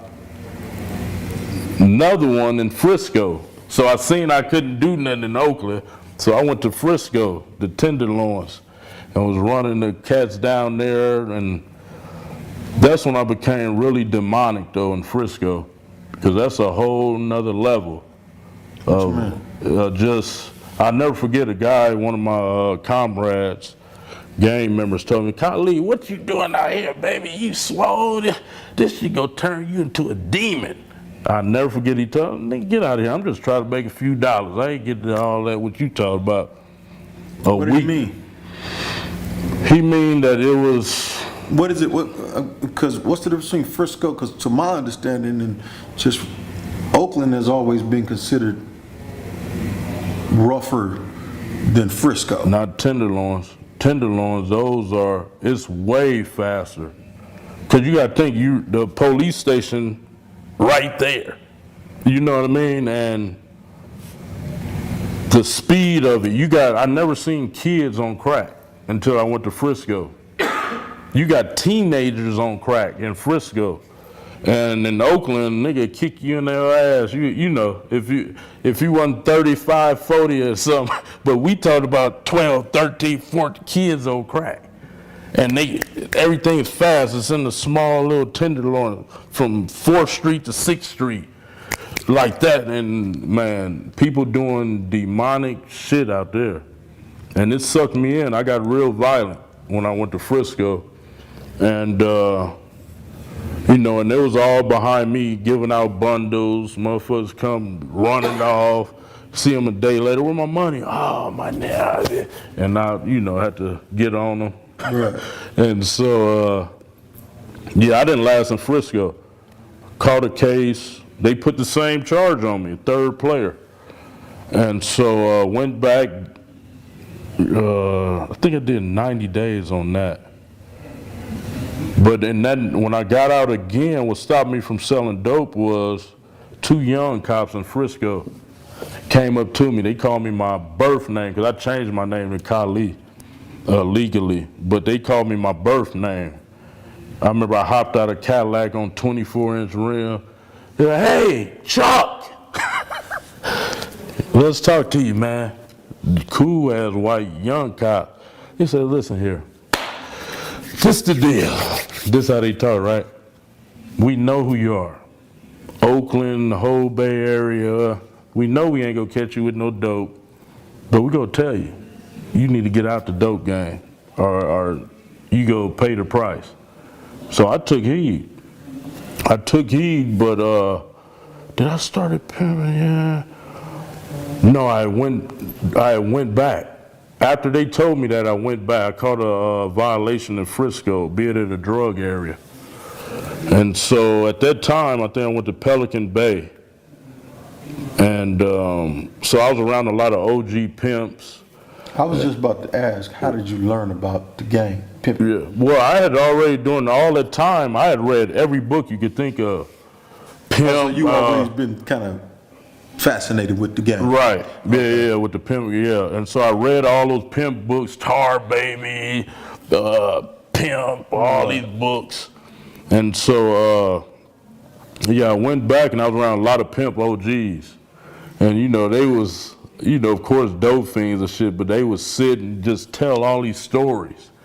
And I'm like, nigga, I'm gonna get out and pimp. I'm show these niggas how to do it. You know what I'm saying? I started having sand swole pimping. I always tripping, dip it in the bitch pocket, going to the top like a skyrocket. This ain't bebop. All I'm doing is dress, rest, finesse. I'm gonna let the hoe do the rest. You know what I'm saying? So I had all my lingo down. And yeah, so I got out. Did I do the 16 months yet? No, I hadn't did the 16 months because I went back another time. But so I got out and went to Frisco and just like, I'm about to pimp, you know, and so I started just picking at bras because I'm a natural introvert, antisocial, natural. Right. And so for me, it was like I had to, you know, kind of force myself, even though, you know, I always felt I was a shit and bras had to come talk to me. But I had to get out of that and reverse it. And so, yeah, I just started picking at females here and there. And my first one, I'll never forget, it was a late night in Frisco, like 3 in the morning. And she like, can I have a ride home? I'm like, yeah, come on, get in. I had Lexus at the time. And I took her home. So I'm like, what you do for a living? You know, look, and I didn't know she was young. She was like 19, could have been 18, but she had a kid. But so we talking as I drive her home. I'm like, what you do for money? She's like, oh, you know, I do a little bit of this, that. I'm like, what's that? She's like, I'm a hoe, right? I'm like, you got a pimp or something? She's like, no. She was like, oh, you want to get into the game? I'm like, yeah, what's happening?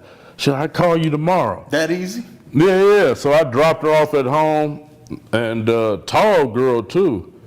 And she was taller. She was about 5'11", taller than me. And so so the next day what happened was my partner gave me a bundle of dope. And so I got her the next day. I'm like, sell this for me first before I take you to the track. So the broad out there, she just letting dope fiends walk past her, right? And so I'm like, what's happening, man? Why you ain't selling it? Dope fiends coming up to you. She like, nigga, didn't I tell you I'm a hoe? I don't sell no dope. I'm like, oh no, give it here. Let's go. Took her to San Pablo in Oakland. No, I took her to High Street in Oakland. And so your first hoe, you try to turn her into a slanger for you. Yeah, I tried to have her get off this bundle right quick. It was like a quick 1,000. That hoe, she was letting them go by. And first day was violent, pimping. Your first day pimping was violent? First day.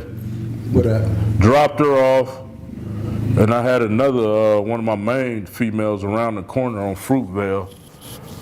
So I dropped her off, and like 10 minutes later, she called me. Hey, I need you to come now. This nigga trying to throw me in the van. So I rush over there, and you looking for the bullshit? No, I'm not. I've never looked for violence. You know what I mean? I just was about getting money and tried not to be on the violent tip because I know where that leads you. Especially me being buff. You know, that was the first thing niggas told me getting out the pen. Kali, don't go out there with that bully shit. Them niggas a kid. You know? And so, but my first day out the pen, 7 years, I bought a pistol my first day. But, because I knew, ever since I was a kid, I was buff. So I always nigga know you know how motherfuckers got exchange on the phone. Yeah, but you know how niggas have Napoleon complexes? Yeah. I have a buff man complex. And I refuse to let a nigga knock me down. So I was always on the offensive though. I didn't argue, none of that out. Like I say, I come from a sneaky era where, you know, we get this image of square and then just sneaky you when you don't even know it. You know, and so, yeah, first day, man, I pull up, the nigga, big nigga, too.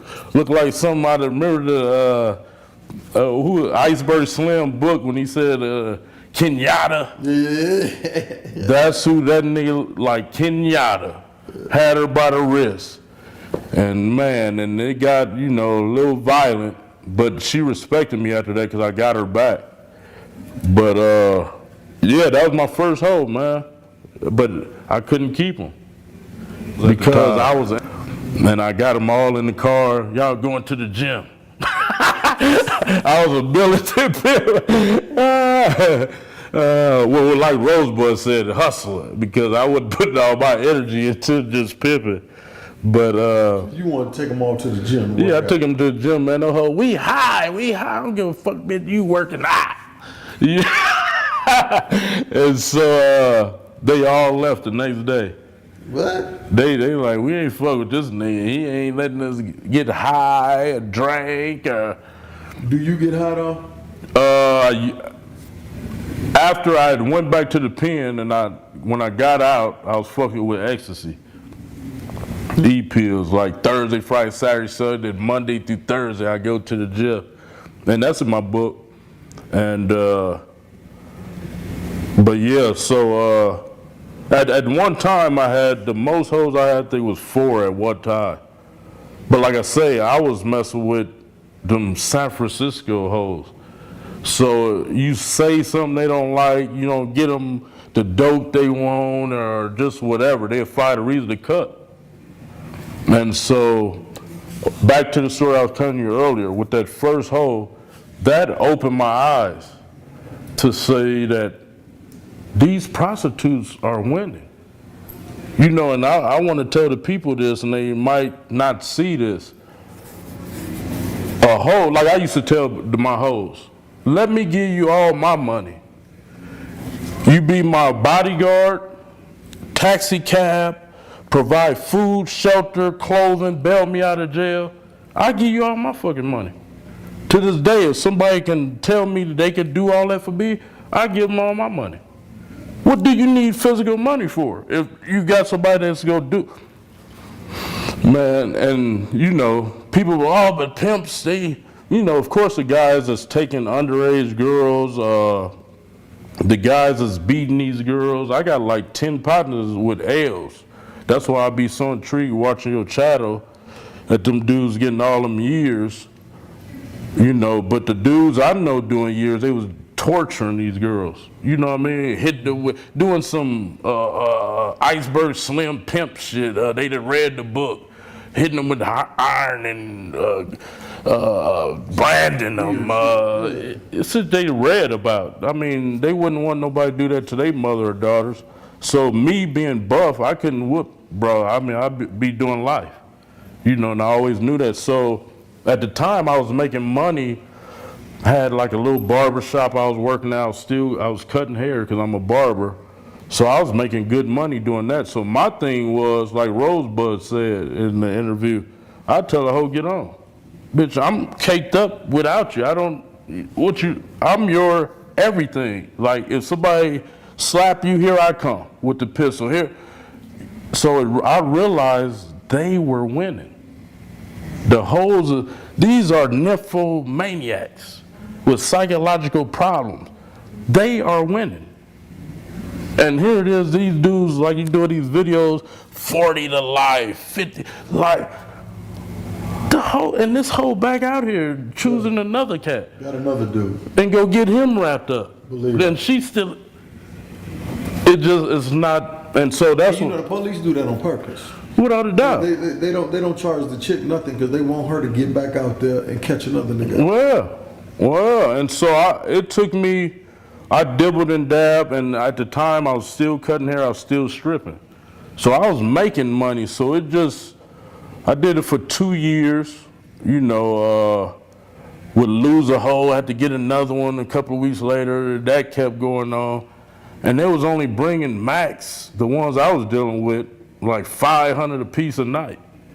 But I got to spend $300 on them that day. Clothes, hair, got to get a room, so I'm adding it up like, this ain't even worth it. And here I come, this bitch called me, I'm coming like a maniac. What'd you say to my bed, man? Looking like and about to go do. All right, man, no question your life has been interesting. But the thing I want to know is like, your book, Ex-Con to Icon, when did you become, or how did you become the icon you became? Because I look at you like a young OG, meaning you OG age, but it's these young motherfuckers love you. Yeah. The young motherfuckers is crazy about you. How did that happen? When did that happen? Well, for me, it started off on YouTube, doing the pull-ups on YouTube in Oakland by Lake Merritt. And so I must say YouTube was a blessing for me. I wouldn't be where I am without YouTube. And so what happened was I did a 16-month bid for a high-speed chase gun. And so when I got out from that, I got in a barbershop on East 14th and 91st, International now, 91st. And so I met my wife, ex-wife now. And so she had this same mentality I did, want to get out of Oakland, want to be a superstar, all this. So I'm like, yeah, me too. So I was doing what happened was I did a bodybuilding show in 2009 and won it. I never, thought about doing bodybuilding or whatever, but I had a lot of money because I was still in the game, shipping ecstasy to Denver. So I was making a lot of dough. So I'm like, I got to invest in something positive, I got all this money. So I got into the bodybuilding game, won my first show at Orange County Classic 2009.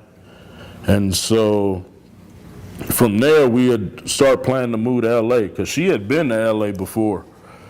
She was roommates with Linnell, the comedian. Oh, yeah. I know Linnell. Yeah. And so she like, let's go to LA. I'm like, come on, let's go. So we went out to LA, and my whole thing was to manage her and become a pro bodybuilder. So things in the music business had changed, and you got to work. You had to be a workhorse, to make it in any business nowadays. And to me, she just didn't have the work ethic. You know what I mean? And so I'm like, I got to get off my ass and make something happen. So this is no lie. One day I never watched TV, and the TV was on in our place, and I looked up. I'm like, you know what? It ain't no buff, real niggas on TV. You had Michael Clark Duncan, Terry Crews, and I'm like, I'm gonna see how to get in this acting shit. Went to Google, how to be an actor. The steps was there. I took it. The next week I was working with Matthew McConaughey. That easy. That easy. I started like 10 niggas off while acting. Anybody out there, go to Google, how to be an actor, follow this. And you know what's so crazy? Because most people act like everything is fucking Chinese arithmetic. Everything is some different type of chemistry and simple. You just went to Google. Yeah, and it's funny because we even moved to LA. I told my wife at the time, if I get a computer, I'll never be broke.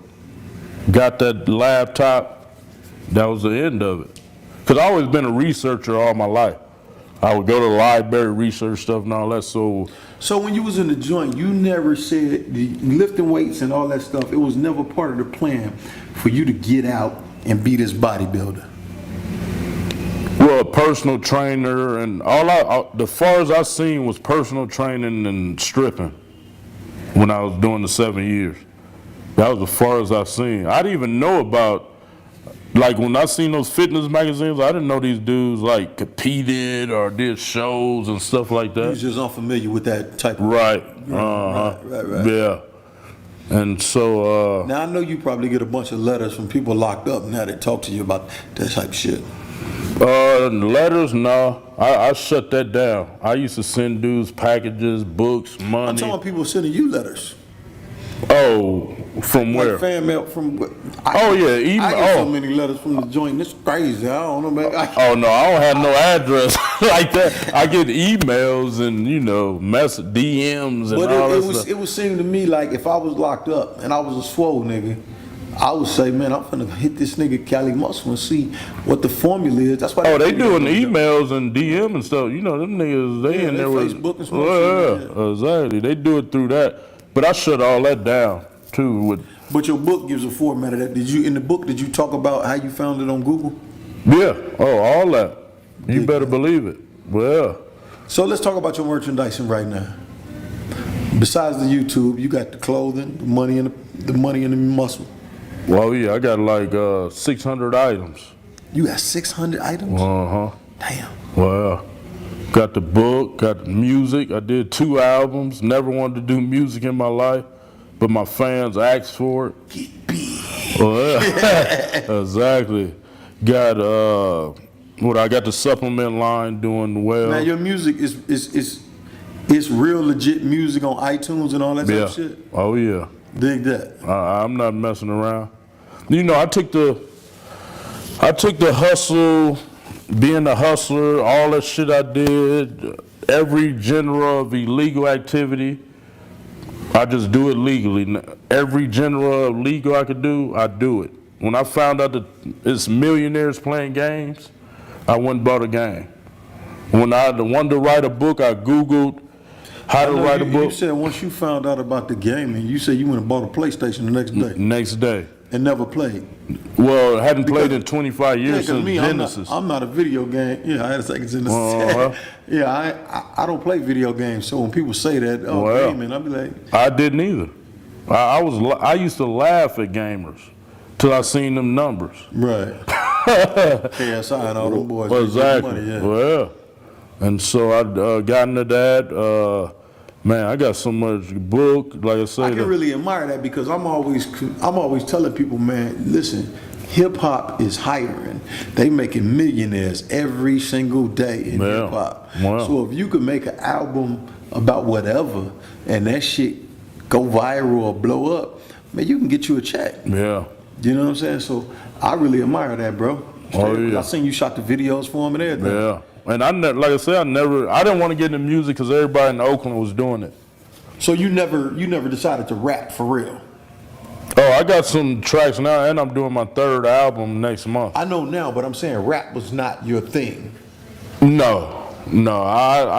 I used to laugh at them niggas because, you know, not to downplay what the Bay Area doing, whatever, but I just didn't see the professionalism in it. You know, you had Too Short, E40, Mac Dre, you know, a few cats that were, you know, okay at it, but they still didn't have the business aspect of it. So it never intrigued me. Because I'm like, oh, they just messing around, they playing.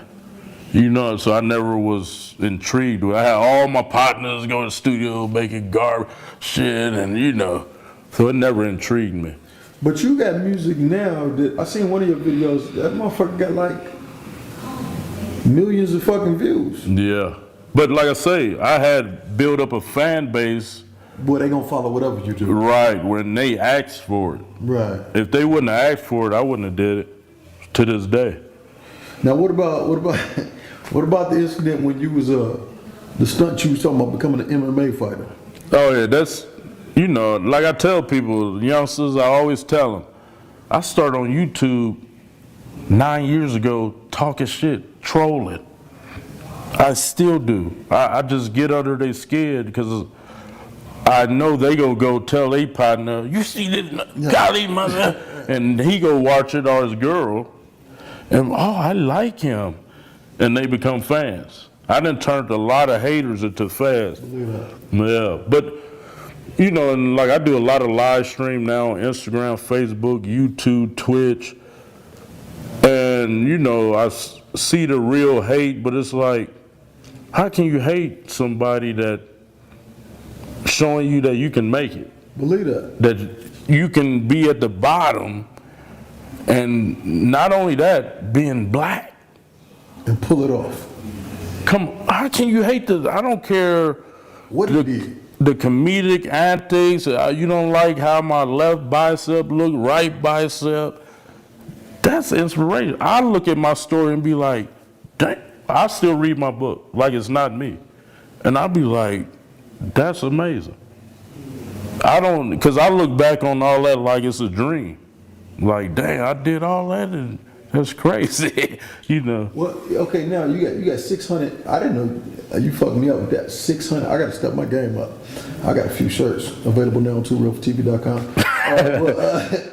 600 items. Yeah, because it's print on demand. Of course. Uh-huh. Books.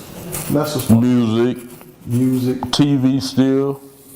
And you've done got movies, commercials. I did like 20 commercials in national in 3 years. In case people don't know, this is the man from the Geico commercial. Directing traffic. Hey, listen, so what's next for Cali Muscle? Next is blowing my supplement company up. It's doing well too. I got a pre-workout hyphy mud coming out with 2 new flavors, a weight gainer, and ultimately, I came to Vegas to get established. In LA, man, it's like everybody hustle and bustle, trying to become an A-list actor and all this. And what I seen was, what did it for me moving was, I met some older black actors living in an apartment. I'm like, nah. That ain't the way. Nah, I'm not about to be doing all this auditionings and still not raggedy houses, $1 million. You get out of here. Let me go to Vegas or Texas, get me a house. If I want to do the acting, I can, but I have a foundation. Believe it. And so that was my purpose of moving. But I'm gonna get back into the actor maybe another year or so. But yeah, I got to get established, get me a foundation. Yeah, and it's a blessing and a curse at the same time, because now I was supposed to have about 10. Yeah, I feel you. I feel you. I never wanted kids, but as you get older, you be feeling like, man, that's life. You want to see a little bit. Exactly, and leave something behind. Well, yeah, so so that's what's going on with me. And next, of course, continue YouTube. YouTube is a blessing. Did you want to do something with the book and make it maybe like a life story? Oh yeah, I got 4 offers for the book to turn into a movie, so that's in the horizon as well. Turn that, because there's a lot of great movies out there, but nothing like mine. My story is so just like a roller coaster. Go have you like, dang, what? Ow. Let me ask you, how did you feel when your documentary film that the guy made, what was it called? Monster, the Cali Muscle story. The Cali Muscle story. It did 47 million on YouTube. Yeah, it's at 42, I think, right now. 42 million. 42, okay. But 42 million. I didn't want to do it. Really? Because I was hitting in Hollywood hard. I did like, at that time, maybe 8 national commercials. And I didn't want to scare Hollywood. You know what I mean? Because they see me, as this clean cut, just muscular guy with a lot of personality, charisma. I prayed on it. Dude hit me up. He hit me up a year before we did it. And I told him, no, I ain't doing it, nigga. I'm making money. What I need to do a little YouTube video for? Because at the time I was only getting like 100 or 200 off YouTube a month. Right. And so I prayed on him, man. And he called me at a time where the commercials, I had a couple airing, but I'm like, fuck it. It's slow right now and no audition. I ain't been on audition in a month, and let's do it, man. So we did it, and I'm thinking, okay, get 100,000 views or something. And in 2 days, it was at 3 million views. And that thing just started snowballing. How did that make you feel? Truthfully, that you had a story that fascinating that people had it scared me. Even when I did my first national commercial, it scared me. To this day, I tell people, I don't want to be famous or a celebrity. Because I come from that era of robbers, stealers, killers, where you didn't want to be on the radar. That's like I was watching some of your pimping, cross-country pimping little clips today. Why my clips got to be little? No, you had them cut up in parts. Yeah, I know. Part 1, part 2, part 3, right? And I'm like, that ain't the era I come from. I used to be a jacker. Right. In Oakland, you didn't want the police to be on you. You know what I mean? Right. So when I did the first commercial and that video came out, I'm getting calls from people I ain't talked to in years, and I got most paranoid as I ever got in my life, because I was one of them ones in the streets. You know what I mean? So I was scared of anything coming back on me. You know, and like to this day, man, you know, you got these people want to be famous, looking for fame. How I blow up my YouTube? I'm like, my situation is from God. Right. So it's not really a formula. No, God did this. That life story. The average person couldn't follow your formula even if they wanted to. No, it got to be from God. Because they'd have to have your history. Well. And it's impossible to reduplicate what you've already done. Man, I didn't want to be famous or a celebrity. God put me in this position, and it took me 2 years to realize it, that I'm actually like a minister pastor. Like, this is a ministry. At first, I was just doing it as entertainment. I'm working out, watch me, nigga, I'm buff, and But then I started doing these fitness expos. Grown men come crying their eyes out, saying how I inspired them not to commit suicide. I inspired them to do better in life, and you know, I'm getting goosebumps now talking about it. I remember when me and you was first originally supposed to do this, and you was trying to get prepared for the the Arnold Classic. And I realized how serious you was. You was like, man, I got to get this stuff together, so we're going to postpone the interview. And I was like, God damn, that's my goddamn interview. But I just realized you trying to put your most effort into what you're doing with the people. Yeah, it's special, man, and you know, and a lot of people, especially at those expos, they don't get, why do this man got people waiting 5 hours in a line, standing up 5 hours to see him? They don't see this is epic what God has did with me.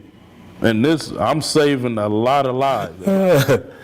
Hey man, at this point, man, can you do me a small favor and tell your million subscribers to go subscribe to the button on TooRealForTV.com? Oh yeah. What's up with it? Team Hyphy? Team Hyphy? What's happening, baby? Y'all make sure y'all go subscribe to my boy Too Real for TV, because he keeping it lit. He giving too much game. You see what I'm saying? You go, that's how I found it. I found this channel because it's just too much real game being given. Now, don't go to try to implement all of it. Don't try to go out and be a new school pimp. Fuck yourself up. But take the information that a lot of these OGs giving you. They giving you game, man, wisdom, knowledge. And make sure you subscribe, like, and share our videos. For real. YouTube.com/TooRealForTV. And all my subscribers, if you have not already subscribed to Cali Muscle, please go over there and subscribe to Cali Muscle. What's your channel name? Cali Muscle, KALIMUSCLE. If you don't know this man, go get familiar with him right now. Anything else you want them to know, man, before we go? Oh yeah, I just want to say to the world, just know that, you know, the guys that call themselves pimps or whatever, that, you know, they're not bad guys. They just taking the opportunity and running with it. It's not no difference than a brothel or a strip club, all that. Of course, some of the guys do violent acts, whatnot, and that's not acceptable. Young, underage girls, not acceptable. But these guys are like bodyguards. They like Uber. They like, you know, got a chaperone. They got to feed, clothes. So counselors. Yeah. So, you know, the world is depicting these guys as demons or evil, but truthfully, it's vice versa, because these women are running to these guys, choosing these guys to watch out for their best interests. So, and I learned that. That's why I stopped. I'm like, I'm not about to be doing life in prison for this woman that God knows what she's doing when she go out there and call me to come shoot up people and beat up and do violent acts for this woman, and she be back on the streets with another guy. You know, so nobody, I've never seen nobody have this perspective of this lifestyle. And the women winning, man. And that's all you guys out there tennis shoe pimping now and all that, she winning. You not. A woman can make $1,000 that night and bring you 200. You know, she could be stacking while you just getting the leftover crumbs that she want to give you. Because there was a minute, you know, I heard the stories in the pit. Make sure you go in the big pussy ass, make sure she ain't got no money. Too much like work.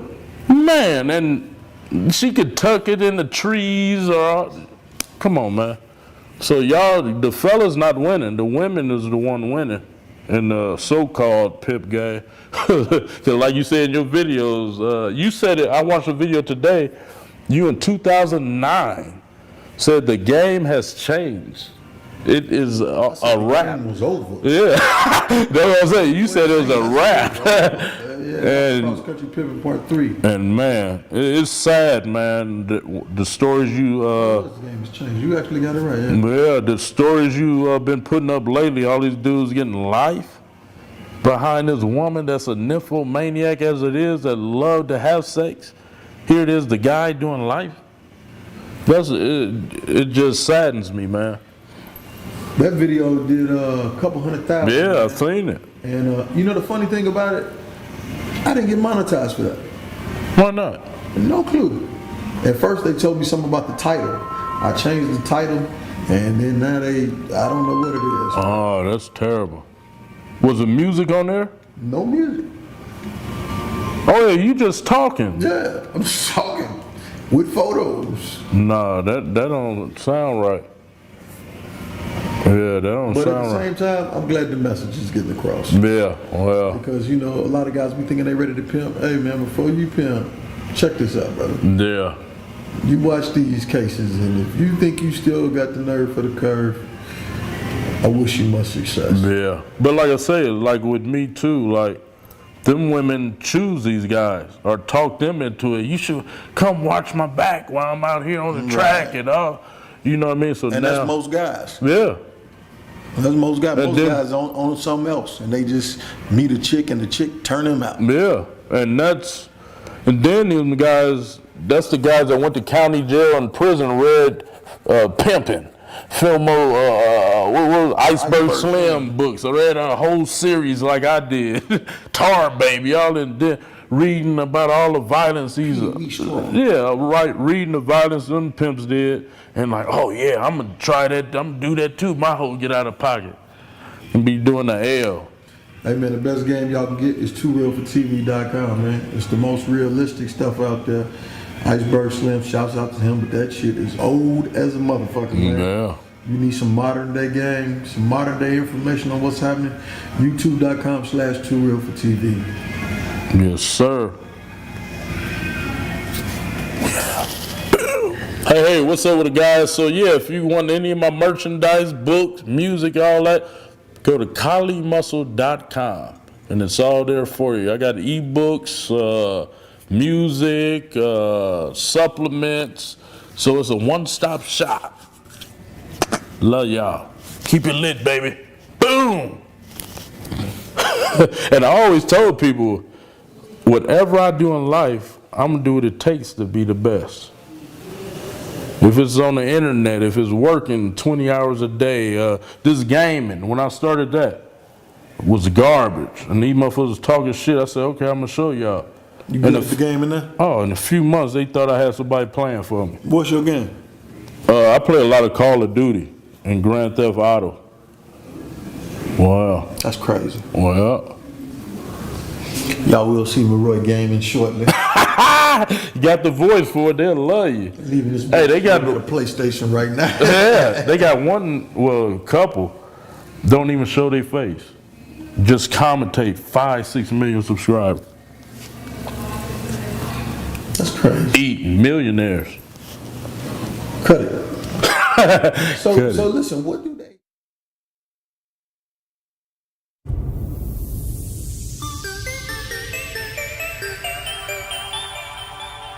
TooRealForTV.com. He also owns a construction company that purchases, rehabs, sells, and rent property. Tell them what you mean when you say big business, man. Big business, man. This is a 3-family investment property, you know what I mean? Picked up for 40K cash, you know what I mean? We're gonna throw another 40 into it, you know what I'm saying? Should be worth praising about 160, you know what I mean? 3 floors, you know? I'm doing them all in and out. Hot house, water and heater units. They like this big right here, you know what I'm saying? Obama giving everybody $1,500 back for each joint. Tell so them I had to go something. Tell them grab something they don't know. You know what I'm saying? I had to go grab them, you feel me? So look at this here. Ooh, wait, you gutting this joint. Hell yeah, got the whole shit, man. Came in here, me and Jiggy J, you know what I'm saying? Up North Management, he came through here with me. Got my little cousins and them. We ripped everything off the walls. I had paneling and everything everywhere. You know what I mean? We had to rip all that shit. It's that big business. It's the plumbing right here. Running all new pipes, packs. You know, back in the day, like every house I done bought, all the copper was stolen out and ripped out, the baseboard and all that shit. You know what I'm saying? The crackheads, they come and take that shit. This shit right here, they can't do nothing with that. They can't sell that. That's called PEX.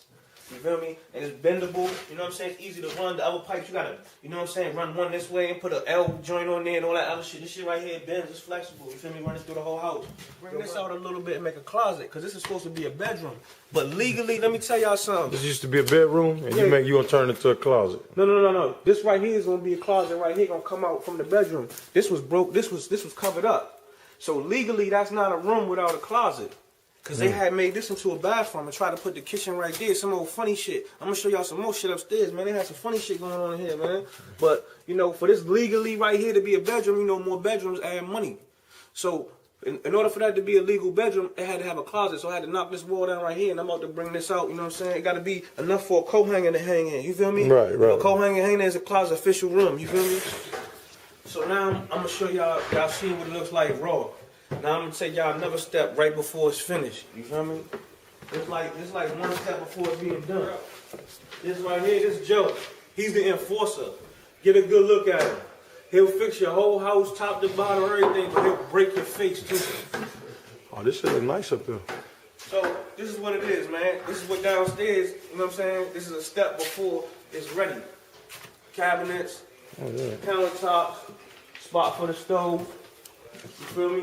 And what's so nice about this joint?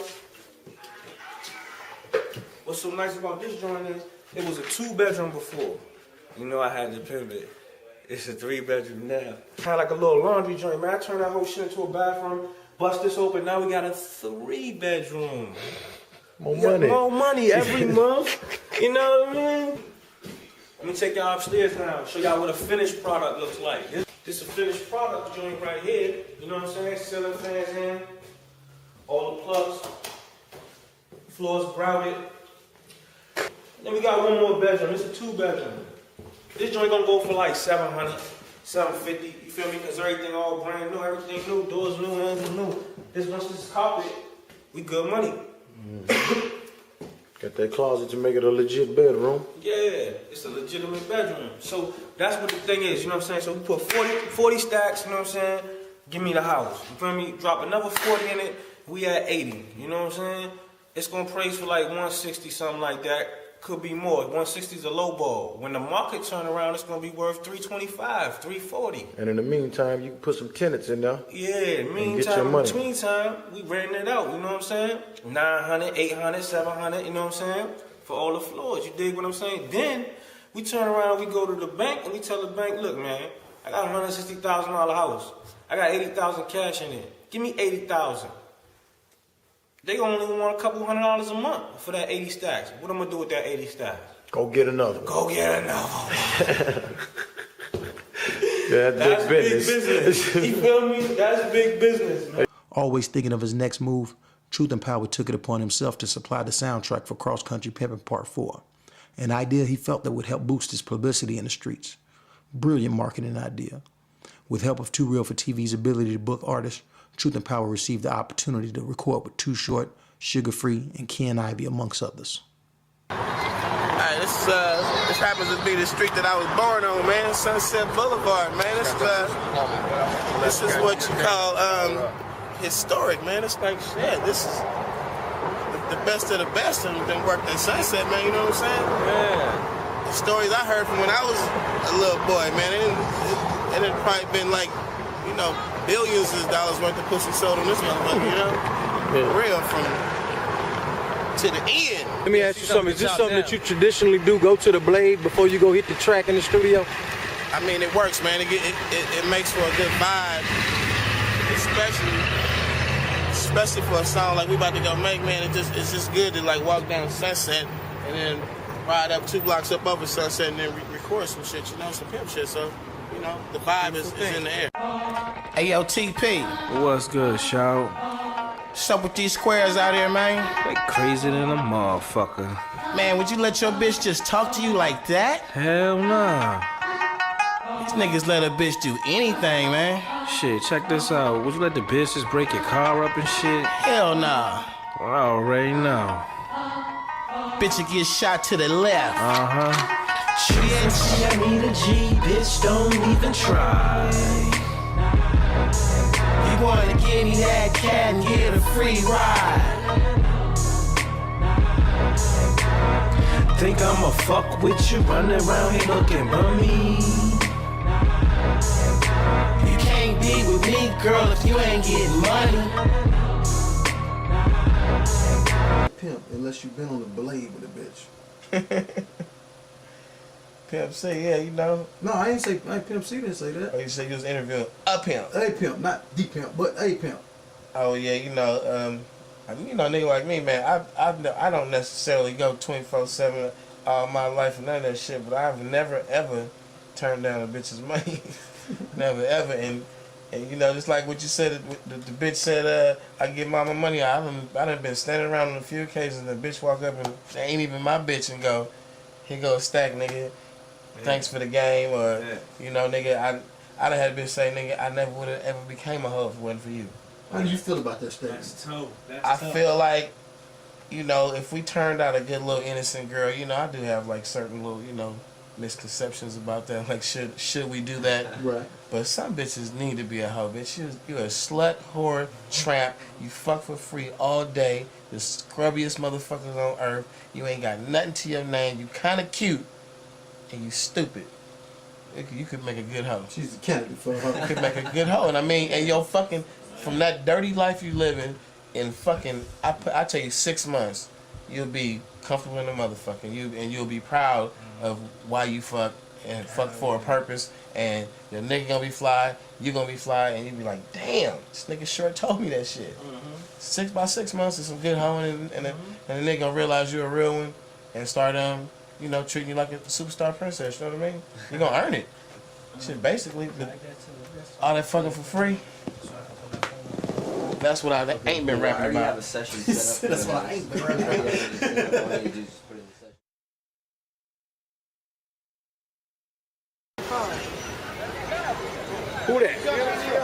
Who that pull up in there? Chicken box. Tell them what it is at 19. Right, 19 years old, boy. You gotta tell them. Nah, show that piece one more time. You gotta tell them. Yeah, them monkeys ain't got it like that. That's that baby blue on them 20, what them look like, 20 trays. Is that a phone? Tell them, Roy, definitely though. Young 19, I remember that though, Young 19 though. Hey, ain't playing out here though. Aston Martin. Hey, ain't playing, hey, and a vet though, and a vet. Chicken box. Hey, man. Got camera over there. Champagne. Let them know on the camera. Champagne, what it is, man. Champagne. My little brother, blood brother, man. 19 years old, chicken box, corporate entities, money, revenue flowing. We live. Look at it. Show the champagne bottles, catch that on. Champagne, champagne. This is an Aston Martin, man. That's his little brother. That's my little brother. Your little brother? Don't nobody respect. He got Bentleys and We ride these Aston Martins like you. Straight out of high school though. Pay your dues, get your Hey, receipt. man, Kevin definitely Garnett, though. straight out of high school, Definitely though, nigga. man, definitely. Straight Gotta out of let high niggas school. know. Kevin Garnett. Hey, came out here 2 weeks out of high school, man, and ain't stopped since, church. $1 million right there. At 19, monkeys. Hey, good luck. God bless you, man.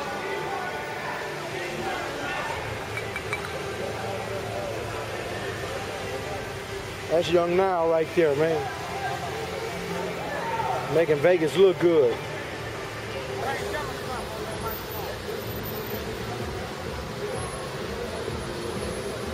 My little brother, Aston Martin. You didn't meet him yesterday. You want to meet him? that champagne bottle off the chain, man. Ask him more now. Ask him about him. Tell her that's why we gonna pull up on him. My nigga Champagne used to knock niggas out, but now he knock niggas off. Hold on, guys. It's not bad. Hold on.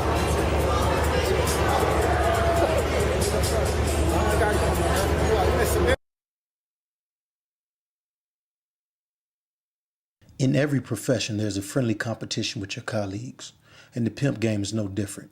For years, two of the biggest names in the game had a simmering, friendly rivalry that was largely unknown to the general public: the Archbishop Don Magic Juan and the infamous Pimping. What began with Pimping being the fast and loud-talking, braggadocious, self-proclaimed slickest talker in the world, trying to prove himself worthy of praise from an older, smooth and mellow-mannered Bishop Don Juan, whom he looked up to, slowly spent out of control.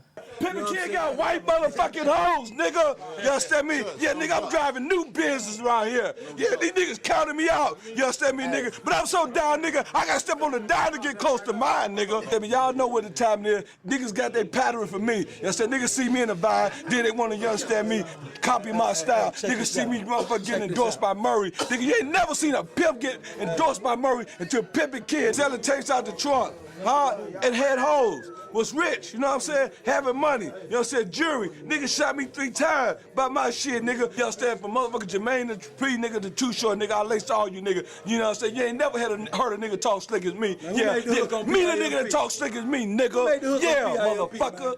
You understand me? Yeah, let's keep it real. You understand? And a gangster, nigga, yeah. Ain't scared of now one of you motherfuckers. Yeah, huh? I talk slick like this wherever I go, and ain't no nigga better not touch me. You understand me? Yeah, nigga, cause I'm pimping, nigga, I'm street. Yeah, I've been to Cleveland, all in the hood. I know what motherfucking goddamn it, what's that street where we was? Yeah, you know what I'm talking about. In an interview in a 2004 April issue of The Source, a story on Pimping Ken entitled Game Over, Ken made a statement that changed everything. And I quote, "I would like to take this time to tell my good friend the bishop, quit using the word church, quit using God's name in vain. You cannot lead a whole generation of people astray." End quote. Needless to say, his words were heard by pimps and players all over the country, instantly. Church. Church. For you ones that say don't say church, church, nigga. Church. But I don't want to be around you. You know who I'm talking about. Neither do the bishop. You ought to keep your hand in your pocket when you see us, because we don't want to shake it. I'm going to tell you what Jesus said over in Chicago. You should be arrested. Church. You should be. If the shoe fit and that gator, oh, you might not do you. Did I see you in gators? Well, they say you high power with them, but I thought you had tennis shoes on when I saw you. Church. Church. Is that killing you? Church. Did that hurt you? Church. Not long after, in the September 2004 issue of Sister to Sister magazine, Bishop fired back when publisher Jamie Foster Brown asked him, did people get mad at Pimping Ken? Bishop claimed Ken to be a player hater. In the article, Bishop said Ken offered a rebuttal, claiming he said it because his mother was a preacher. Bishop's reply was, if you was listening to your mother, you wouldn't have been no pimp. So don't tell me you was listening to your mama and she a preacher. So Bishop explained to Ken the meaning behind saying the word church. And I quote, you can't get the hardcore players to say God bless you. You can get them to say church. And if anybody read their Bible, they'll know that Jesus is the head of the church and the body is the church. See, people getting spiritual teaching and they don't even know it. End quote. You know what I mean? They're all excited he home and everything, you know what I mean? So he just one of the true famous players that was really, really missed. You know, some that be away, they don't miss him, you know what I mean? You know what I mean? Like Kenny, not him, you know them other guys. No, Kenny, you know I love you, man, but you play too much. You don't have to go get no Pimp C to come talk to no pimp about your pimp business, you dig? I told Pimp C, I am the chairman of the board. I didn't do you, you did yourself. But I told him it's all good. I love you, man. I ain't like that. I ain't no backstab, player hating, or none of that other stuff. Come on home in the fall. I know you would like the prodigal son, ran off into the slop and stuff. Come on back, baby. We got room for you. Nah, that's church. 6 years later, Pimping Ken did something to garner him a newfound respect and admiration from some of the most hardcore pimps like Kenny Red by inviting Bishop and a host of famous players to Milwaukee to his home for dinner and a party to honor Bishop as a legend in the game. Let me get my other. One more. I ain't got no change. You I got give 10? You got 10? yeah, Give me I 10. give you 10. Hey, he really wanted change. That's his While money. we It here, ain't while we mine. here, That's the Put young. down. While we here. Hey Bishop, let me ask you a question. While I got you and Kenny here, man, because you know it's really a historical thing to see you over here, Kenny, out of the house. Tell us about the history with you and Pimping Ken. Kenny came over to Chicago a few times with my boy. Well, you heard his story about, bad time in his life when he had to sit there for, he ate up and chewed up the gang, you know what I mean? He sat in jail, for a minute. There ain't no place for no player, And he said a guy had gave him a picture of me while he was in the jail. And he said, hey, man, this guy can change his life and thing. I want to meet this guy. He came to Chicago. I think he came 94, 95, or 95, 96 or something, but a couple years, second year, I think. Candyman said, hey, man, this guy real life from Milwaukee and everything. And, y'all know the rest is history. All you got to do is go to the DVD, Too Real for TV, and you'll see the history in the making. From then, we got to know each other. We fellowship, and, it got bigger than just meeting somebody to become, just knowing them. We become friends. We know each other. We have our ups and downs. We do our magazines, interviews. It just been happening. And he said church, and I said I don't agree with church, but now we bigger than that. You know what I'm saying? I'm getting him Yeah, look at him, give me some money. Yeah, look at Bishop, give me some money. I tried to keep on the twin, but I know he was going to remember that. He was going to remember that 10. Yourself, man. Hey, but what it is, this is an honor when players can exchange money. Yeah. When it can happen like this, you know what I mean? Blessing. If you can bring me and put me to work so I can put food on my table, that's a blessing, man. That's an honor. We got to respect it. This is all business. Hey, this ain't nothing but, a reciprocation for all the people that have been blessed the me. future You know what jumping. I'm saying? So all the people that bless me, now is my time to bless the Bishop, you know what I'm saying? Bless Too Real for TV, you know what I'm saying? We made sure they all ate, you know what I'm saying? We flew them in, you know what I mean? Put money in their pocket, Put get them in the hotel, champagne, nice hotel give them the room. best of food. So all y'all be thinking I be just trying to take y'all money. I give money back too now. You understand what I'm saying? Put it back in the community. I put it Not back in the just community. through the player, but like y'all know, I do help people and all of that kind of stuff. So I got to go off and do some dinners and some clothing. I help the less fortunate. I feed the homeless, and I clothe the naked. So that's my mission. Get that elephant over there, man. See that Ivy Tusk over there?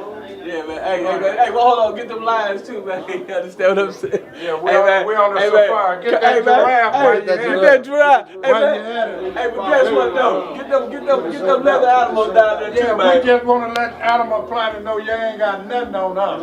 Hey, guess what, man? Hey, man, guess what, man? All courtesy of Chicago and Bishop Down, man. Hey, it's because of the good game that they blessed a young player with, man, that I was able to stay quiet all this fabulous shit, man. And we gonna get some more. Give me these. Now sevens. Them ones should have caught. Motherfucker. I want to get in on the action. Pick up. But I hit 100. Who want to bet on the pack of y'all fight that happened yesterday? But I hit 100. The one yesterday. Yeah, the one that you got. Sevens. Come on, motherfucker. That nigga cracked my head with that. I'm good. Hey, camera. I'm good. Hey, he cracked my head with that one. He cracked my head He with bust that his one. ass. That hurt. Good to see you, my nigga. Hey, man, let me tell you something. That nigga got the gummy of the horse. You camera Too Real for TV. You see, hey, this was not playing. Walker with Flock of Flame, the hottest nigga in the country. Y'all see him iced out, gun beat up and some more shit. Now Walker, hey man, y'all gotta come over there kick with the Bishop Don Magic Wand tonight, man. We coming over there. You might get nominated and shit, man. Yeah, You know what I'm for saying? real. We might get to Y'all know y'all watch Too Real for TV, man. These niggas around here too real for the camera. The nigga might well just shoot that shit to the wall, man. Look at some fake shit. That's some fake shit. Flocka, man, I'm in there, motherfucker. Flocka, man, we love you, man. Keep it up, Hey, man. I'll be there. We do it. Yeah, we will come through there, man. But, we played to be over at the other thing, man. Your crew looking good, though, man. Y'all looking good, man. Yeah, them young killers, Keep it up, man. Y'all don't hurt nobody, Yeah, man. them Y'all niggas get up ain't in there hype, smiling, they nothing, not man. grinning, Now, they not we ain't killing nothing. shit but pussy, man. Yeah. 5 minutes, church. Hey, church, Bishop.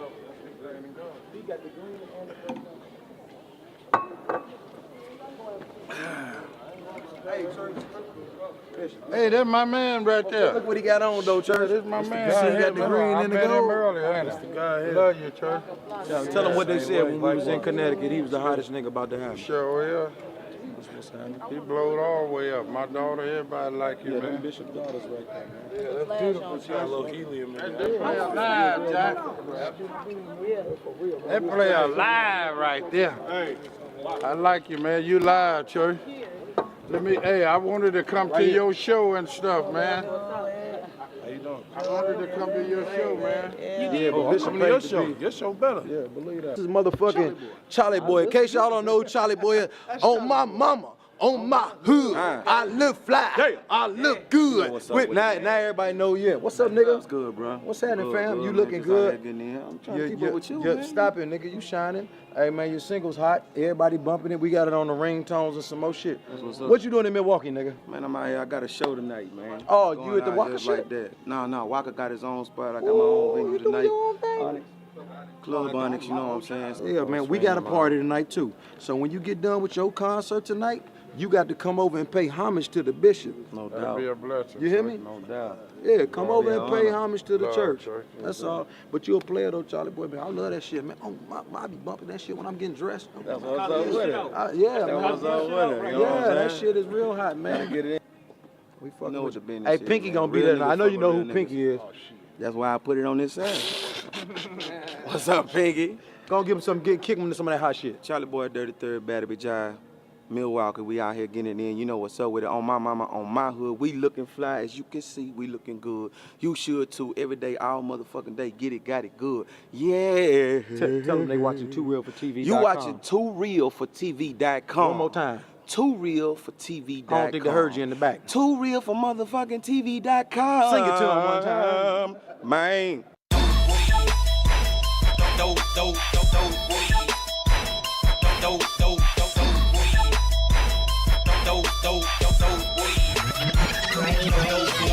Boy, like a weed whacker, watch the way I roll this weed. I'm high as a helicopter, smoke the trees with no seeds. Sticky sour flower power, shit that make your eyes bleed. Breaking big every day, break the bitch in every way. Boy, like a weed whacker, watch the way I roll this weed. I'm high as a helicopter, smoke the trees with no seeds. Sticky sour flower power, shit that make your eyes bleed. Breaking big every day, break the bitch in every way. Boy, like a weed whacker, watch the way I roll this weed. I'm high as a helicopter, smoke the trees with no seeds. Sticky sour flower power, shit that make your eyes bleed. Breaking big every day, break the bitch in every way. Riding up 95, on my weed I'll improvise. Grip the wheel with my knees, I do this shit with real ease. Plus this shit ain't got no seeds. I'm doing 80, feel a breeze, smoother than 100 G's. Watch the way I roll this weed, split the blunt, toss the guts, never even move the lead. Didn't swerve one time, them boys ain't even on my mind. Just past the truck stop, Uzi young for the cops. Nigga about to get it in, hit your town and spin a bin. Pimp like me ain't tripping, only looking for some bitches. Walk up on a real smooth, 100 miles spitting, pimping. Come on, mama, show some love. Take me to the strip club. I can tell that she wild from the way that she smile. Girl, I'ma roll some sour flower power straight from Dower. She only took 2 hits. Think I got a new bitch. Now we up in the club. Encouraged her to get a dub. Taught her how to use a beat. Made her do a cardi. Boy, like a weed whacker. Watch the way I roll the weed. I'm high as a helicopter. Smoke the trees with no seeds. Sticky sour flower power, shit that make your eyes bleed. Breaking big every day, break the bitch in every way. Boy, like a weed whacker, watch the way I roll this weed. I'm high as a helicopter, smoke the trees with no seeds. Sticky sour flower power, shit that make your eyes bleed. Breaking big every day, break the bitch in every way. Independent 50,000 with the lack through public housing. 50 carats, 50K, run up boy, them clips will spray. Like to spend money with ya, or leave with your little sister. All I wanna do is smoke, hook that bitch like a bag of dope. Only smoke the best now, don't play that shit just like that clown. I've been living color, exotic buzz, I love ya. Damn how you ease the pain, relieve my stress and keep me sane. Met Mary Jane at 12, my life ain't never been the same. If I don't have my meds, I can't eat a damn thing. Haze just could be my wife, I think I might need a ring. Keeps my mood proper, never sleep without her. And she's a lesbian, helps me break these bitches in. Spark her up and get her going, let these kitchen bitches for me. We was just riding smoking, now she out there happy home. Like some kush, I'm out here with her, hoping that the feds don't flip her. Have my my G's, that's all I need. Pimping and some dope weed. Boy, like a weed whacker. Watch the way I roll the sweet. I'm high as a helicopter. Smoking trees with no seeds. Stinky sour flower power. Shit that make your eyes bleed. Breaking big every day. Break the bitch in every way. Boy, like a weed whacker. Watch the way I roll the sweet. I'm high as a helicopter. Smoking trees with no seeds. Stinky sour flower power. Shit that make your eyes bleed. Breaking big every day. Break the bitch in every way.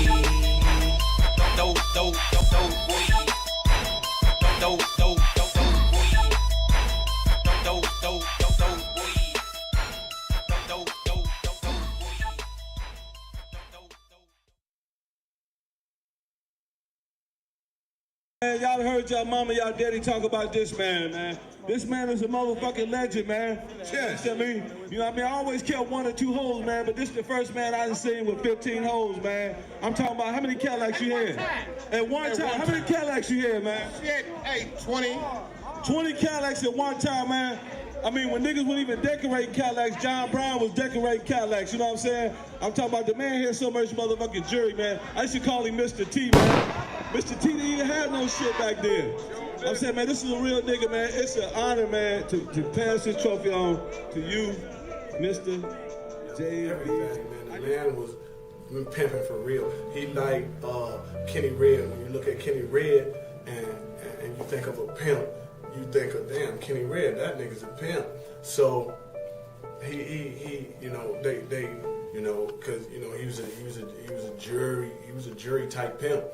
He was a type pimp. He was smashing. So I mean, he stayed mink to the flow. He stayed mink hat. He stayed, you know what I mean, everything, man. The man was pimping for real. He like Kenny Red. When you look at Kenny Red and you think of a pimp, you think of, damn, Kenny Red, that nigga's a pimp.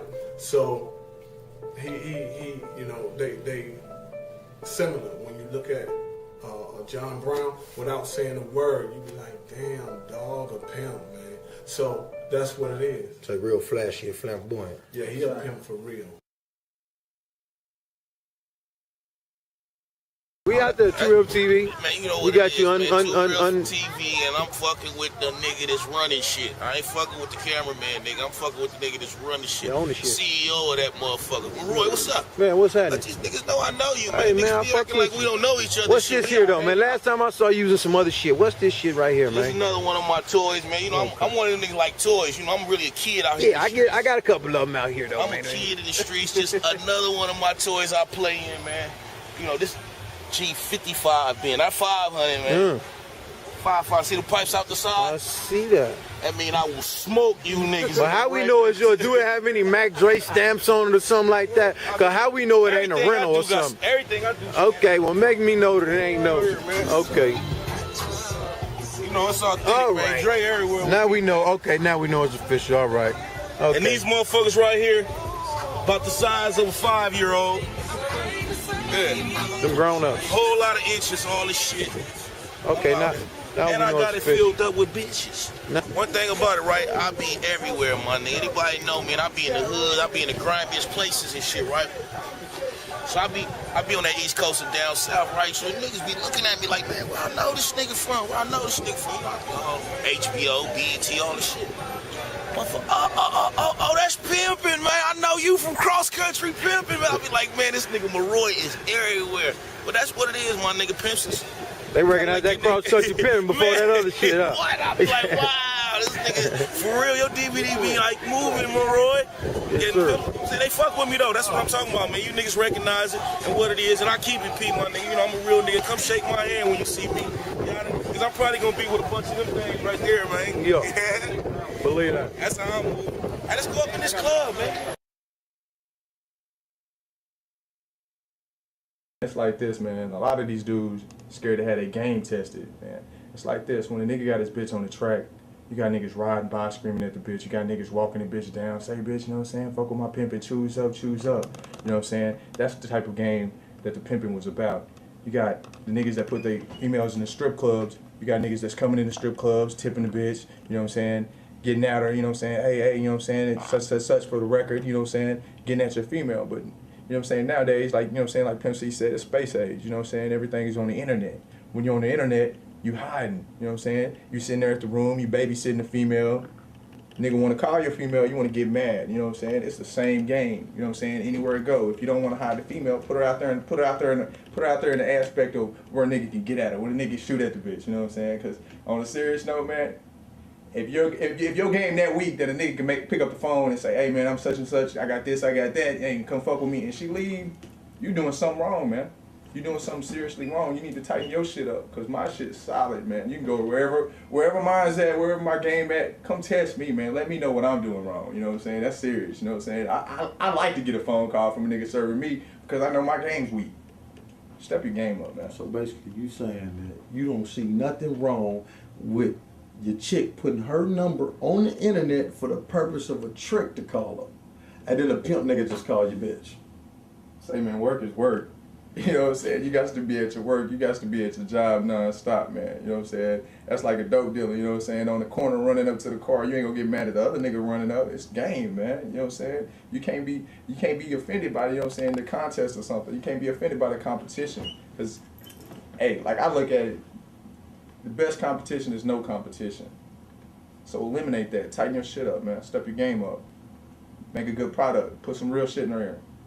Make it solid so she want to stick around. Because if you scared she gonna leave, nigga, answer the call for her, man. Serious, you know what I'm saying? Hire a call person, you know what I'm saying? Customer service rep or something, man. Shit, it's some real shit, man. Okay, you know what I'm saying? What's going on, man? It's your boy Charlie Brown. This ain't no MTV Cribs, man. This is Too Real for TV putting it down, you dig? This is a bedroom, you know what I'm saying? This is where it can go down, you know what I'm saying? You choose to pay that fee, you know what I'm saying? Step up over here. What's that you got over there, man? This is, you know what I'm saying, this was the 08 Players Ball, you know what I'm saying? They got that Entrepreneurial Player of the Year because I keep it real player, you know what I'm saying? Try to do what I do, you know what I'm saying? Snatch a bitch from a nigga or something. Tell us about the niggas you said was fucking up the internet, man. We Say, ain't gonna man. say no names, but what happened? It's like this, man. In Dallas, you know what I'm saying, it'd be easy for, you know what I'm saying, a female to go out there on a call and get the 5, get the 1,000. You got so many of these, you know what I'm saying, females out there that's doing the $80 specials, doing the $100 specials. So, I mean, how you supposed to get some real money? How you bitch fucking 24/7 all day just to make a stack? I mean, this nigga's at strip clubs on that aspect, getting a stack out the strip club, doing the table dances. So why is the female? I mean, I'm a preach. You know what I'm saying? I'm gonna preach to the females real quick. On some serious note, it's this game is about coming up, building, prospering. So why you gonna stay down? You know what I'm saying? I understand you gotta stay down to come up, but staying down and always being down, that means you need to move around and get rid of the clown, man, for real. But on that aspect, you got to look at things like this. If an old white man, old Asian man, or old anything saw you before you started hoeing at the mall and said, hey, look, I got $100. Let me get that pussy. What you gonna say to him? Probably get mad. You probably get offended. You probably cuss him out. You probably tell somebody. So why is you fucking for $100? That's how I look at it. That's not no money. $100 can't do shit. You know what I'm saying? The club table dance is 20. Some clubs they 30. They even got spots that's $40. Yeah, you looking at it, ooh, I'm working, I'm dancing. That's just called lazy. That's lazy hoeing. You know what I'm saying? You want to sell yourself short. There's more money out there. You can get more money. Have some more game about yourself. Have your nigga educate you. Because if your nigga can't teach, you need to reach for somebody else. It's like this, man, you know what I'm saying? You got a different type of niggas out here. Like I said, most of these females is comfortable with the boyfriend, you know what I'm saying? And the boyfriend pimps, you know what I'm saying, on the most part, that be the D-boys, you know what I'm saying? The D-boys be hitting the females, they get them on that aspect of, baby, you know what I'm saying? You get this little money so I can flip this and we can build something together. They really don't sell no dope. They selling you a dream, pretending. I call them pretending dope boys, because a dope boy ain't gonna fuck with a bitch on like that, because most dope boys is tricks. Appreciate you know what I'm saying? Really. But those dope boys got too much money to be dealing with a bitch they for be $100. dealing with a bitch for $100. No, they making some moves, moving some weight, man. But you know what I'm saying? A lot of these females, they just confused, man. You know what I'm saying? They so much caught up in looking for that love and affection that they forget what the game's about. Prosper and coming up, not loving and fucking and sucking and not having shit. You know what I'm saying? You know what I'm saying? These females leave pimps, go to the boyfriend. You know what I'm saying? Go for the big crib. To, you know what I'm saying, to the trailer park or the big crib, to the apartment, and they happy, you know what I'm saying? And I'm gonna talk about hit a point on somebody, you know what I'm saying? You done went and worked hard for this pig and got this nigga a Benz, right? How you gonna leave the Benz to go to the apartment with no furniture and get your lame boyfriend a bullshit ass car like a Bonneville? Not even some new shit, just like some old raggedy shit. And you think you're doing something because you think that affection is the same. But it's not. Because if that affection was the same and the affection was really there, you wouldn't be doing what you're doing. You know what I'm saying? You're still working regardless. Everybody gonna say it's boyfriend pimping. If your boyfriend take you to work and drop you off and pick you up, regardless if you hand him your money, you still probably spend all your money on the nigga. It's the same. He just ain't got enough courage to ask and put his hand out. You know what I'm saying? It's the truth. But that ain't that we would call that. That's not really, you know what I'm saying, pimping, but on the cool, that's still on the same aspect of sending the bitch to work though. Yeah. You know what I'm saying? That's how a lot of niggas make it. You know what I'm saying? Getting by, not working, not doing shit. You know what I'm saying? Living off the means of the bitch. You know what I'm saying? So let me ask you a question. What would you define as game? What is game? Game in this game, because every game's different. You know what I'm saying? Good game for an NBA player would be, you know what I'm saying, that nigga shoot three-pointer, he got the good slam dunk game. In this game, it's about that conversation skill. If you don't have enough conversation skills to keep somebody around, if you don't have enough conversation skills to make a person have motivation, power in motivating people, you know what I'm saying, that PIMP, power in motivating people, to make a person want, need, and have that ability to want more in life. First, a good start in your game, is finding somebody that wants something. Because if you got a female that don't want shit, how you expect her to want you to have shit? They're going to be content. You know what I'm saying? A lot of people have this shit confused of where they want to be and where they need to be. A lot of people don't want to be nowhere. They can be happy with anything. Me, I want the best. I want to eat big steaks, man. You know what I'm saying? Live in a big crib. Dress good, look good, smell good. You know what I'm saying? A lot of people can care less. They don't care less about that type of stuff because they have no game. They don't believe they can achieve. You know what I'm saying? If you're an NBA player, you're trying to win the NBA championship.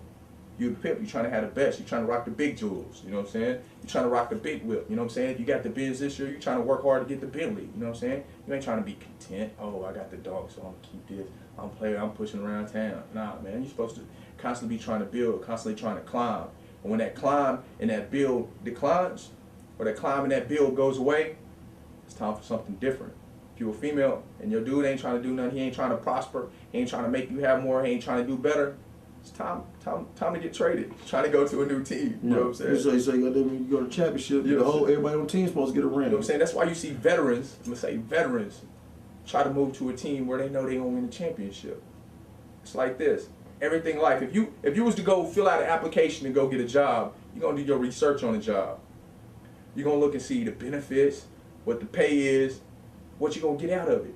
So when you looking for a nigga, it's basically the same thing. You ain't gonna go look for the worst job that has the worst pay, that has the worst benefits, that you ain't getting shit up out of it. The longest hours. So you know what I'm saying? When you're looking for a nigga, you're supposed to look for who's gonna be the best for you, who's gonna help build something for you. If he ain't got a car, that's not a good start. You know what I'm saying? If he ain't got a Benz, how he gonna put you in the Benz? You know what I'm saying? If he ain't got a place to lay your head down at, you know what I'm saying, to be able to provide for you, why is you gonna be with him?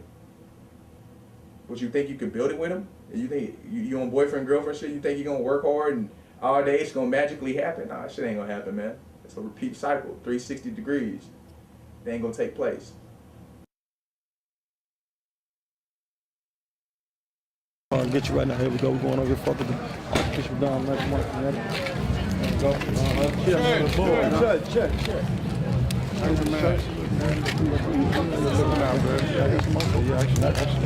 Tell them what it is, man. Well, it's Archbishop Don Maduan over here in Danbury, Connecticut, finna host the first ever Pimp and Hose Ball. You heard me, the first ever, so they call the chairman to make it happen. It look like it's off the hook right here.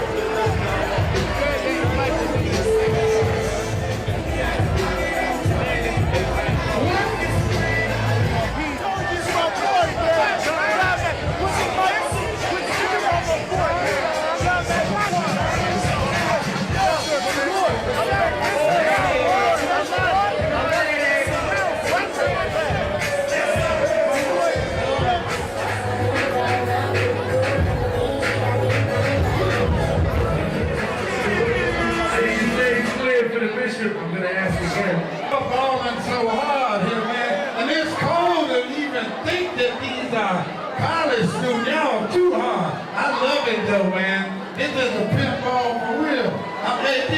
I want to do something special, but I want to do it real quick because I want to go back to that live music they play. So listen, y'all gonna have to help me. Now look, I got one set of tickets, which is 2, for the Jay-Z contest. But wait, hold it. Hold up, look. This is what I need y'all to do, Connecticut. Who is the most popular around here? I need the 2 most popular people to come up here. We need to do it real fast, and y'all know who they is. If you ain't that one, don't do it. Y'all know who they is. Send them up here real quick. You say that, sir? Who you say, Church? Who you say, man? Hey, baby. Right here, let them see you. Hey, they sit up. Right here. Hey, man. You come up here. Come here, man. Yeah, come on around there. Hey, Maroy. He been balling. We gonna give him some help now. Okay? Hey, pal. Hey, listen. Y'all know, hey, listen. I got you. I'm working it up. Yeah. Okay, look. This is what I'm gonna do. You know, I'm the chairman of the board of famous players everywhere. And you know, I'm gonna make these 2 here. She been balling out of control right there. And this man been cracking like an easy player. So I'm gonna give him an honorary player and playerette card. That makes them official, like a referee with a whistle. They are honorary player and playerette of the Connecticut College. All right.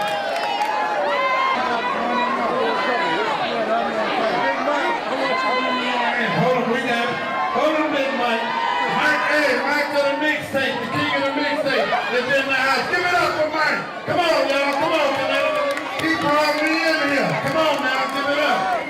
I wouldn't be here if it wasn't for Mike. Mixtape man, the king. Hey, look, we only got 2 girls. Let that lady up right there. Come on, baby. Hey, let up. Yeah, that lady right there, yeah. Sir, these some good Jay-Z seats. That's front row.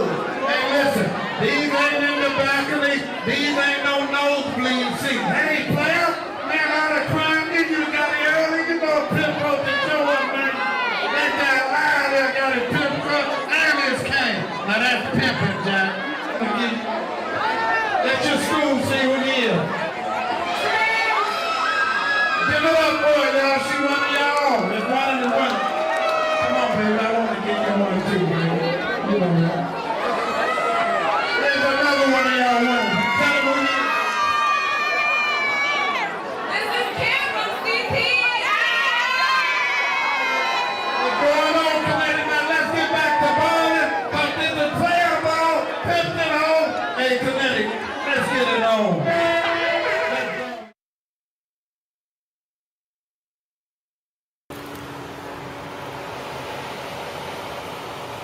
That motherfucker funny.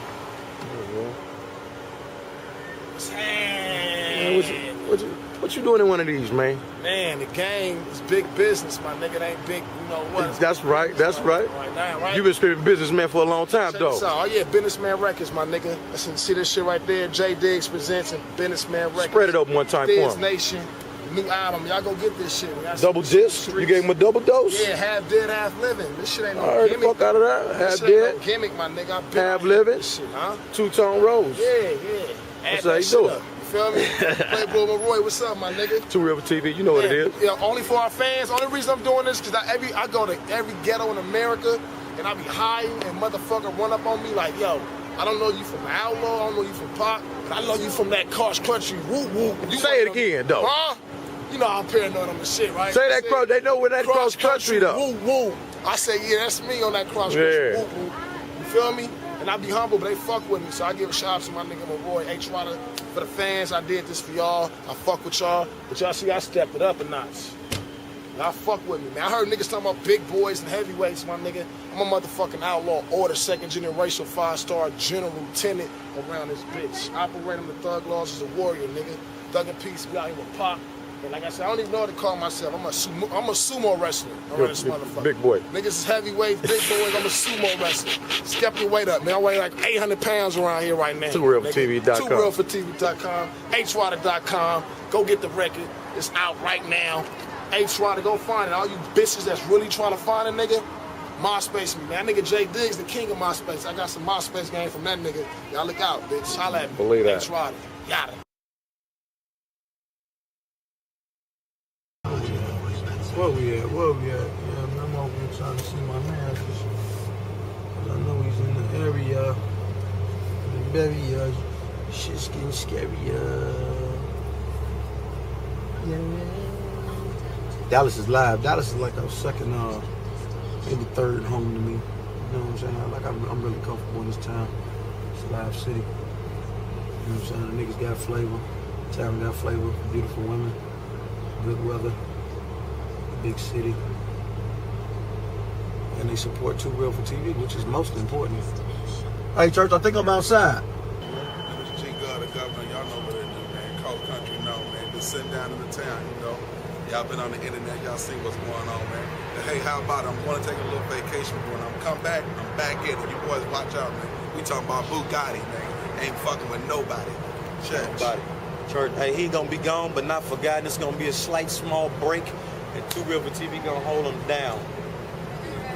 As seen on Cross Country Pimping Part 2 and 3, the governor quickly became one of Too Real for TV's most memorable characters. That's it. I'm gonna put some strain on that game this year. Dig that. We're gonna make them tell the truth this year, man. Yeah, man. We're gonna put some strain on that. Hey, man, I'm talking about some pimps. I'm talking about pimps. Yeah, man, pimps. I'm putting strain on Pimp's game. His popularity began to skyrocket so fast, it even triggered him to begin a rap career and start a record label to capitalize off his image, Undisputed Pimp Squad. I know y'all probably looking Let them know this is the next level of the guy. Yeah, that's it. Man, you know, it's, as an entrepreneur, taking your game and really, man, making it work for yourself, man. You know what I mean? That actual release, October 9th of the single. But you know what I'm saying, what we did, we gave out 5,000 copies here in the DFW area. Governor had created a lavish lifestyle for himself where at one point he possessed 9 high-end luxury vehicles at the same time, which is what led to his indictment. Shit, there ain't no sense of tripping, man. But y'all got a real load of this, man. You know what I'm saying? That's what it do, man.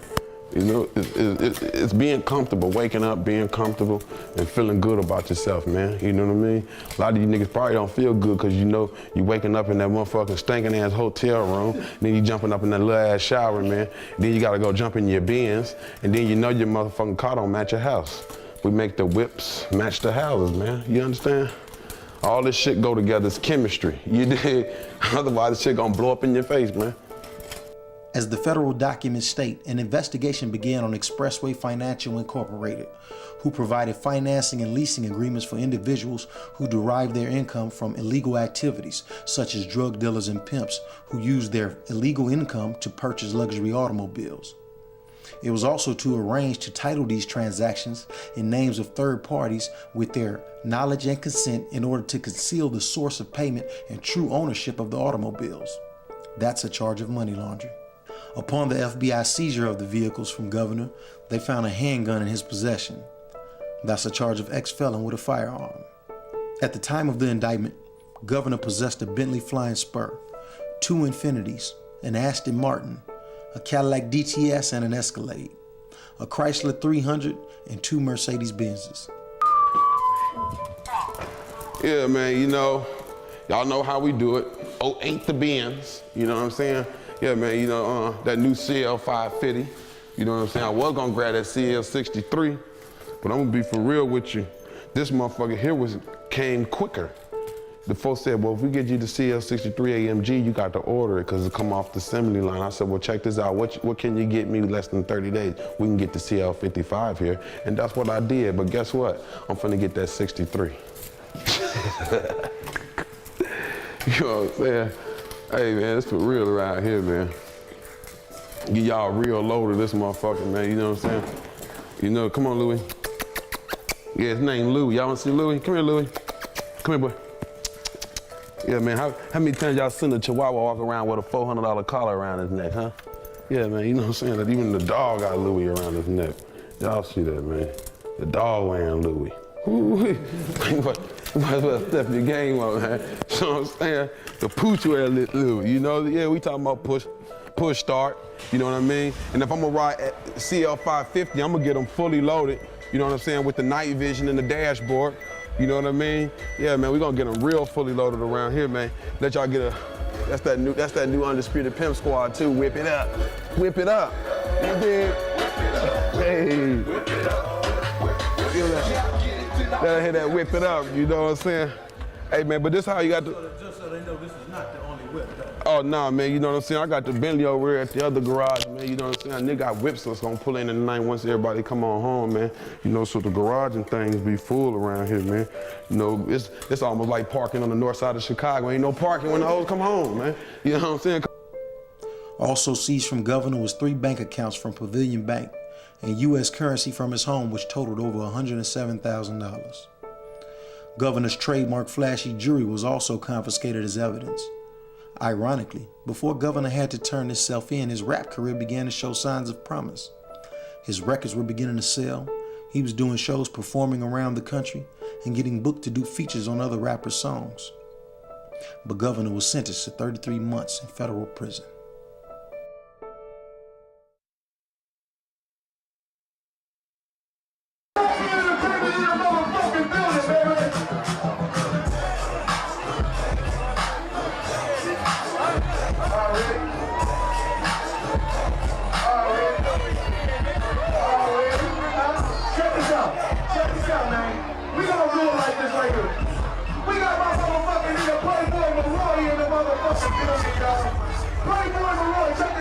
Check this out. We gonna move over here.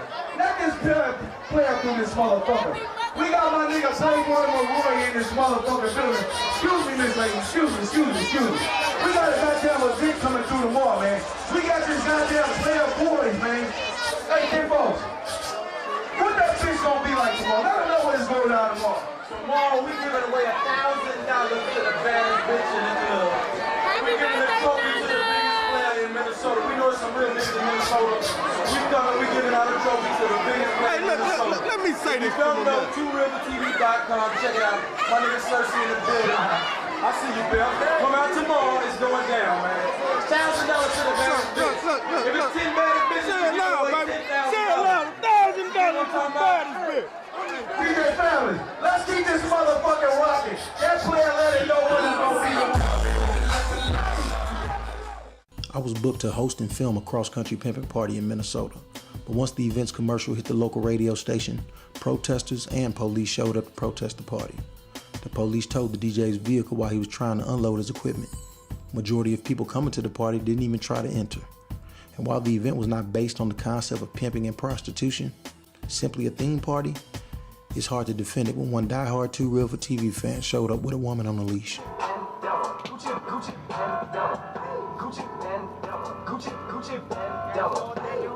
Already know what time it is, man. You know what I'm talking about? Everything on the bitch, nigga. When I tell you this, nigga. You know what I'm talking about? Nigga, I ain't win no lawsuit or none of that shit, nigga. This from the gutter to the top, nigga. Understand that, nigga. You know what I'm talking about? Gucci black, Gucci stones. She too hot to handle, hot sex, body jumps. Gucci minor flip, Gucci shots.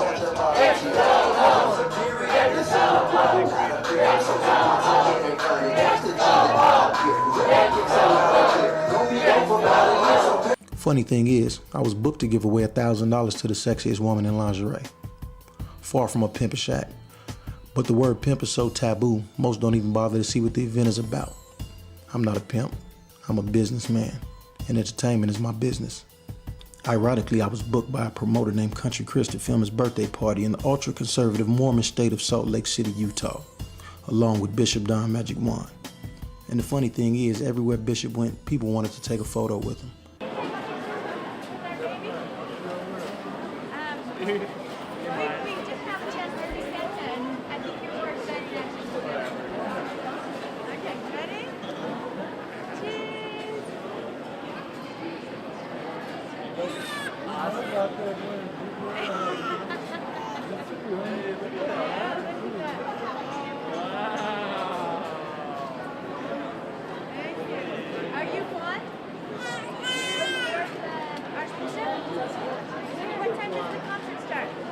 I've been fortunate to get booked or have full access to so many events all over the nation. My films have been so admired in places outside the country like London that filmmakers from the UK come to the United States to steal my film ideas, using the same characters and concepts. So sad. However, I get recognized for my work. There you go, church. Snoop Dogg. Jacob Fella, what up, nigga? Hey, what bring you here, church? What's up, nigga? Hey, champ. What bring you out tonight? You bad motherfucker, you. You the nigga with all the DVDs from Pimp, from when I first went to my first Players Ball. I had you. I love you, nigga. You know what I'm here for. I'm here for the Archbishop Magic Wand. Tonight I'm going half and half on the bitch. Green and gold. Everything is half on the bitch tonight. I know you ain't giving bitch half no breaks, though. Man, never that. I put half my foot up her motherfucking ass. That's about it. Jacob. Hey. That's right. Hey, champ, it's good to see you come out and support the church, man. I'm a real one, man. I don't play no games. I'm finna DJ and turn this shit out. I don't know what the fuck they playing, but I'm finna get the party pop. Hey, let me ask you one last question, champ. When we gonna do the life story of Snoop Dogg? Oh, real soon. Real soon. Let me do it. Give me your number. I like you, dog. I like you. I know some real shit. I told Bishop, I love your shit, how you be putting them DVDs together, the cross-country pimping. You a bad motherfucker. I appreciate that, Let the world see that shit. The world need to see it. Like in a real way. Like get a real deal so they can see it. I got you, nigga. I got you. Hey, we go half. I got you. We can go half. We go half. Hey, Players Balls, one thing is for sure, two things is for certain. It's gonna be a lot of cameras flashing, it's gonna be a great time, and it's gonna be positivity. That's what the Players Ball has always been about. Cross-country pimping, man, with my nephew Maroy and Big Snoop Dogg, Debbie the Glass Lady. We got Pimp JoJo in the building, Jacob Phillip, Bishop Magic Wand. It's so many pimps in here, man. I need a bag of Juicy Fruit. It's so much flavor in here. I mean. Hey, man, I'm talking about they ain't fucking with that Too Real. They ain't fucking with nothing, man. You know, I'm talking about Too Real for TV, man. You know, I'm talking about believe that, man. The man said it, man. Yeah, tough. Oh, man, I've been homework. Stay on my homework, man. I forgot my bodyguard at home. Oh, you in Milwaukee? You Michael Maroy. You don't need no bodyguard in Milwaukee. Hey, man. Hey, that's for real. Hey, and we gonna hold this down. And that's where you at, man. We gonna hold this down. Hey, you know what I'm talking about? You good. Hell yeah. Too real. It's too real. You don't need no security. That's Maroy in Milwaukee, baby. All over the country, Players Balls and pimp and hoe themed parties take place on a regular. And usually they are not attended by real pimps and hoes, sometimes college students and other time corporate execs. So once again, you may ask, what is my point? It's not big pimping anymore. It's big business. Big business around this motherfucker, man. You know what I mean? TP staying down.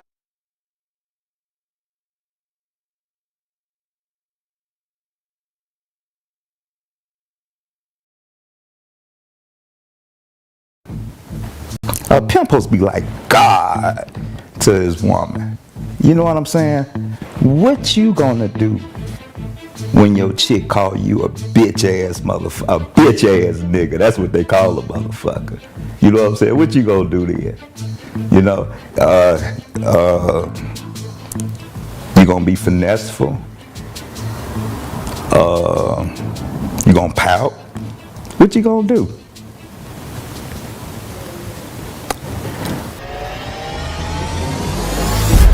Too Real for TV exclusive.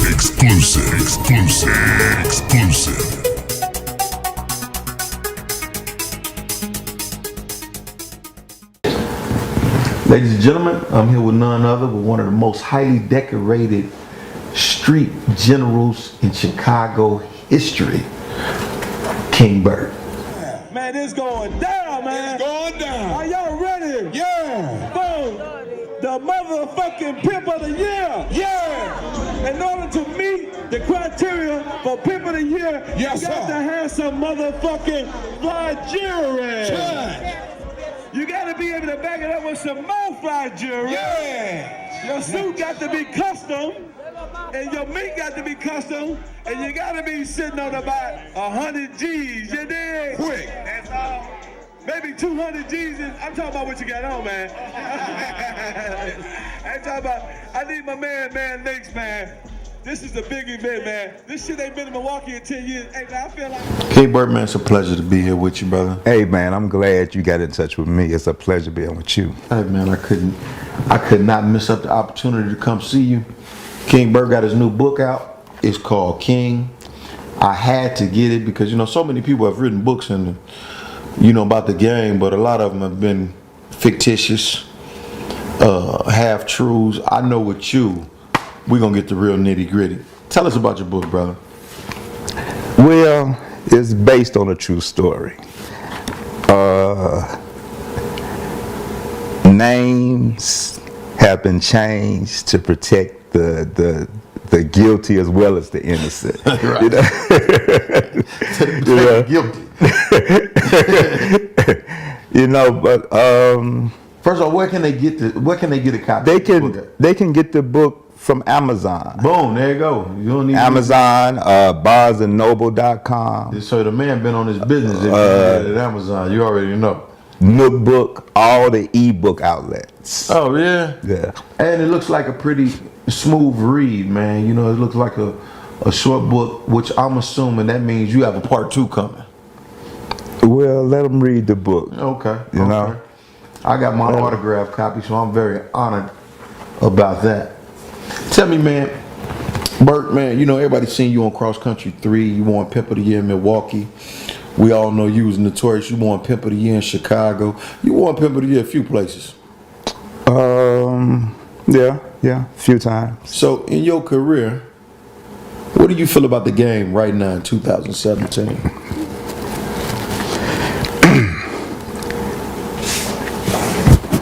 I feel like the game is over, you know, as we knew it. You know, I hesitate to say that because I remember when I was in my prime and a lot of older fellas that said it was over then, and it wasn't over. You know what I'm saying? But I don't feel like the world is built for the game anymore. You know, when did a pimp ever have to walk on eggs and make deals? They giving pimps more time than they giving murderers. True. You know, so I just did a short film on human trafficking, and I was showing the numbers that they giving guys for human trafficking and prostitution. It's crazy. In 2011, a 48-year-old Raymond Sharp, aka RC, was arrested after an incident in which a partially nude woman was seen looking for help fleeing from Sharp's home. After contacting Sharp, police found the woman was one of a number of prostitutes being pandered by Sharp. Police arrested Sharp on charges including living with a prostitute, first-degree kidnapping, and domestic battery, amongst other charges. None of the women were underage. Sharp was ultimately convicted of 19 counts and sentenced to 3 life sentences in prison without the possibility of parole. That's right, 3 life sentences. Well, the risks and the rewards don't balance out, you know. Before it was a nigga committing misdemeanors but getting felony money, you know what I'm saying? But a pimp is getting more time than a murderer is getting. You know, when somebody think of King Bert, right? Mm-hmm. Yeah, I think of the image of you in Milwaukee, and you had the big blue fur on and the big jewels on King Bert. I mean, you just look like what a pimp's supposed to look like. Okay. Just really glamorous. You know, I done seen you with your stable and all. How does a guy walk away from that? Well, like I said, the rewards and the risks don't match, you know.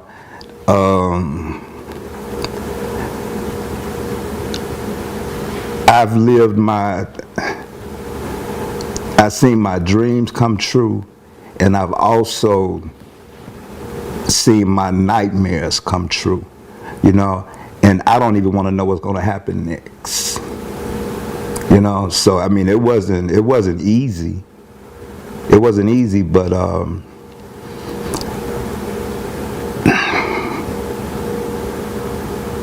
I remember one time years ago, man, me and you was chopping it up, and you told me, you probably don't even recall this. Mm-hmm. You said, Maroy, the game got high highs and low lows. Right. And I remember at that time, I was like, what the fuck is he talking about? Like, you know, I didn't understand it. But as I live my life and things go on, I understood totally what you meant. The game got high highs and low lows. Can you break that down to them? Well, like I said, I've lived my dreams, and I also live my nightmares. And I don't even want to see what's going to happen next. You know, like I said, I done seen niggas get life sentences for pimping. You know, so the risks and the rewards don't match anymore. So, what does a multiple pimp of the year, you know, a highly decorated street general from Chicago, do after you walk away from the game? What do you do then? You write a book. You know, you write a book about it. You know, The King, available now on Amazon.com. Go get it. Yeah. So that's all I do is promote my book and try to live a clean life. What made you name it King with this beautiful lady on the cover? Can you explain some of that to me? Well, it's about King Bert, you know, and I think that was the perfect name for it. Based on a true story by King Bert. Back title says, King is the story of how Kirkland Gaines rose to become top pimp in Chicago's seedy underworld. Fact. In an unapologetic account of what is known as the pimp game, King shows that dreams can come true, but the flip side to a dream is nightmarish. Tell us about that, man. What's the flip side to the dream? Well, the flip side to a dream is a nightmare. When I was in the game, you know what I'm saying? I'd never seen this day, you know. A good pimp feel like he gonna pimp forever, you know. But I didn't see that there was a curve, you know. And no.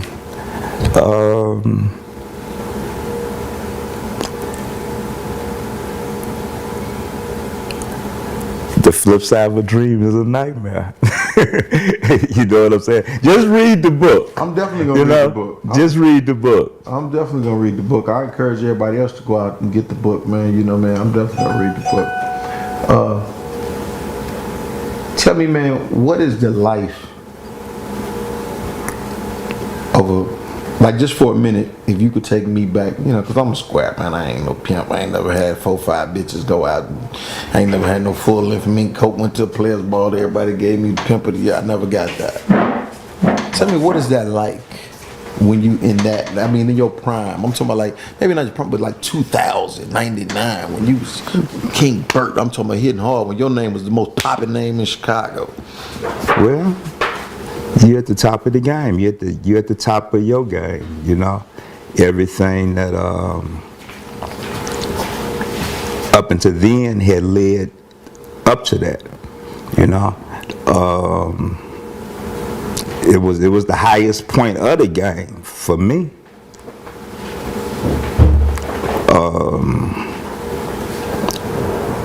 Remembering all the things that I did to get to that point, you know. It wasn't an easy climb, you know. And that's the point I was trying to make. Because Bert, every time I see you, everybody likes Bert. Everybody like King Bert. You're a lovable dude. You always smiling. You always happy.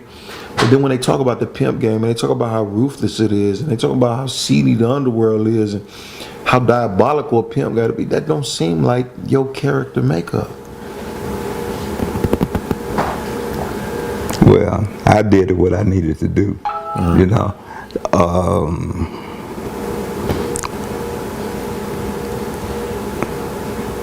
And I was exactly the definition of a pimp. Today I'm not, like I said before, you know, I live a clean life. But I was a definition of a pimp, you know. Do you think these new cats now that are currently in the game could navigate the waters of the game back then when King Burt was in his prime? The way that they pimp, we're not dissing nobody, but I'm just saying the way that they operate now. Do you think they could navigate through the waters? I don't feel like society, I don't feel like the world is different, you know.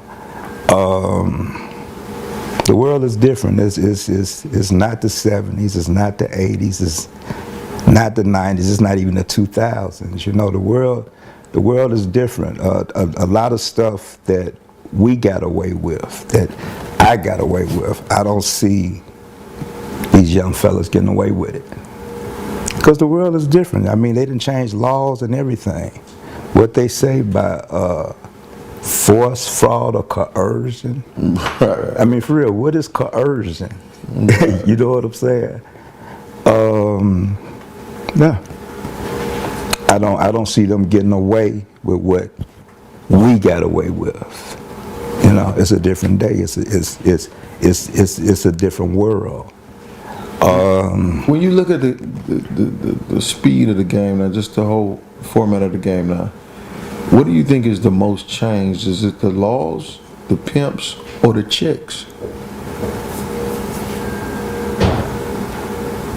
Just from your street IQ, if you looking at it and saying, I'm going to play, which one is most different now? Is it the chicks? Is it the laws, or these dudes is just more diabolical? Which one? Well, the world is different. The world is different.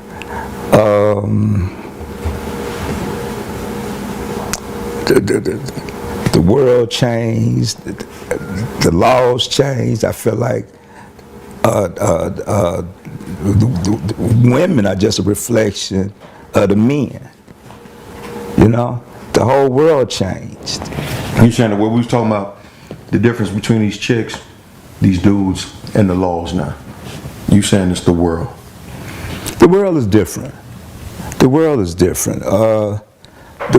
The world has got smarter, you know. So a lot of things, a lot of that old stuff that people used to get away with, they can't get away with it today, you know. You know, not that I promote violence, you know what I'm saying? But a pimp has to distinguish himself, you know, from a regular guy. You know, we talking about women that deal with men all day, every day. You know, so I mean, a woman has to respect a pimp. You know, and like I said before, in today's world, if the police come to your door and there's an altercation between you and your woman, you going to jail. You know what I'm saying?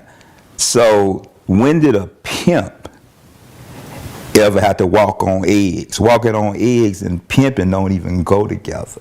Right. You know what I'm saying? You know, so I feel like that's what changed the world. You know what I'm saying? Yeah, that's part of it. What about people that say, well, pimping is a non-contact sport and you supposed to be finessing? I got a question though. What you gonna do when your girl call you a bitch? You know, and they like to do that today now. You know what I'm saying? What you gonna do? A pimp supposed to be like God to his woman. You know what I'm saying? What you gonna do when your chick call you a bitch ass motherfucker, a bitch ass nigga? That's what they call a motherfucker. You know what I'm saying? What you gonna do then? You know,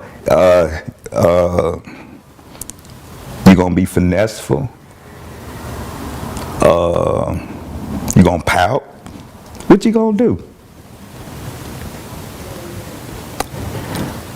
A pimp is highly respected, man. And like I said before, a pimp is God to his woman. She deal with men all day, every day, you know. So what's so special about you?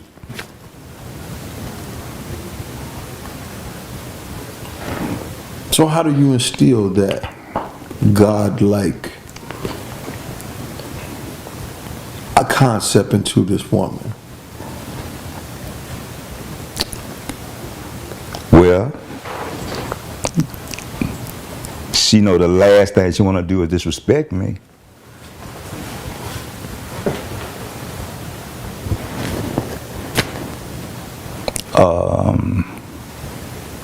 So all that talk about, you know, finesse, and that's cool and cute for the surface.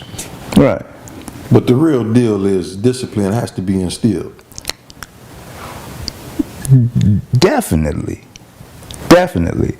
I'm not saying that it's all about that, but a chick supposed to have the utmost respect. A prostitute supposed to have the utmost respect for a pimp. You know what I'm saying? For her man. And it's crazy because nowadays you see on the social media these random prostitutes talk to niggas like they nothing, with zero respect. The world is different, man. You know, like I said before, I don't think that these guys would get away with what guys back in the day got away with. They gonna give a nigga 100 years, man. They gonna give a nigga 100 years.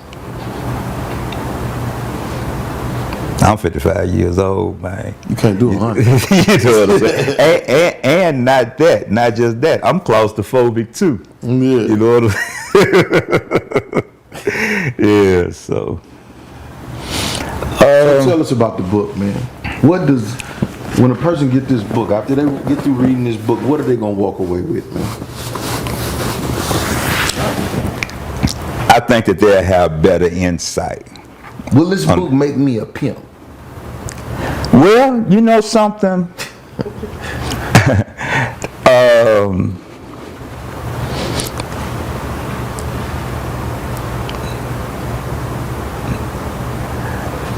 It's a cautionary tale, you know. I respect that. That's real for TV. It's a cautionary tale. You know, we read Iceberg Slim back in the day, right? You know, and we omitted the parts where he got hooked on dope. We omitted the parts where he did 4 prison stints. You know what I'm saying? You know, we just ignored that part. Exactly. You know, we seen the good parts. You know what I'm saying? Nigga, you did, you know, pivot at the bitch and drive Cadillacs and shit. You know what I'm saying? But when I read the book when I got older, I seen those parts. You know what I'm saying? Right. You know, so I think a smarter guy would look at this as a cautionary tale and to do something different. You know what I'm saying? Now, I might charge another cat up to pimp. You know what I'm saying? Right. Actually, I done heard guys say that, man, this make me want to pimp. You know what I'm saying? Right. You know, but like I said before, it's things in there, you know, that the discerning eye would see. You know what I'm saying? That would make a nigga think like, I'd rather do something else. So it's a good book. It's a cautionary tale. It's based on a true story. Those that know, gonna know. You know what I'm saying? And those that don't know, use your imagination. Bert, where you from originally? I'm from Chicago. Born and raised? Well, actually, I wasn't born in Chicago. I was born in Alabama. Okay. But I only lived down there 6 months, so I was raised in Chicago. Okay. West Side. Believe that. But I've been all over the country though. Ain't no you know, question. 38 states. I done forgot how many cities. You know. yeah. Ain't no question about that. So, what was your upbringing like? How did you become in the game? I know, of course, I'm familiar with the West Side of Chicago, but for people that are not familiar with West Side of Chicago, you coming up 60s, 70s. How did you get into the game? Well,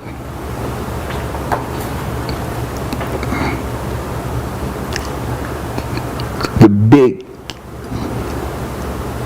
guys on the street was the pimps. It was the 70s, you know.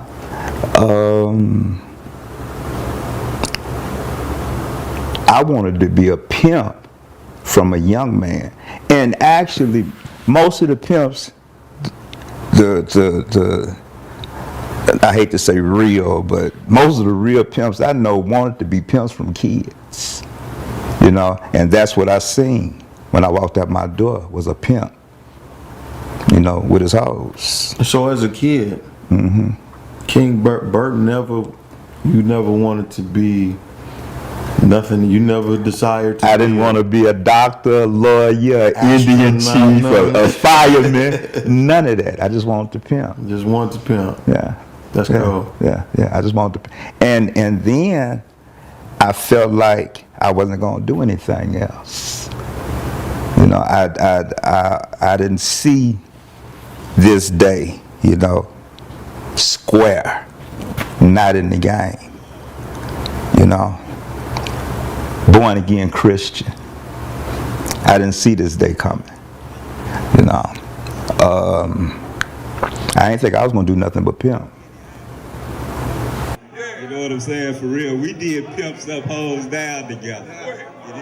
Yeah, Ken Ivey put it on the map. P. Walkie, you know, love this town, man. Too real for TV. You did.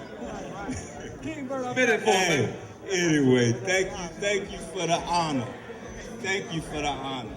You know, thank you for the honor. So for all you out-of-pocket bitches, you understand me, that want to get a new pimp, you know what I'm talking about? Yeah, you shopping and finger popping, now's the time to make the move. You understand me? I know y'all was wondering who gonna get motherfucking picked. Y'all see who got picked now, y'all you understand me, quit being chicken and start doing some picking y'all motherfucking self. What made you become a born-again Christian? What made you bring Christ into your life? Well, just my whole life adding up, you know. In the beginning, I believed in the game. The game was, well, you know, we talked about pimp gods and hoe fairies, you know. I believed in the game because I had success in the game, you know. I didn't believe in a God. Well, I guess I didn't understand it then, you know. But God has been there all the time. But I guess I've been spiritual all the time because, you know, the game is spiritual. The game is spiritual. You know, the game was like a religion to me. The game was my higher power. You know, having faith is just knowing that everything is going to be all right. You know, and when I was in the game, I knew I was going to be okay. You know what I'm saying? And that took me a long way. It took me 30 years, you know, that I was able to count on the game. You know what I'm saying? That's a hell of a career. Yeah, anything. Yeah. It took me 30 years. You know what I'm saying? You know, and did me well. You know what I'm saying? But at some point, it failed me. You know, and well, it just failed. It in the end. You know, at some point, the game The game failed me at some point, you know. When you say that, to me, on the outside looking in, it looked like you had everything. You know, I seen your cars, the chicks, the jewels, the fur. I mean, you like really had everything. The respect from your peers, the credibility from the streets. I mean, everything that a guy that wants to pimp right now desires to get. King Bert had it. I'm speaking about spiritually. You know. Okay. Being spiritually empty. You know. I'm speaking about spiritually. You know. I think that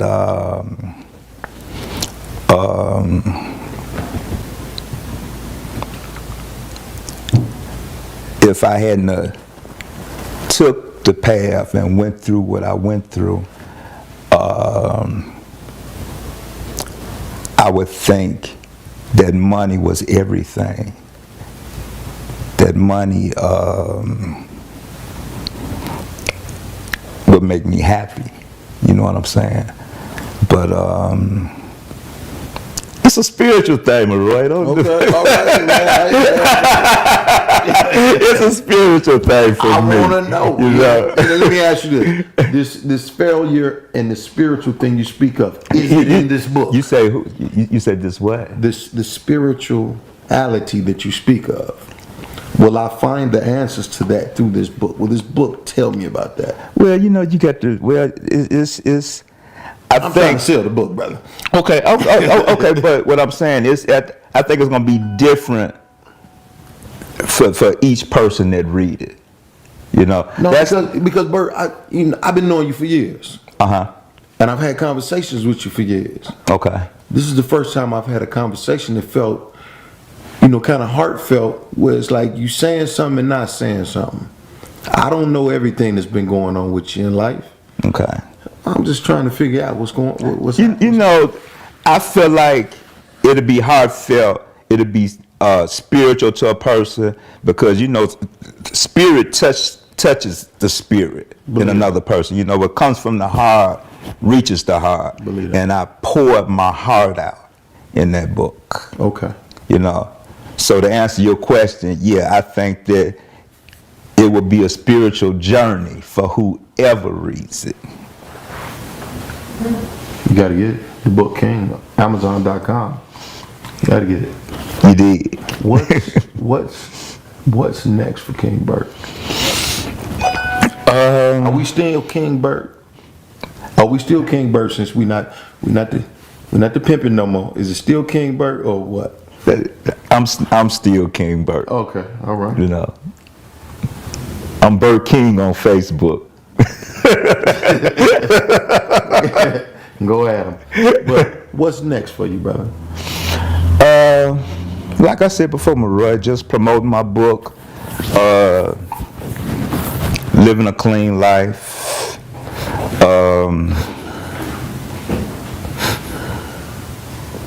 We'll see. You know, we'll see.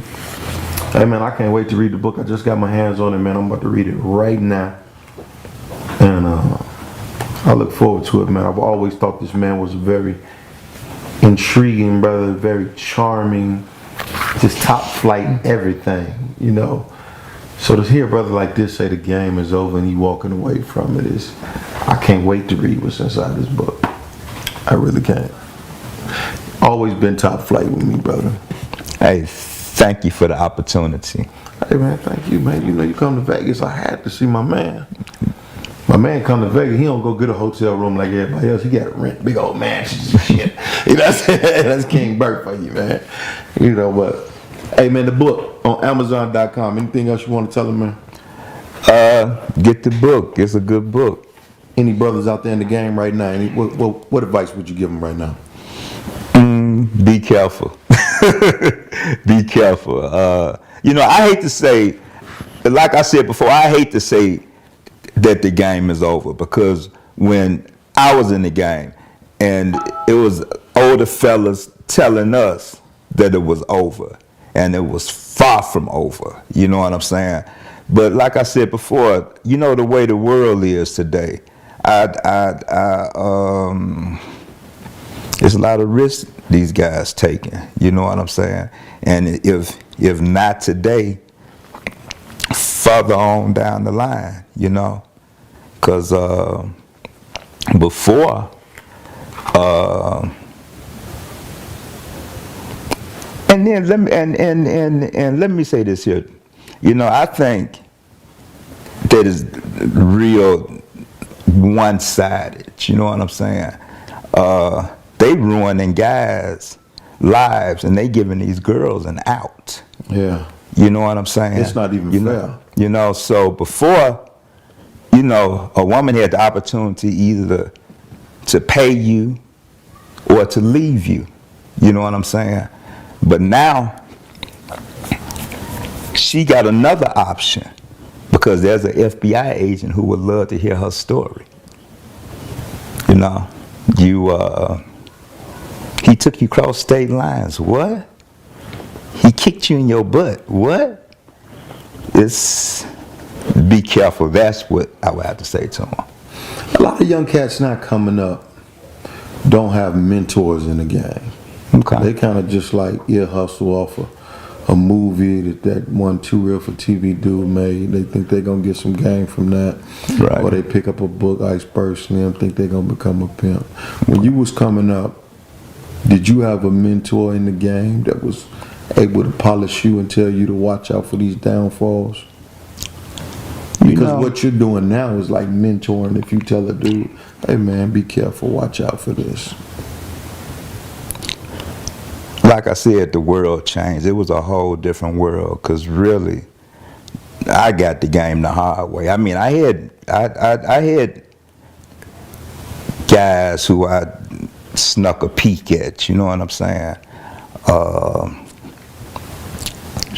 You know, like I said, I've been all over the country, you know what I'm saying? And I jumped on the highway young. So it's a lot of guys I can mention. But like I said, it's a whole different world out there today. It's a whole different world out there today, you know? And I got the game the hard way. I got it from the bottom. I started at the very bottom. At the very bottom. And I learned as I went. I'm not trying to test your spirituality with this question, but I got to ask. Okay.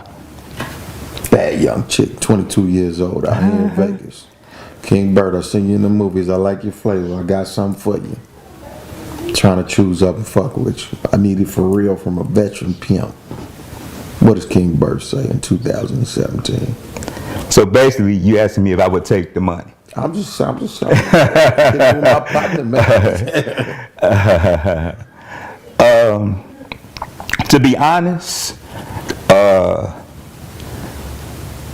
it ain't that I can't pimp no more, you know. That's my choice. I don't, you know. I still have chicks I used to have knocking at my door. But I tell them I'm saved, Maroy. I ain't in it.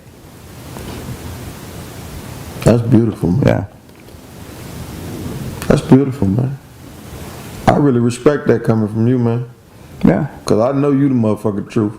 Yeah. Yeah. No, I ain't in it. You know. Hey, man, there y'all have it, man. That's Too Real for TV. Don't get much realer than that. King Bert exclusive, man. A new reformed, saved version of King Bert. Really speaking on some royal shit. Go get the book, King Bert. Amazon.com. Check it out right now. Church.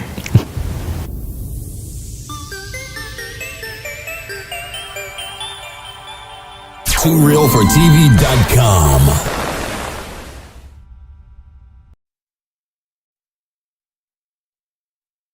Shit, nigga, what the fuck is wrong?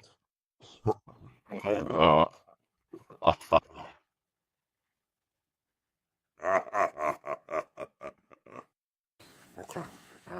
For her. Yeah, nigga, guess what, man? Hey, man, you know, for all you niggas, man, you know, some of you think that, you know what I mean, it's just some old world star hip hop, you know what I'm saying? Me, Pimping Ken going crazy and shit like that. Hey, man, let me tell you something, man. I'm from a motherfucking part of Milwaukee, man. East side of Milwaukee where, you know what I'm saying, niggas, they tell over there and shit, you know what I mean? Niggas ain't all solid. You know what I mean? It's some snitches and some hoe ass niggas over there, you know what I'm saying? Me, but at the same time, if I bring one of them niggas over to the motherfucking hood, I'm like, JD, this my nigga. And JD be like, yeah, well, he your nigga, he our nigga. And the nigga turn out, man, to be not solid. You know what I'm saying? I'm responsible for handling that nigga. You know what I'm saying? If I endorse a motherfucker, you know what I'm saying? Like, for example, you know what I'm saying? This my man, you know what I'm saying? T.I. You know what I'm saying? You know what I'm saying? This is my book. This is the 48 Laws of Game. You know what I'm saying? This is the #1 selling book in the country right now, as far as urban books, the 48 Laws of Game. You know what I'm saying? Which is sold, you know, all over the world, Pimping.Amazon.com, Barnes and Nobles, everywhere. You know what I'm saying? Motherfuckers get this book. I got this nigga actually in my book. You know what I'm saying? So, therefore, you know what I'm saying? I'm not just coming at T.I. or 50 or Nelly or none of these niggas on no disrespectful manner, right? These niggas is actually niggas that I have fucked with at one time. You know what I'm saying? T.I. say he a UGK alumni. He all back down. Be it. Hey, what's happening, homie? TIP, man, the king himself speaking. You dig that? Valedictorian of the UGK alumni. Alright. Does with the Chronic.com. That they seem to really look to connect to UGK. It's almost like a badge of honor, like, you know, a stepping stone. To get UGK on your record is really like a stamp. The Chronic.com on the video with my nigga Pimp C. You understand what I'm saying? You know, this nigga say, you know what I mean, he follow Pimp. So therefore, you know what I'm saying, I'm thinking, you know what I'm saying, if he follow Pimp, then, you know what I'm saying, this nigga, you know me on some Pimp shit, because he called himself the Pimp Squad Click. But yet the nigga got the #1 trick motherfucking song in the country. It ain't tricking if you got it. T.I., it is tricking if you got it, my nigga. You know what I mean, nigga, you know what I mean? I know that, you know what I mean, you don't understand what the pimping is. But you should have did what Pimp C did. All you niggas should have did what Pimp C did. What Pimp C did, he got with me. Be it, man, that game, they're old, man. They're going to they're still to the game. And you know, man, Kenny told me this, man. Say, man, guess what, Phil? You know, you ever read the book on Horny? I said, no, Ken, I ain't never saw the book. When he said, yeah, because the hoes back it up as they go, man. Yeah, church tabernacle, bitch. Ain't no book on Horny, bitch. Church. You know what I mean? When you look at the movie The Best of Both Worlds, or you look at Ask Jeezy. When me and Jeezy and Zero and Von, we was at the motherfucking video shoot, at the Get Thrown video, everything Pimp did, he asked me pimping. You know what I'm saying? Is this correct? Is this politically correct? Is this how you niggas, you know what I'm saying, the game do? And I was like, yeah, Pimp, that's straight, man. You know what I'm saying? I mean, you know, you got it, my nigga. You know what I'm saying? So if you call yourself the Pimp Squad Click, then you turn around and you do some shit that ain't pimping, then you know what I'm saying? You got to understand that the pimp niggas is gonna come at you. You know what I'm saying? Niggas that's in the game is gonna address the issue, and I'm addressing the issue. You understand what I'm saying? Because I have to. My nigga, I watched you, Jermaine Dupri, Nelly, Floyd Mayweather, in the club at the Onyx do the tip-a-thon. You know what I'm saying? You niggas stole away $100,000 in tips. $100,000 in tips. Just gave y'all money away. You see what I'm saying? Man, you know what I'm saying? Ain't nothing wrong with that. But when you call yourself the Pimp Squad Click, and you bet you know you said you're pimping, and when you know you in the best of both worlds, you see how you should get a hoes half houses, and the hoes, you understand me? You understand me? They you know what I mean? Go out there, they sell it, they bring the money back. Okay, well you expect the lifestyle that's based on, you understand me? A nigga getting money, you understand me? From a bitch, and not give the money to a bitch.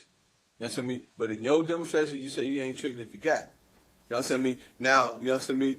You know, it's a lot of shit that niggas do. Like, my niggas calling me from the joint, right? This is straight up, T.I. I just want to give you some advice. I'm not trying to shit on you.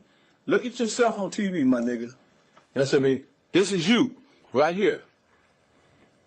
On the internet. This is the internet. Hey, what's happening, y'all? Look at you, my nigga. This is about another kind of tip. They can help our mothers. Are you helping the police out, Tip? You helping the police out, my nigga? This nigga got his own police line, man. What the fuck is going on? It was called Crime Stoppers in Atlanta. Man, come on, man.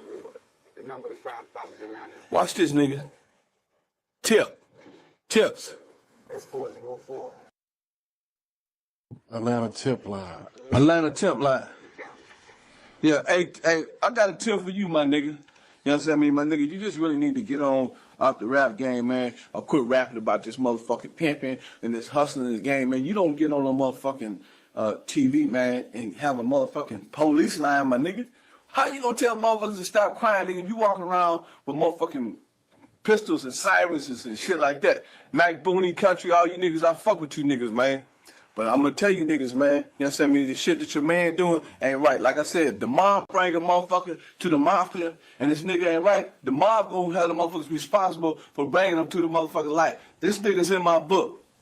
You understand me? This nigga's in my book, man. You understand what I'm saying? So definitely, I have a motherfucking disagreement with this shit. Here goes some more shit, my nigga. What this nigga had in the courtroom, man? See. Man, I like T.I.'s music. T.I., you cold in the motherfucker, man. I just want to get an understanding because Busta Rhymes didn't go. This is dope, man. You know me, nigga. You said in your song, I'm known in the hood like the neighborhood dope, man. Well known in the hood like the dope man, phone number. Rolling the thing, I can throw some 20 bowls on. Nigga talk bad about the man, but I don't wonder what's Known in the hood like the neighborhood dope, man. You said that, nigga. You sent me a Bankhead, hood box office, the courtroom, man. Put it on. You know, nigga sent this to me, man. You know, I just got turned on in this shit, man. Hold on, man. We already played that. That was a courtroom. The courtroom. We always that's it. We want to sell some money, so you know. That's nigga. That's all I'm gonna keep it online. We did play the whole thing. Yeah. I bet it's from the T.I. You just had it. That was court in court. T.I. in court.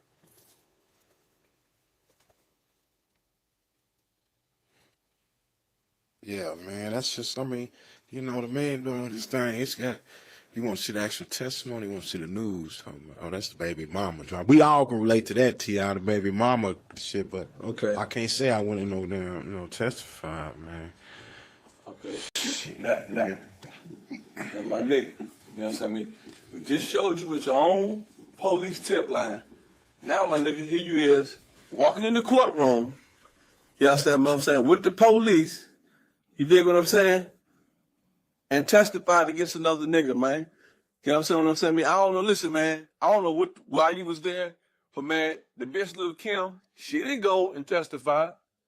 You know what I'm saying?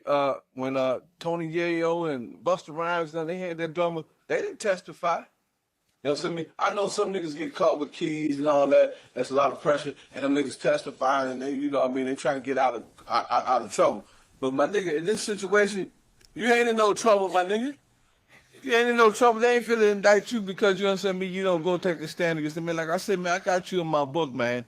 You know what I mean? Niggas is questions about me. I'm just trying to clear my name, let motherfuckers know that I don't endorse that shit, man. You know what I'm saying? I don't endorse it. And you got to explain this to the world, man. Sure he is. Throughout all this conspiracy, you know, some of the first things you've got going on in the entertainment or interesting the real bit. Yeah, you're right. I'm still here, but this is about the game.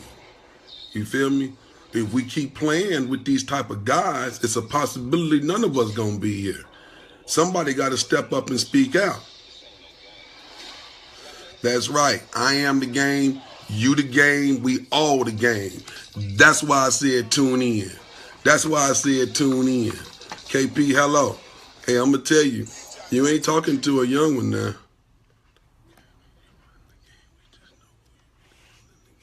That's right.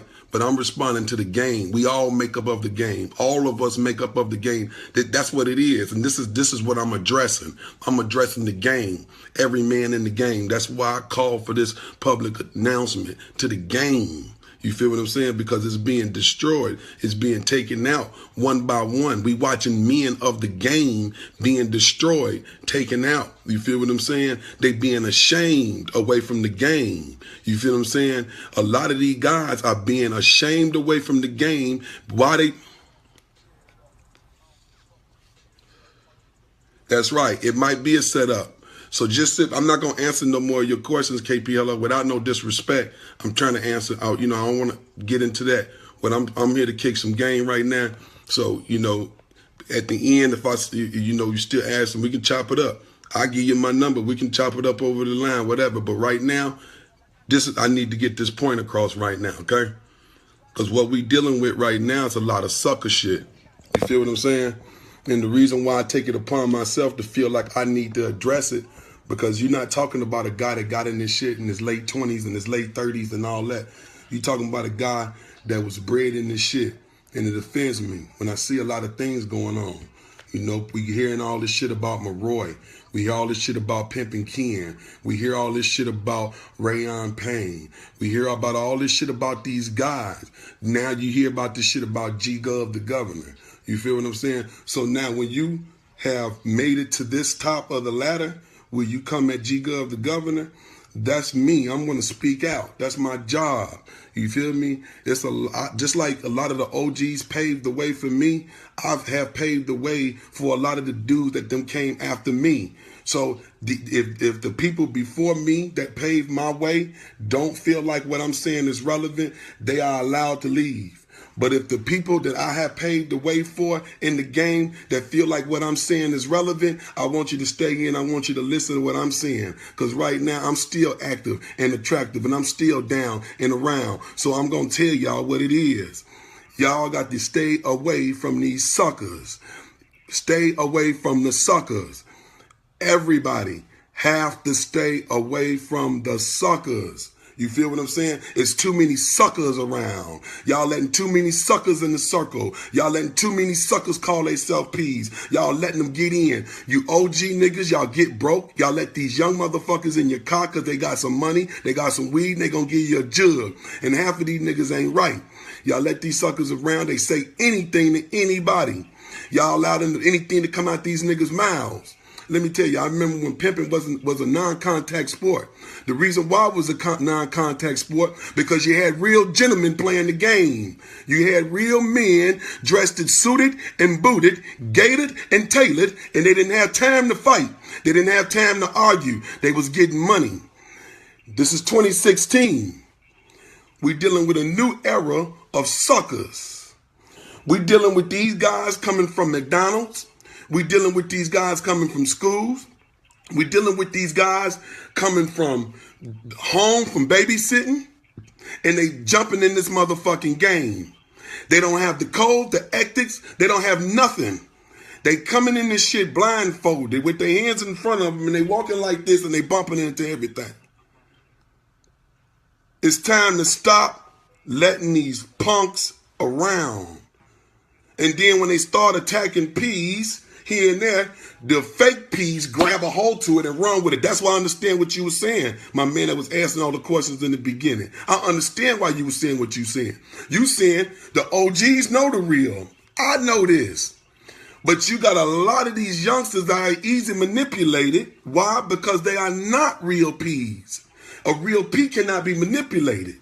But you got a lot of these young guys that's getting in the game that's being manipulated by lames and suckers because they not trying to follow the P. They want the money. They want the image. But can you follow the lifestyle? Do you have the mind? Do you have the willpower? This shit is a lifestyle. A lot of y'all hate on the bishop, but you dumb motherfuckers don't listen to him. That man got 100 years worth of game in his head, and he told you dumb motherfuckers a long time ago, this is a lifestyle. You eat, sleep, dream this shit. So if you motherfuckers out here on these dumbass sites, looking at sites, and ain't in the streets, shame on you for calling yourself a man in the streets or calling yourself a P. Shame on you. You're garbage. Real niggas get information on the streets. We don't get no motherfucking information from the motherfucking internet. Like, I'm from Chicago, nigga. When a nigga said a nigga was a snitch, a nigga walked up on a nigga with his paperwork. And them niggas had the motherfucking pistols at hand. You think a nigga a rat, you supposed to kill him.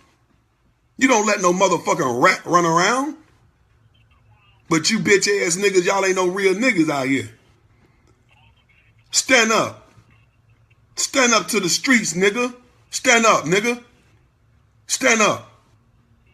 Nigga, I've been in this shit all my life, nigga. You niggas ain't no stand up niggas, y'all some bitches. And I'm not talking to the real niggas. The real niggas gonna stay. You bitches gonna log the fuck off. Because you know G Guz speaking. And when I speak real. You niggas calling Maroy a snitch and a rat. Maroy ain't no motherfucking snitch. If you got your ass on that motherfucking DVD and got knocked off, nigga, you got your ass on that motherfucking DVD and got knocked off. You think Maroy got time to go over there and hand fucking documentaries to a fucking federal agent and play with these people? No. And if he was, guess what? Everybody would have been gone. You niggas know goddamn well Maroy ain't no motherfucking snitch. You niggas know motherfucking well Michael Maroy from Too Real for motherfucking TV is not no motherfucking snitch, and you niggas know that. So why is y'all playing with that man? Why? You niggas run around here and call Pimping Ken a snitch. What motherfucking proof do y'all got that Pimping Ken is a snitch besides a nigga saying it? You niggas call G Gov a snitch. What motherfucking proof do you got that G Gov a motherfucking snitch besides a punk ass nigga saying it? And we've been watching all the trickery that this faggot been playing for too motherfucking long, and everybody running to this site looking at this old bum ass trickery shit. Are y'all some goofy motherfuckers or what? Y'all got to be the goofiest clown ass niggas I ever seen in my motherfucking life to believe any of that motherfucking shit. Y'all some clowns. And I tell any one of you niggas in y'all motherfucking face, niggas know me. I've been cross country with this shit for real in every ghetto. Every motherfucking ghetto, nigga. I'd have been shot in 2 different cities, nigga. Man, you niggas need to get y'all motherfucking game together. 90% of you niggas smelling like motherfucking pee. The other motherfucking 9% sitting around looking home and don't know what the fuck to do next. The 1%ers is scared to speak out because we too real. We too real to speak out. We too real. You know what real is? Let me wake y'all niggas up what real is. Real is short for reality. Real is your motherfucking reality. That's what real is. Real is your reality. My real and your real can be totally different. Why? We have 2 different realities. So all this shit nigga talking about a real nigga, find out who you're fucking with. Find out if y'all got the same reality. That's when you can go off and do a crime with a nigga and say, he real. We face the same reality. But if this nigga's reality is not wanting to do 100, that's his reality. Don't go do the crime with the sucker. Now that's what real is. Since you niggas always talking about what real niggas is. Me, I'm a real nigga. I face reality. I have never done nothing that I ain't willing to stand the fuck up for. Absolutely nothing. If I say I made a mistake, I'd be lying. Because mistakes is for motherfuckers that don't think about the shit that they do before they motherfucking do it. That's a motherfucking mistake.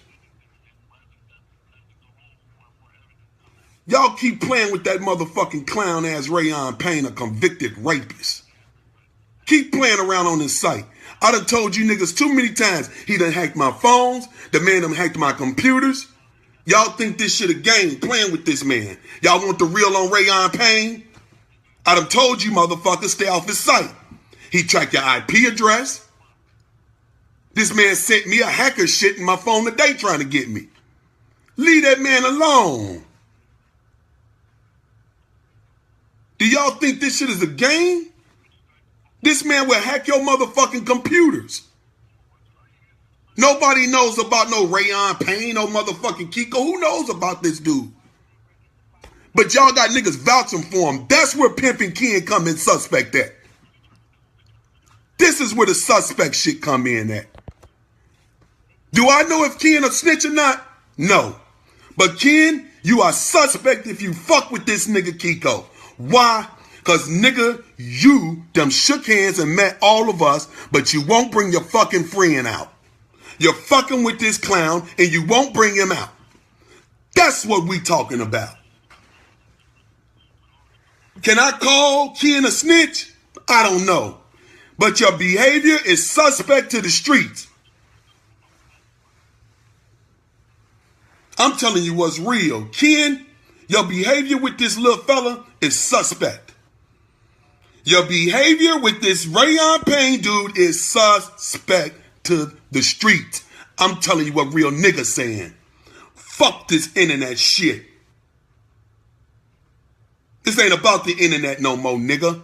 You suspect on the streets and you're fucking with this nigga that don't nobody motherfucking know, man. Nobody know this dude. He playing on computers. He's hacking shit. He's tagging Homeland Security and federal agents in his post on motherfucking Instagram. Who does this shit? Who does this shit that this man is doing? And y'all playing with this man? Y'all need to share this shit so niggas will know to quit playing with the motherfucking peoples, man. Yeah, I'ma crack jokes and laugh and go right back at them because I know deep down inside, G-Gub, he ain't doing nothing, man. I just got out the motherfucking feds. My case was about cars, okay?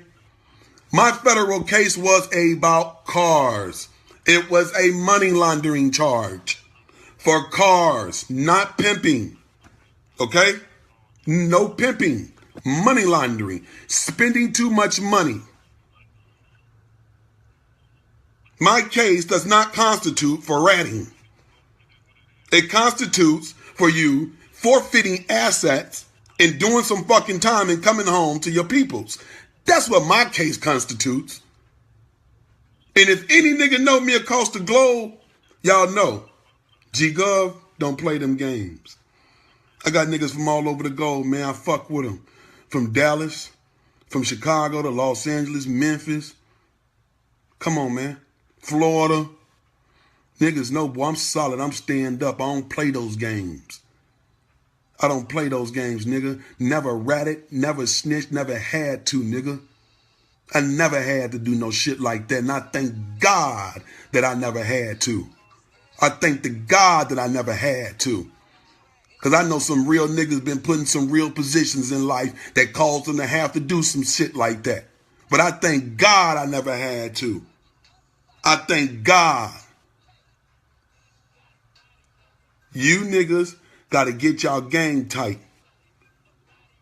If y'all want to see this game stand tall, when y'all see suckers like that around, block them out. Block them out. You block out snitches, you block out rats, you block out haters, you block those niggas out. They're no good for nothing. Let me tell you a good saying. A rat will always let you know who the snitches are. So if you're on a website that's telling you who snitches is or supposed to be snitches, you have to think one time to yourself, where is he getting this information? Now, by me being a victim of his games, I know 90% of the shit he put up is garbage because I'm a victim of his games. Now, in 2012, when I came home from the feds, Pimping Ken and Kiko called me on the phone on three-way. Ken called me on the phone with Kiko on three-way. I'm talking to Ken, not knowing that they is recording all my conversations.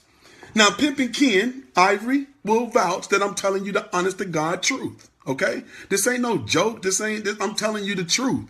Ken will vouch for this, okay? If Ken was here, y'all can tag him in so he can come in and look and he can say what he want to say right now. I stay on here long enough for Ken to get here. But Ken will tell you, he called me on three-way with Kiko on the phone. I listened to them on the phone for a minute. While I'm listening, I realized that this man got me on the phone with the police. So I tell Ken, look, y'all call me back. I hung up on them niggas. Ken called me back 10 minutes later with this man on the phone. Hey, man, let me call you back. Click. The calls continued for damn near 3-4 days straight trying to get me to talk with this sucker on the phone. So finally, I get on the phone, I'm listening, but they going in on Maroy. Now they mad at Maroy. This is some of the extent. Now, where Kiko come from, a lot of niggas got their speculations where he came from. I say this. You come out, you meet people, and then if you want to go in and hide, that's cool because at least you got a lot of people that know you. You can't just come to the streets. You can't just pop your name on the streets behind the computer and think, but anyways, I just don't understand none of this. But y'all can understand it because I'm going to tell you. They called my phone several times. Why? I don't know. Talking about Maroy. So now they tell me on the phone, Kiko, Gov, you're going to, can you help me set Maroy up? Help you set Maroy up? What do you mean help you set Maroy up? The fuck is you talking about? If I'm lying, I hope God kill me. I'm telling y'all the honest to God truth. Ask me to help set Maroy up. Help set Maroy up? What the fuck is you niggas talking about? So I end up starting this. I immediately, I'm a goon. I go dead off. Man, fuck you hoe ass niggas, you bitch ass niggas. Ken, you got me on the phone with some shit like this, nigga? Man, you niggas, who the fuck you niggas think y'all playing with? Man, you niggas gonna get hurt and I hung the phone up on them niggas, okay? Bam. It called me back again. Said, hey, you're gonna set Maroy up or we're gonna go on the internet and tell everybody that you're an informant and that you're a rat. Nigga, I don't give a fuck what the fuck you tell a nigga I am, a informant, a rat, nigga. Nigga, I ain't no motherfucking bitch. Ain't no motherfucking way in the world you niggas are ever getting me to pull some bullshit like that. So I hung the phone up on them again. Listen what I'm telling you. Every word that I'm telling you is real deal. I don't play these games, man. I don't play wordplay games. I don't talk slick. I don't play these games, wordplay. I talk real, okay? I don't talk the bullshit. Y'all know me even in the pimp game. Y'all ain't never seen me walk up on no bitch. Yeah, da. It's real with me. I kick real words, okay? But let me finish. So I hang the phone up on them niggas after checking basically both of them. Ken for putting me on the phone with this clown and this clown for disrespecting me like that, asking me some shit like this. So, bam, I tell Maroy what's going on. Man, these niggas talking about they want me to set you up. He said, what you mean? I said, man, I don't know, man. Shit, man, you know me, I hung up. I'm trying to really figure out what the fuck they mean. None of it sound right. Shit, period. You feel me? So then, Maroy, I'm sorry. Then, I started getting funny emails. Now, I'm going to be for real now. I was a fool on the computer. I'm just coming home from the feds. The computer's really what, I wasn't no computer savvy nigga. So I done clicked a couple of his links that he tried to fake edited documentary scenes of Charm having sex was fake. He admitted to me that was fake. He laughed and everything. He admitted. So he trying to send shit over in my email, but me being so, uneducated about the computer, I download the shit. Bam. He hacked my computer. He ended up hacking my phones. So I'm not knowing my computers and shit is hacked, okay? I started figuring the shit out because he hacked my Facebook. He had actually, and I found out after doing some research, he hired some motherfuckers from India to hack my motherfucking Facebook and change my panel on my Facebook where I couldn't hit my settings. They had to change the interface. I mean, the boys is cold, okay? This is what I'm trying to tell y'all. I'm giving y'all some game about this motherfucker, okay? If you go on his site, he drops cookies in your from your website and he tracks your computer. He gets your IP address and from there he starts the hacking process, okay? This boy, he is sophisticated, okay? He knows I know everything. This is why he's really attacking me. He know I know everything now, okay? Now, me not being computer savvy, my phone is hacked and my computer's hacked. Now, how I found out was through my Facebook. So now, this is where the recording came in. I call him up because I know he hacked me. I kind of started putting two and two together. This clown hacked me. I'm sorry. This is how I found out he hacked me. I was on the phone with Maroy after playing him for 2 weeks. I made him think that I was cool with him. Yeah, we cool. Yeah. So he started feeding me information. That's when he started telling me about the fake charm shit and how he paid people off to do interviews. And that's when he started coming. He was opening up. He was basically opening all his schemes. Ken knows all his schemes. Ken knows what he does, okay? Ken knows. All right? So this ain't nothing this can be confirmed. If y'all tag Pimping Ken in to this live, Ken will tell y'all that I'm telling y'all the truth. I'm not down talking Ken. The only time I'm down talking him when I say, Ken, you suspect from fucking with this nigga. And I told Ken that at Big T Bazaar in Dallas when I seen him face to face. Okay? I was heated. Okay? All right? I was heated. I was real heated. Okay, at Big T. He'll tell you I was real mad now. Okay? It was by the grace of God we left that like we did. Okay? Thank you, Jesus. Okay? I seen Ken at Big T. I told Ken to his motherfucking face, dude, you fucking with that nigga, you suspect. Period. You fucking with this clown, you are suspect. Okay? That's when he told me, I don't fuck with him no more. I don't fuck with him no more. I don't fuck with him no more. He said, I don't fuck with dude no more. That's what he told me. I don't fuck with him. I don't fuck with him. I said, well, why don't me and you go on camera and tell these people we don't fuck with him? Let's stand up for the game, man. I said, you brought this motherfucker around. Since you brought this clown around, Ken, me and you go on camera and tell the people that fuck this nigga Kiko. We don't fuck with him. You know what Ken told me? No, because he's gonna start to target me. Okay? Ken told me, when I told Ken, okay? I remember you back in the day at Big T Church. Hey, listen. Church, I'm definitely going to do that. Let me tell you. I told Ken, I said, let's go on camera together and let's squash this nigga. Let's let the game see that we're not going to let nobody little rag dog come in the game and disrupt it like this. He told me no. He said, because dude's going to go after me. Okay? When Ken told me dude's going to go after me, I knew then, okay, Ken. I knew then that he's weak. At whatever reason, man, he weak. Okay? All right? He's weak. It's a weak man. Cold, man. All y'all. Because he got it all, you niggas, and all you niggas bow down. All you niggas bow down to that piece of shit. Y'all bow down. Y'all bow down. Anyways, now that I know my computers are hacked, I spent about $2,500 getting my computers cleaned up. He got my phone. I got my phone cleaned up. Boom. Now, about a year ago, they tried to pay Marvelous Rich $500 to snitch on me.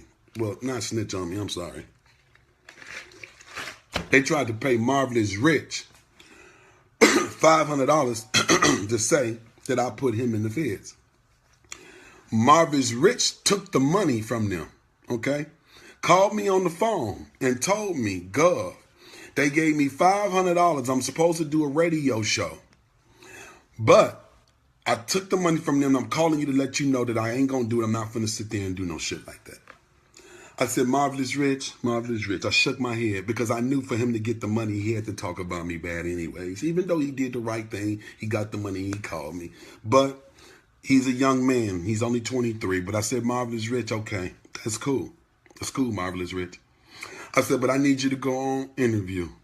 And I said, I need you to go ahead and tell what happened, okay? So after they realized that he took their money and played them, that's when Kiko and all them called the jailhouse, told the people that he had a cell phone, trying to get him popped with the phone so he couldn't do the interview with me. Just so happened I got the interview. Okay, the interview is very damaging on both ends. Okay, I never put the interview out, and the reason why I never put the interview out because it's detrimental. Okay, it's a deep interview. Okay, let me tell y'all, man. As I'm going through what I'm telling y'all, I want y'all to always remember, man, block these suckers out. Block these lames out. You see people like Kiko's, niggas that fuck with them type of guys. See, this community is small, Okay, it's always was a smoker. We was able to go cross country. I remember back in the days traveling the highways, man. You get in the car, man, you ride to the next city, you get on the phone, niggas show up with the weed, and man, this is what's happening, boom. But everything was, look, if you ain't been in the game 20, you might not really know what I'm talking about. I'm talking about going from one city to another city, getting up with a nigga, having true love. It was real. You feel what I'm saying? That's the community we need again. See, and if there's some women on here looking at this too, I'm going to blame some of you motherfucking hoes out here playing these fucking square ass niggas too. Y'all go out here, y'all give y'all money to these sucker ass niggas, and then they get in our motherfucking circle because they got 2, 3 of you dumb ass bitches paying them, and we let them in like another dumbass. They break 2 barriers. They first broke the hoe barrier, then they break the pimp barrier, and now we invaded with a bunch of suckers. Y'all paying these suckers, man. Keep y'all motherfucking money in your pocket till you find a real one. Hold that motherfucking money. Stack it up. Put it in the motherfucking pillow till you find you a real one. Because when he get it, he going to respect you and what you doing and everything you doing for him. Stack that money up. Quit running to the cute nigga because the nigga cute, or the nigga got a nice car, or he's selling the biggest bag in the hood, or his pants sag, or he got a Gucci belt. Quit paying these squares, man. Y'all infiltrating us too. Heavyweight hoes paying these squares, and then these squares get around us riding these big whips, big chains, big rollies, and these niggas suckers. Hold your money, man. You ladies hold that money and wait till a real one come. You can give it to me.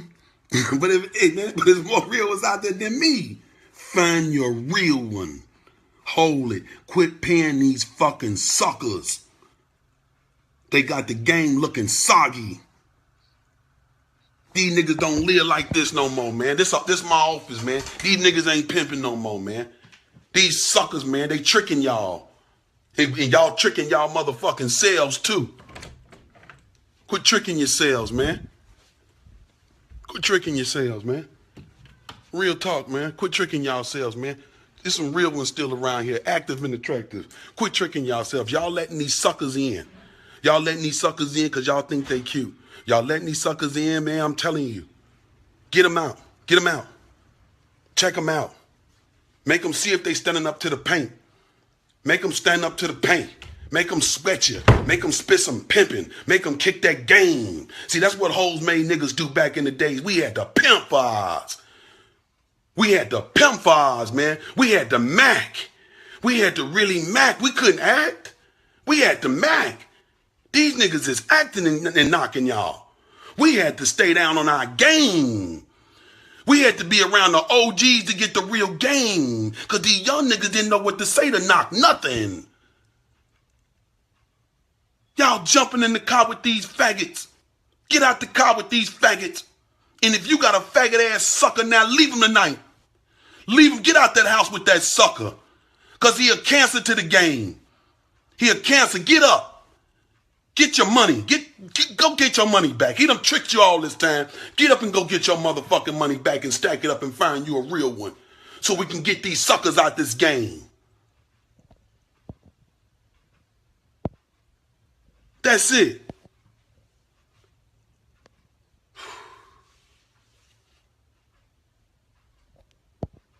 I'm telling y'all, man. I'm telling y'all, man.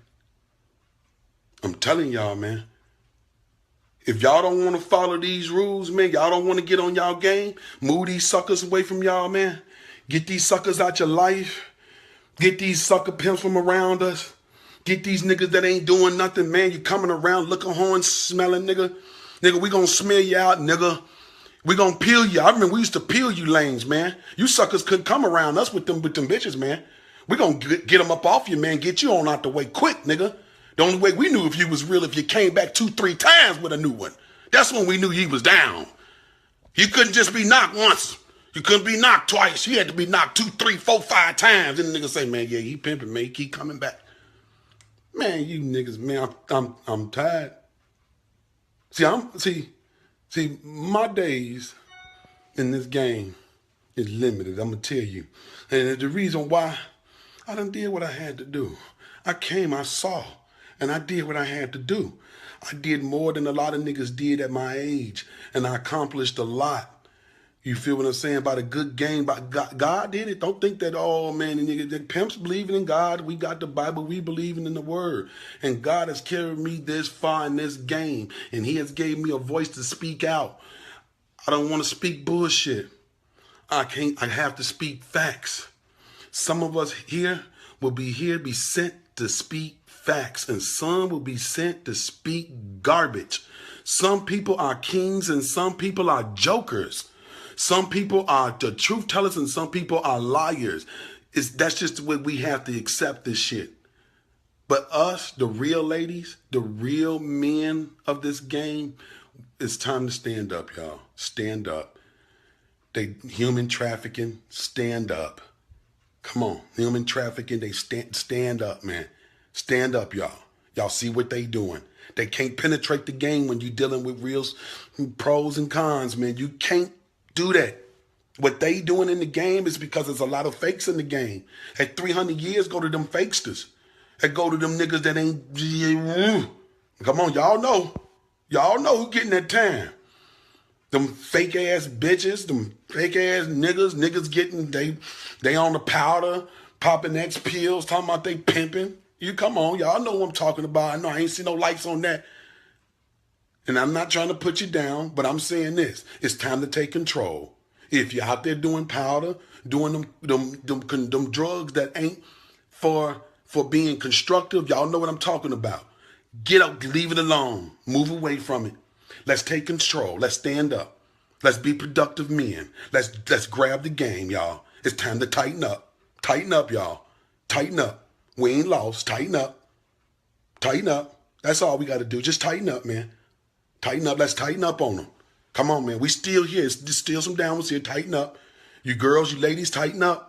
I love y'all, all y'all. Y'all think I don't, man. Y'all think I'm just a hard crew of nigga, man. I love the game, man. I love everybody. I love the whole game. Tighten up. When I say tighten up, I'm being for real. I love the game. See, if some of y'all on here that know me, y'all know how I am, man. I'm passionate about the game. That's why when the trophies went on, I had to tell that I'm passionate about it. I love it. You feel what I'm saying? If I died today and they say G Gov died, man, he was pimping, man. Cool. I'm cool with it. I'm comfortable with me. I'm comfortable in my skin. You feel what I'm saying? I done a lot. But y'all got to tighten up, man. Let's tighten up out there, coast country. Let's lock the game. Let's lock it down right now. Let's lock it down. If y'all know a nigga playing with them type of people, y'all got to go and shy away. Let the fans have them. Hey, man, let the fans. We see some of these cats talking about, let the fans have them. But the game, we got to stay tight. We got to stay tight. Let the fans have these guys. Let them have them. It's okay. It's all right. We ain't lost nothing. We ain't lost nothing. We ain't gained nothing. You feel what I'm saying? We all an image of ourselves, but we hold the image together. You dig what I'm saying? So sometimes we just got to let them have them. Let them go. We got to let some of these dudes go. They ain't doing right. They ain't looking right. They ain't standing up strong. They not representing this game. They only want to represent themselves. Let them go. Let them suckers go. Because we know deep down inside, this is something that is collectively done, man. This is probably one of the biggest congregations it is in the world, man. You heard what them folks said. Number one in profit. Number one in profit. Understand. Get your business. All the time, oh, nigga pimping, he got him a business. That's a lie. I don't give a fuck what you're doing. You're pimping. Go get your business. Go get your business. Quit buying the rims. Go get your business. It's okay to get a business, okay? It's okay to go and get your little money over there and come on over here and open up something and be successful. It's okay to graduate. It's okay to step your game up. Don't listen to that. All that drag they try to tell you, I mean, you got to be a real pimp. You got to be straight laced pimping, only checking it out the bitch. I thought all that dumbass shit too until I had $500,000 stacked up. Goddamn it, and the feds running up in my motherfucking house, and I said, damn, I should have opened up more businesses while I'm being scared. Don't be scared, be intelligent. Take that money and be intelligent. Do something right with it. You feel me? Don't let these niggas drown your head with the bullshit part of the streets game. It's bullshit niggas. Let me give y'all some history. I've been on the street since I was 8. I used to sleep in cars. Niggas from Chicago, if y'all here, give me some thumbs up. I used to sleep in cars, okay? Slept in alleys in my car at 15 and 16 and 17 years old, okay? I used to ride the L train from one side of Chicago to the other side of Chicago, okay? All right? I didn't have anywhere to go. I used to keep my clothes at the cleaners. I would wake up in the morning, go to the cleaners, get my clothes, and walk to my grandmama's house when she was at work and take a shower upstairs and leave so would nobody know I was there, okay? Now I would hit the streets clean with jewelry on. Niggas didn't know I was homeless or young homeless because I stayed clean. Now, but let me tell you, I stepped my game up. I left Chicago and came to Dallas, and I said I wanted something, and I seen something, and I took something. You feel what I'm saying? I applied all the game that I learned from the streets, and applied it to the streets, okay? And I made something, okay? Ain't too many of us lucky like this, okay? Don't too many of us can take it to like that. I'm telling you, it takes a man to do this shit. And if a nigga think it take more than a hoe and a money, it takes a man to do this shit. I know more niggas had more hoes and more money and wasn't doing a goddamn thing. I had lesser hoes, but I had money and I had a brain with my money. You understand what I'm saying? So I want y'all to know, man, listen, man, don't, when I say the streets, been in these streets, listen, 17 years old, went to the juvenile home, did a year there. I escaped the juvenile home, okay? I ran, left, called them back when I was 18, okay? Hey, man, let me tell you, got shot twice. I've been popped here, been shot twice, St. Louis and Dallas, okay? Man, I got a history in the streets. I got a history in these motherfucking streets. In these streets, I got a history. My history is the streets. Okay? I came to Dallas. Okay? Got money. Caught my little fed time. You feel me? Cool. Came home. Still bossed up. Still bossed up. You feel what I'm saying? You have to you got to use your mind, man. Quit being followers. Be leaders. Use your mind. I am a leader. I've never been a follower. I am a leader. Okay? I'm a leader. You have to be a leader out here, man. Lead. Quit following so much, man. Quit following. Hey, man, I appreciate everybody, man, for tuning in, man. And I hope at any point, if y'all got any wisdom, knowledge, and understanding, man, about what I'm telling y'all, man, listen, man, close your brain to the sucker shit. You young peas, y'all growing up in the game, y'all not going to be able to get it right if y'all take your brain and let it soak up sucker shit. You gotta be a hard head, but a soft brain. You feel what I'm saying? You got to have a hard head, but a soft brain. You can't just let niggas, man, take you off, all right? You talking about men that's been in these streets a long time, man. I got real long years in these streets, man. I never folded on nothing, man, okay? All right? I want y'all to know that, and I love everybody out here in the game, man, and y'all keep playing it strong, better than ever, man. And guess what? For that cocksucker that said I was wearing fake diamonds, man, y'all go to my motherfucking Instagram, G-Gov the Governor, the Diamond Tester man on it. I play for real. Church. A Too Real for TV exclusive.